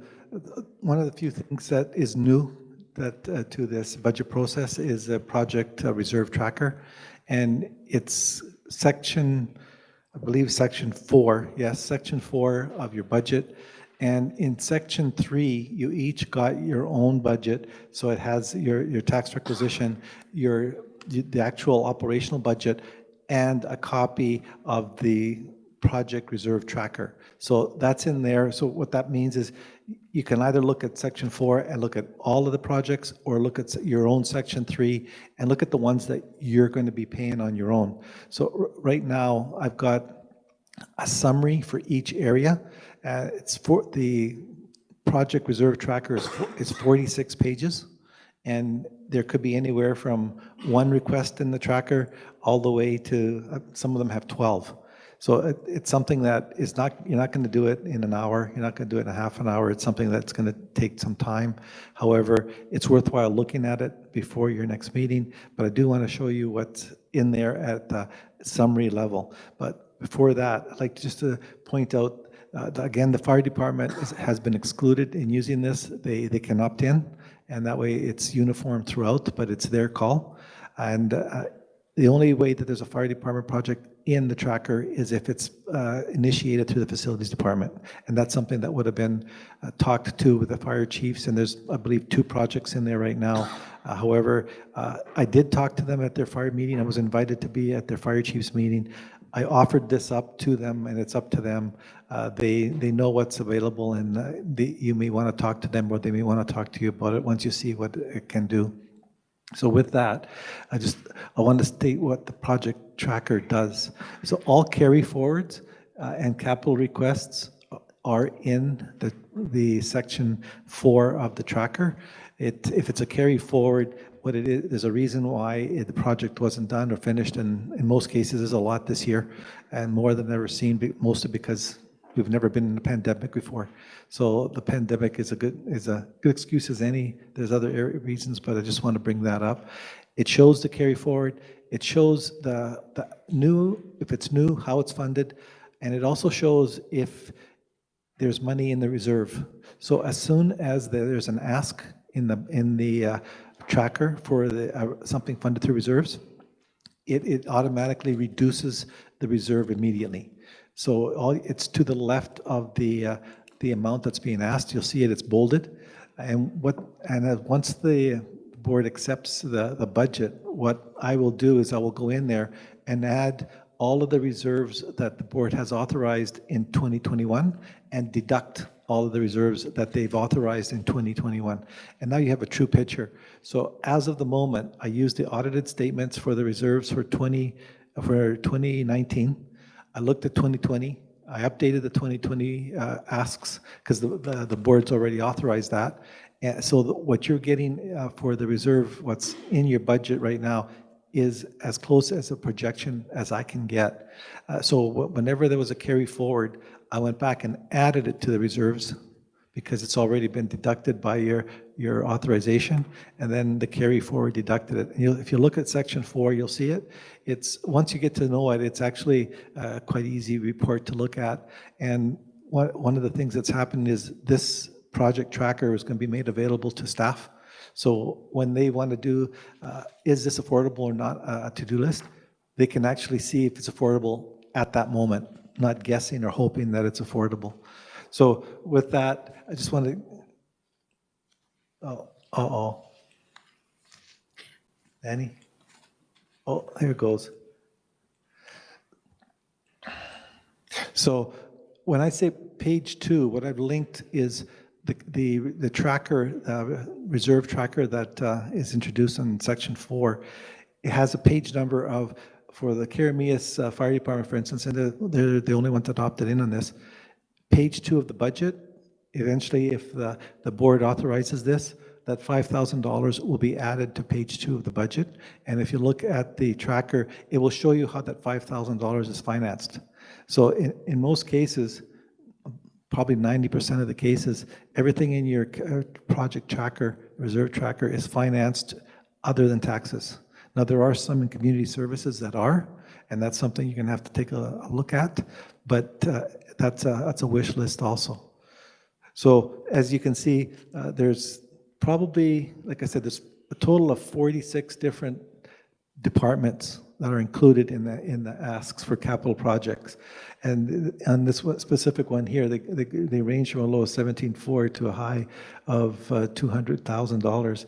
So what I would be asking for when we take it back to you is to look at it, and your recommendation on if you want to look at it as authorize the expenditure as a block or as an individual line by line, and it will be. Look, you will know if it affects you or not by looking at section 3 of your own budget. So here's some more. Again, what this does is it summarizes it. So can you go through them sort of one by one so they know what they are? Sure. So, but I'll actually do it even more detailed than that. I think a high-level overview for Vegas so they know what it is. Yes. So again, if you go to section 4 of the budget, it actually shows how these are funded. It shows there's probably 35 reserves here that's funding all these projects. And if we go to page 2 of the Karameas, for instance, that one there it shows that there's a $5,000 ask, and to look at the Karameas land acquisition costs of they're estimating $5,000 to look at the review, and that would leave $262,000 left in their reserve if they use that $5,000. Sorry, what was the 5 for? They're looking at the possibility of getting new land to move the fire hall. So just a cost. What is the 5 for? It's for looking. Well, I'm assuming it's for the design and whatever costs, upfront costs it would be to find the cost for the fire hall, to find a fire hall. They're looking at something specific, but it's going to cost them some money to review it if it's feasible. So they asked for that. So Jim, can I just ask, where it has fire departments, these amounts came from the chiefs? No, so this one here, it was started from the facilities department, from community services.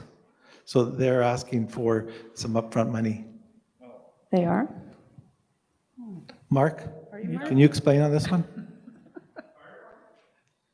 It was in the listing, yes, for, it says here, Carameus Fire Hall Land Acquisition, $5,000. Yeah, that, we had put an estimate in for doing the work that you talked about yesterday regarding the feasibility study. We put it in our tracker.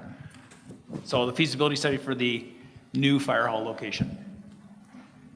Okay. Yeah. So when we say that we've got a lot of detail in here, that's the detail that we have it. That's how detailed the staff is. They're very dedicated. The next one is the Naramata Fire Hall. I know that they're working on it now, but again, the community service put that into their plan. And Mark, do you want to just quickly say something about that? This was actually an estimate that came from the past fire chief who was looking at doing expansions to the fire hall. We're not certain if that project's moving forward or not. You mean the current chief?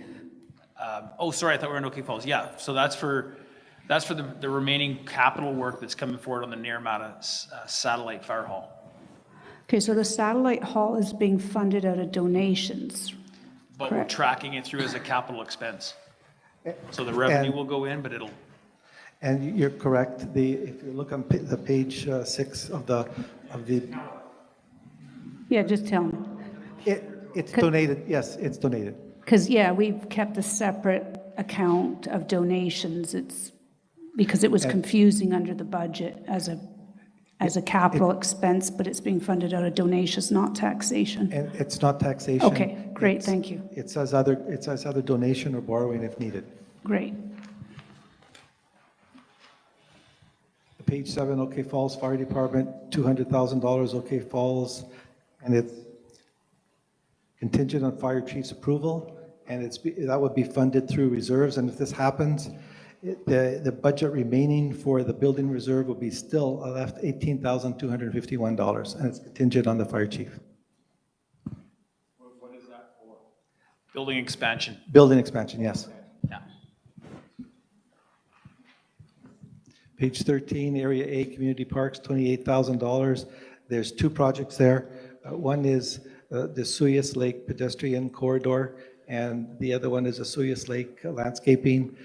Both would be funded through gas tax, and the first project's $12,000, and the other one is $15,000 for a total of $28,000. And the gas tax would be still at $419,208 if that goes through.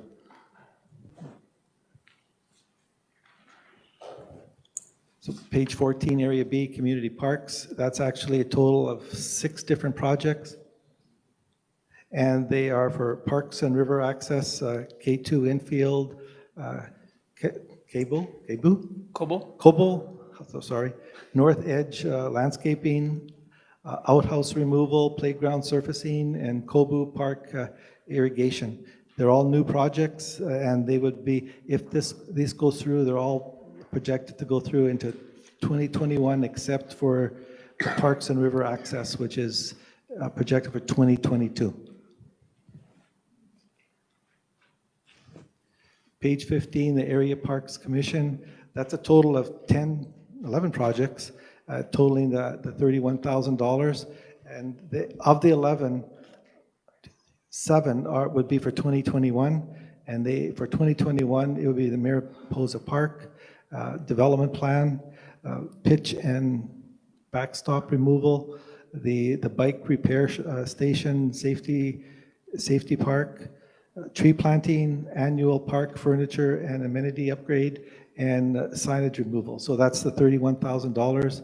And if the board approve this one here, there would be $73,000 left in one of the capital reserves, but the rest would have been looked at through taxation. And with the new system, it would be funneled from the surplus or through the tax account into the reserve account, and that's how it would be funded.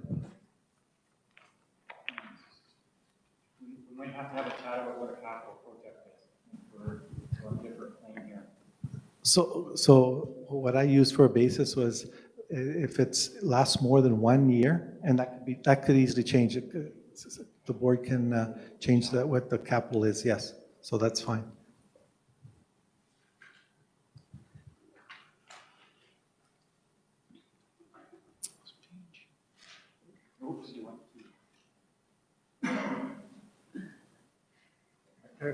There you go.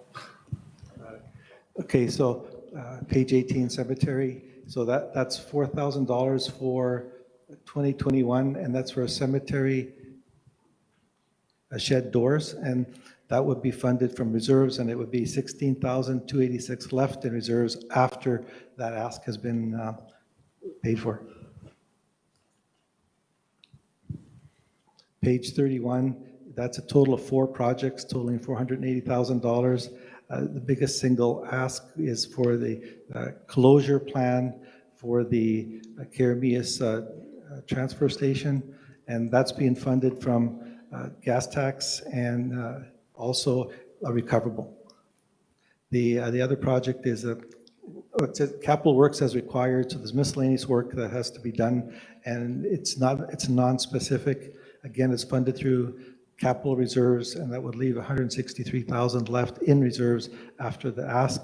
There's a project here for installation of security cameras. That's $30,000 capital, and that would leave $163,701 left in the capital reserve. So all of those are in the positive, right, and none of the reserves are into a negative.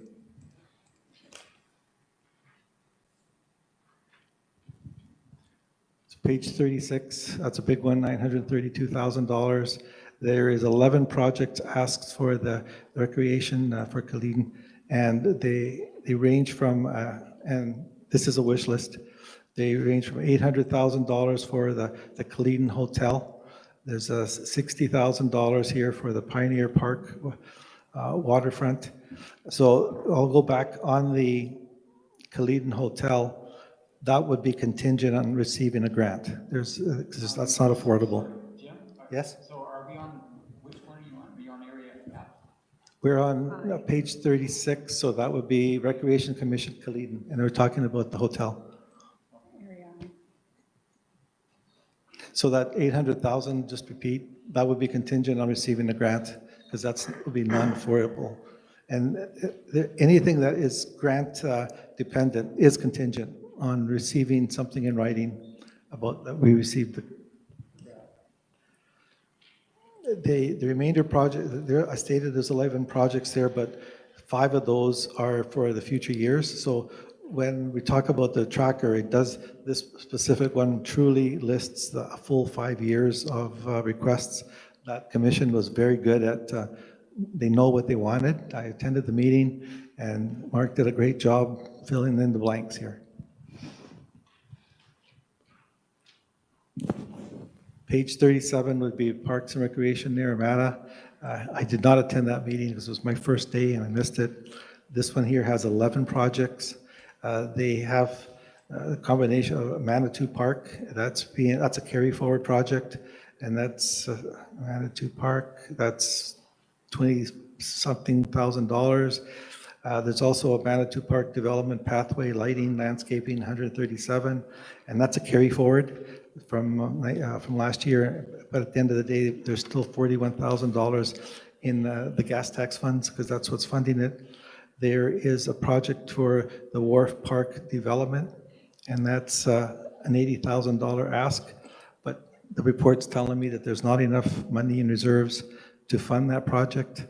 It's also, there's another one, Creek Park Trail Development, that's $10,000, and that's through taxation, gas tax again, Manitou Park, boat storage, wharf structural assessment, and a new slide for $6,000, and that's that would total up to $293,000.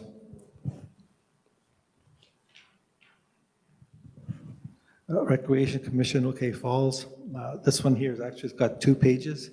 There are a total of 19 asks over the 5 years. Some of the bigger projects are Area D Master Plan. That's a $60,000 ask, and that actually is unfunded, and that's going to have to find the money through taxation. There is another ask for the Garnet Family Park Development. That's $50,000, and that's a carry forward, and that would still, there's funded mostly through gas tax, and in that area there's $1.2 million left in gas tax. There's a public boat launch. There's a 605 Willow Lamb site development, $30,000, and there's a KBR trestle jumping platform for $40,000. And just the rest of the projects in the next page are all for 2022 onward.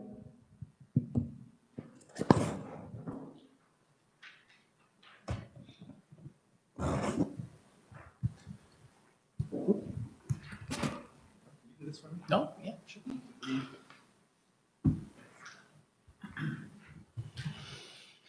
So the next one's page 39. Mark, if you... You have to point at the... Good? Oh, there we go.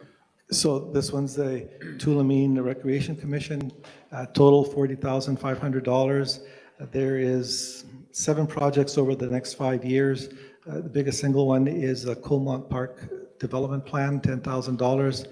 There's a $7,500 for a continuation of the park development. That's funded through gas tax, and that area there would have $370,000 left in the gas tax funds.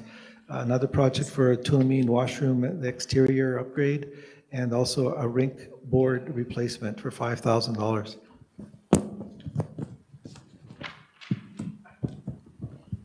Page 42, the recreation facilities, Karamias. This one has 12 projects, and these ones here are funded, 90% are funded through capital reserves, and some of the highlights similar, Similkameen Rec Center, Bowling Lane, $55,000. Similkameen Outdoor Rink Surface Repair, Similkameen Outdoor Rink Replacement, Rec Center Entrance Development, Ball Court Upgrade, Rec Center Exterior Landscaping, and heating units. Now, these are funded through their capital reserve, and after all the asks, they still would have $90,241 left in the reserves. So these are actually, if the board accepts this one here, they're all affordable.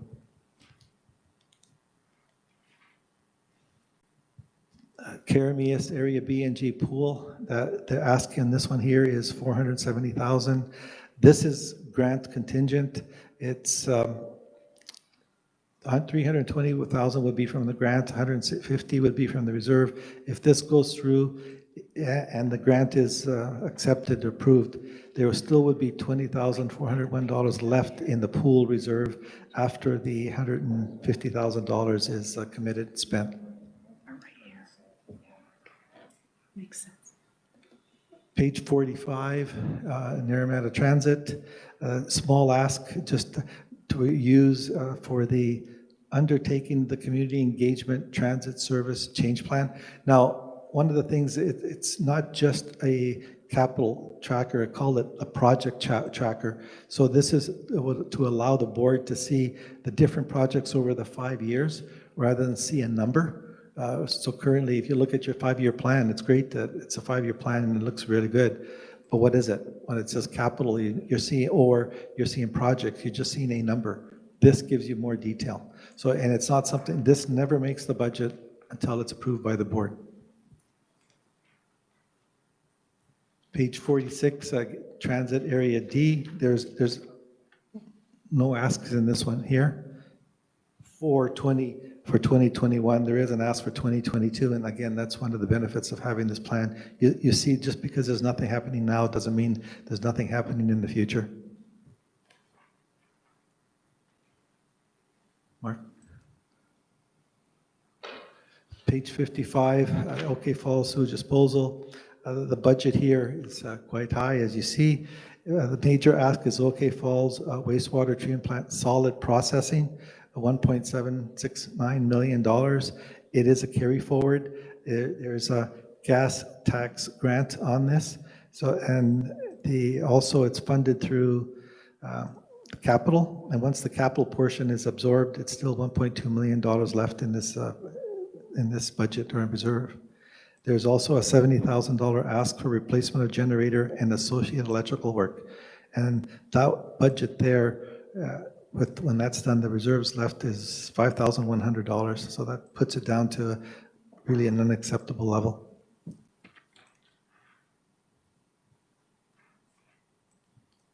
Page 62 of the budget, Falder water system. There's not much here. This is more of a tracker for work. There's a 5-year projection for work that's going to be done in Falder, and it's actually general capital work as required. So again, it doesn't make the budget because it hasn't been formally approved, but it is a tracker and it tracks the work done. And it actually shows that there's, after all these asks, there's still 19,676 left in reserves.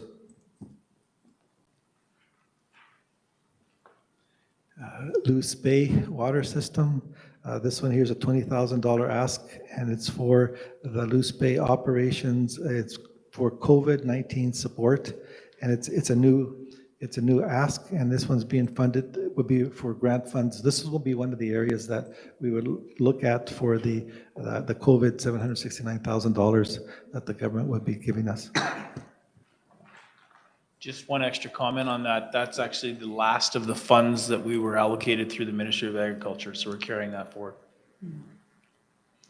Page 65, Missoula Lake Water System. The ask here is for water treatment and intake upgrade, contingent on receiving a grant. So right now we're just waiting for the approval, and that's the ask is $300,000, and there's also $17,000 for a review of water quality. And that one there would be funded indirectly through taxes, through reserves.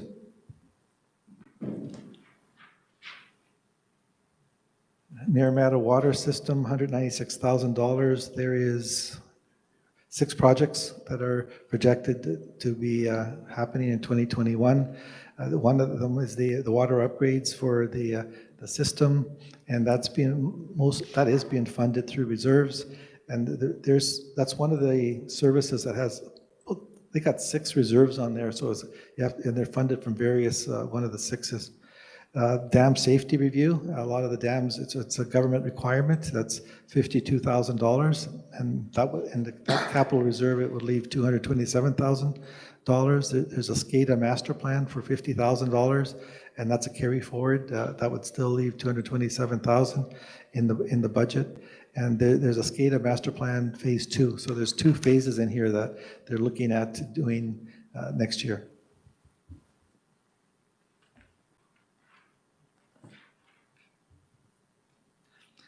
That's page 67 of the budget, the Olala water system. Too fast, Mark. Yeah, sorry. No problem. This one here has 6 asks for 2021 and a number of asks in 22 to 25. The biggest single one here is $50,000 for water main design upgrade. That's a carry forward, but it would leave a $277,000 reserve in the budget. The next biggest ask is $84,000, and that's for upgrades for the water system. And there's also assessment for old intake and funding operation expenses, and that's another $20,000. So this one here is it's not a surprise. There's not enough reserves in the reserve to fund all the asks. So that's something that we're going to have to be looking at, is how important that the work gets done. And if it wasn't important, it wouldn't be on here. And Lisa might want to, or Andrew might want to talk about that if you have any questions. Page 70, that's for the Sun Valley water system. And the total for 2021 has nothing in page 70, $200,000. And that's for backup generator conditioning on receiving a grant. So that's a conditional expense.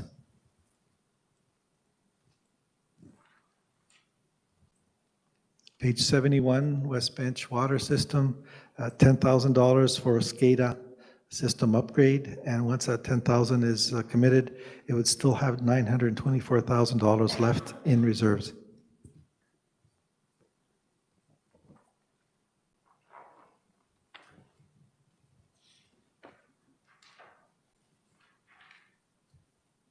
Willowbrook Water System, there's nothing projected for 2021, but it's a 5-year plan, and I'm only showing the 2021 requests.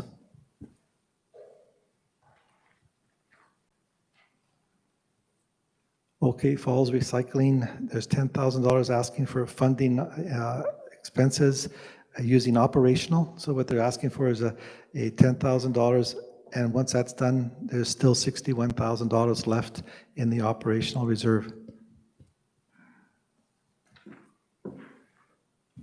Page 85, Oliver Landfill, there is 3 asks, $1.2 million.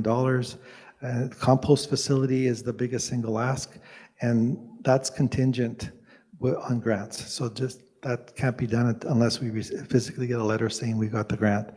Also, there's a master plan, design and operation and closure plan, $20,000, and that's easily fundable from capital, $677,000 left from that reserve. And installation of security cameras and lighting, that's another $30,000 for the out of reserves.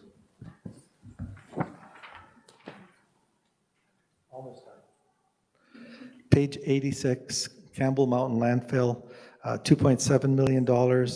Major asks for 2021 is organic composting facility, that's $600,000.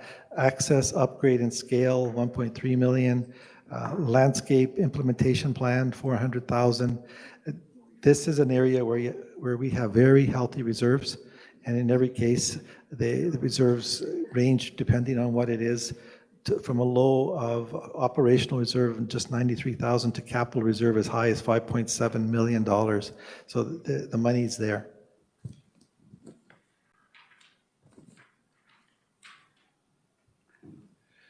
Page 87, emergency call-out system. So this one here is a 5-year plan, just to show the board what's available or what is in the future. And it's a telecommunication equipment lifestyle review. So that's the $5,000 that was asked for. And that would leave $291,000 left in reserves. So that's a pretty healthy reserve for what that is. But we need to look at it as a team to see if it's enough.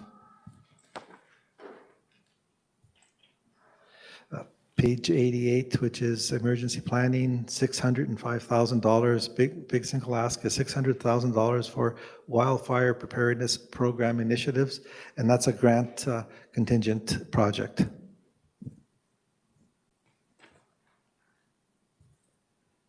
Page 90, $71,500. Biggest projects is new accessible doors for 101 Main Street, which would be the office.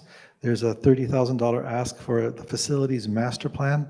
There's a $7,500 ask for boardroom chairs, and the $8,000 ask for recycling skylights. So that's the 5-year plan is for $71,500, and there's additional asks in future years.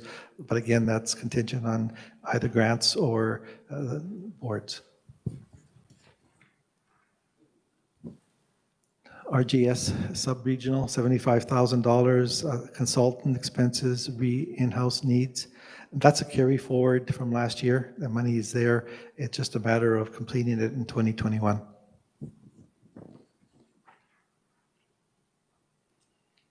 Page 102, regional trails, $1.6 million. Single biggest ask is the Regional Park Trails and Recreation Master Plan. That's $180,000. That's a carry forward from previous years. There's trail construction area for Similkameen Trail for Area B and G, and that's being funded through gas tax from B and G, and the rest is hopefully donations. So it's being funded altogether as a total of $200,000. The other asks are for Okanagan River Channel Trail resurfacing. That is being funded through grants and gas tax for C and A. And KVR Trail to Red Bridge, and that's, again, a grant contingent, and that's over $300,000.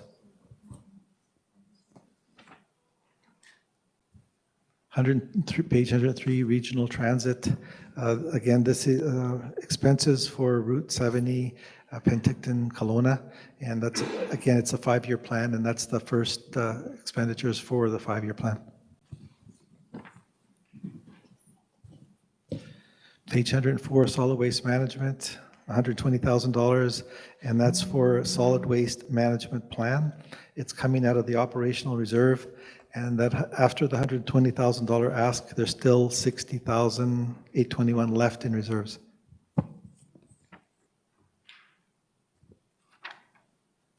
Page 107, which would be the building inspection, purchase and installation, and this is a carry forward of the AVOSET software that was presented to the board, I believe sometime earlier in this year. This is a carry forward. The project was not completed because of the COVID. There's $166,000 being carry forward, and once that's deducted from the reserves, there's still $236,000 left in that reserve account. Near Meadow Library, there's a $30,000 ask for the library building updates, window upgrades, and heating. And that's will be coming out of capital, and with the $30,000 committed, there's still $138,000 left in reserves. Page 139, electoral area D, rural projects, it's $100,000. It's for Centennial Park washroom. After the ask, it's coming out of gas tax. That area has $1.2 million in gas tax left.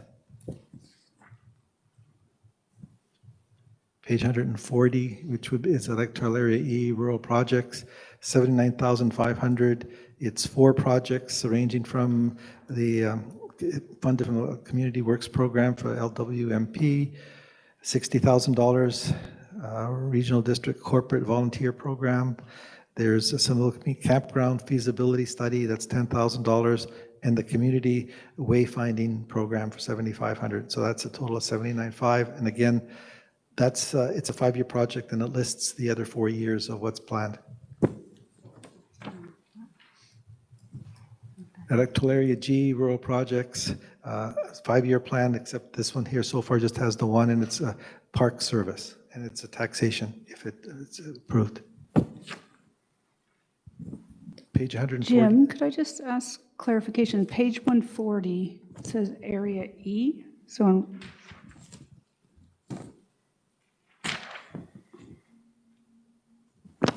Area E, yes. That's so not, that's on mine, sorry, that's not correct. Pardon? That wouldn't be correct because it says. It says Similkameen Campground. Yeah, it's Similkameen, it's not yours. It's, no. It's, that would be, I'd have to take a look at that. That would be G or H. So let me look at, I'll put that to the side.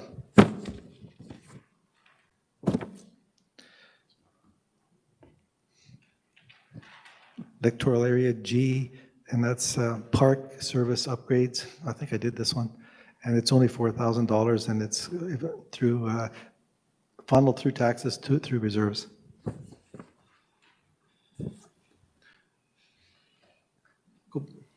Page 143, this would be electoral area H, and that's a White Sand Campground, and it's $50,000.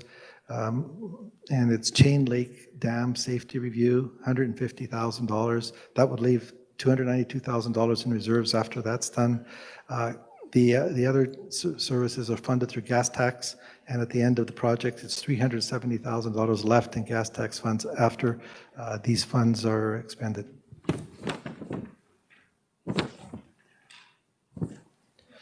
Page 144, electoral area I, and that's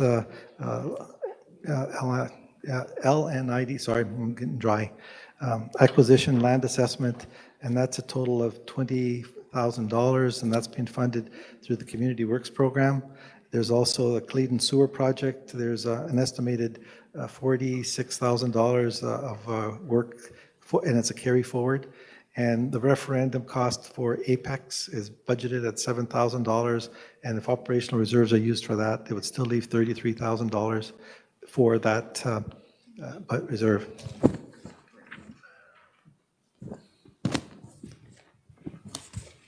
One more left, page 148, and it's transit. This is a 5-year project. In year 2021, there is no cost. 2022, just for heads up, the budget is $153,000, and it would be funded through user fees. And I'm sorry it took so long, but that's it for capital. There's a lot of detail here, and you do have them in section 4 of your budget, and that's one of the areas that you will have a look at, and it doesn't make the budget until the actual, until you've okayed it. So at that point, we would put it in there along with the funding. Got that?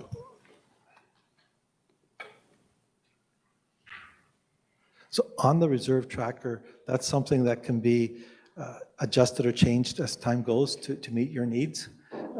I've done it based on another municipality, how they wanted it, but if the regional district wants to change this to just meet to exactly something different, then it's there for you. It's very easily changed. One of the best features of it is that it immediately tells you the reserves, as you heard me tell you what they were, right, a live basis, and that's something that's going to be made available to the managers. And I'm hoping that as time evolves, this will evolve to meet your needs, not what another previous government thought they wanted. And if there's no questions here, I just want to quickly show you the last 6 slides, where I'm not going to go through them because you've got them in front of you. And what I've done is, we've already did these.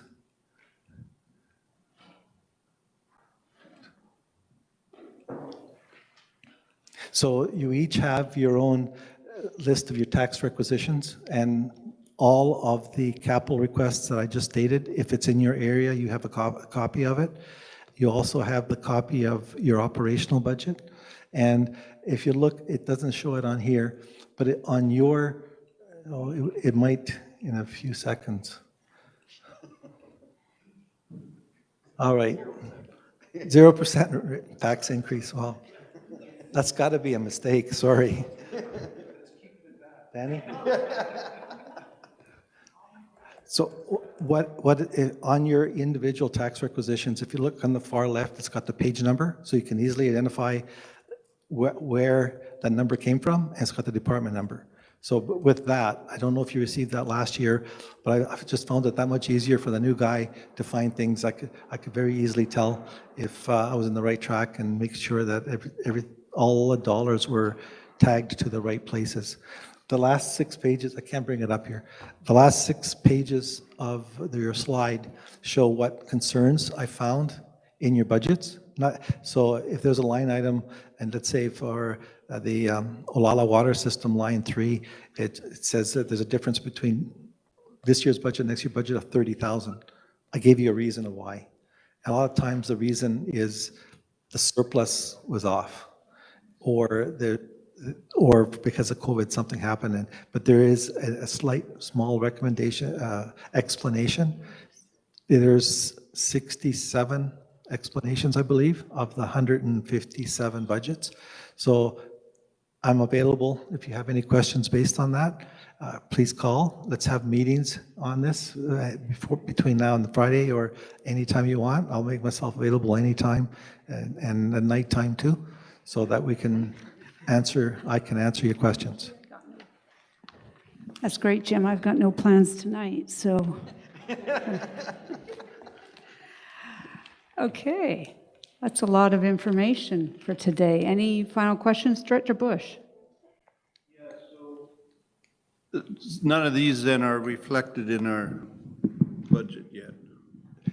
No, as the CEO stated, you have to buy them.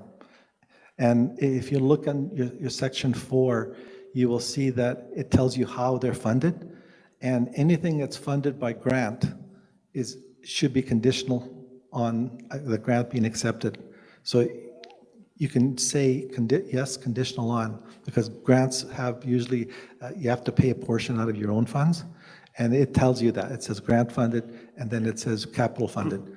And in the areas where it's negative, that's where we have a problem, and we have to sit down with the manager and find out how urgent this is. Is this a wish list? If it's on this list, it shouldn't be a wish list. It's a need. And it's a need without the money being there. So you have to find a way to make it work.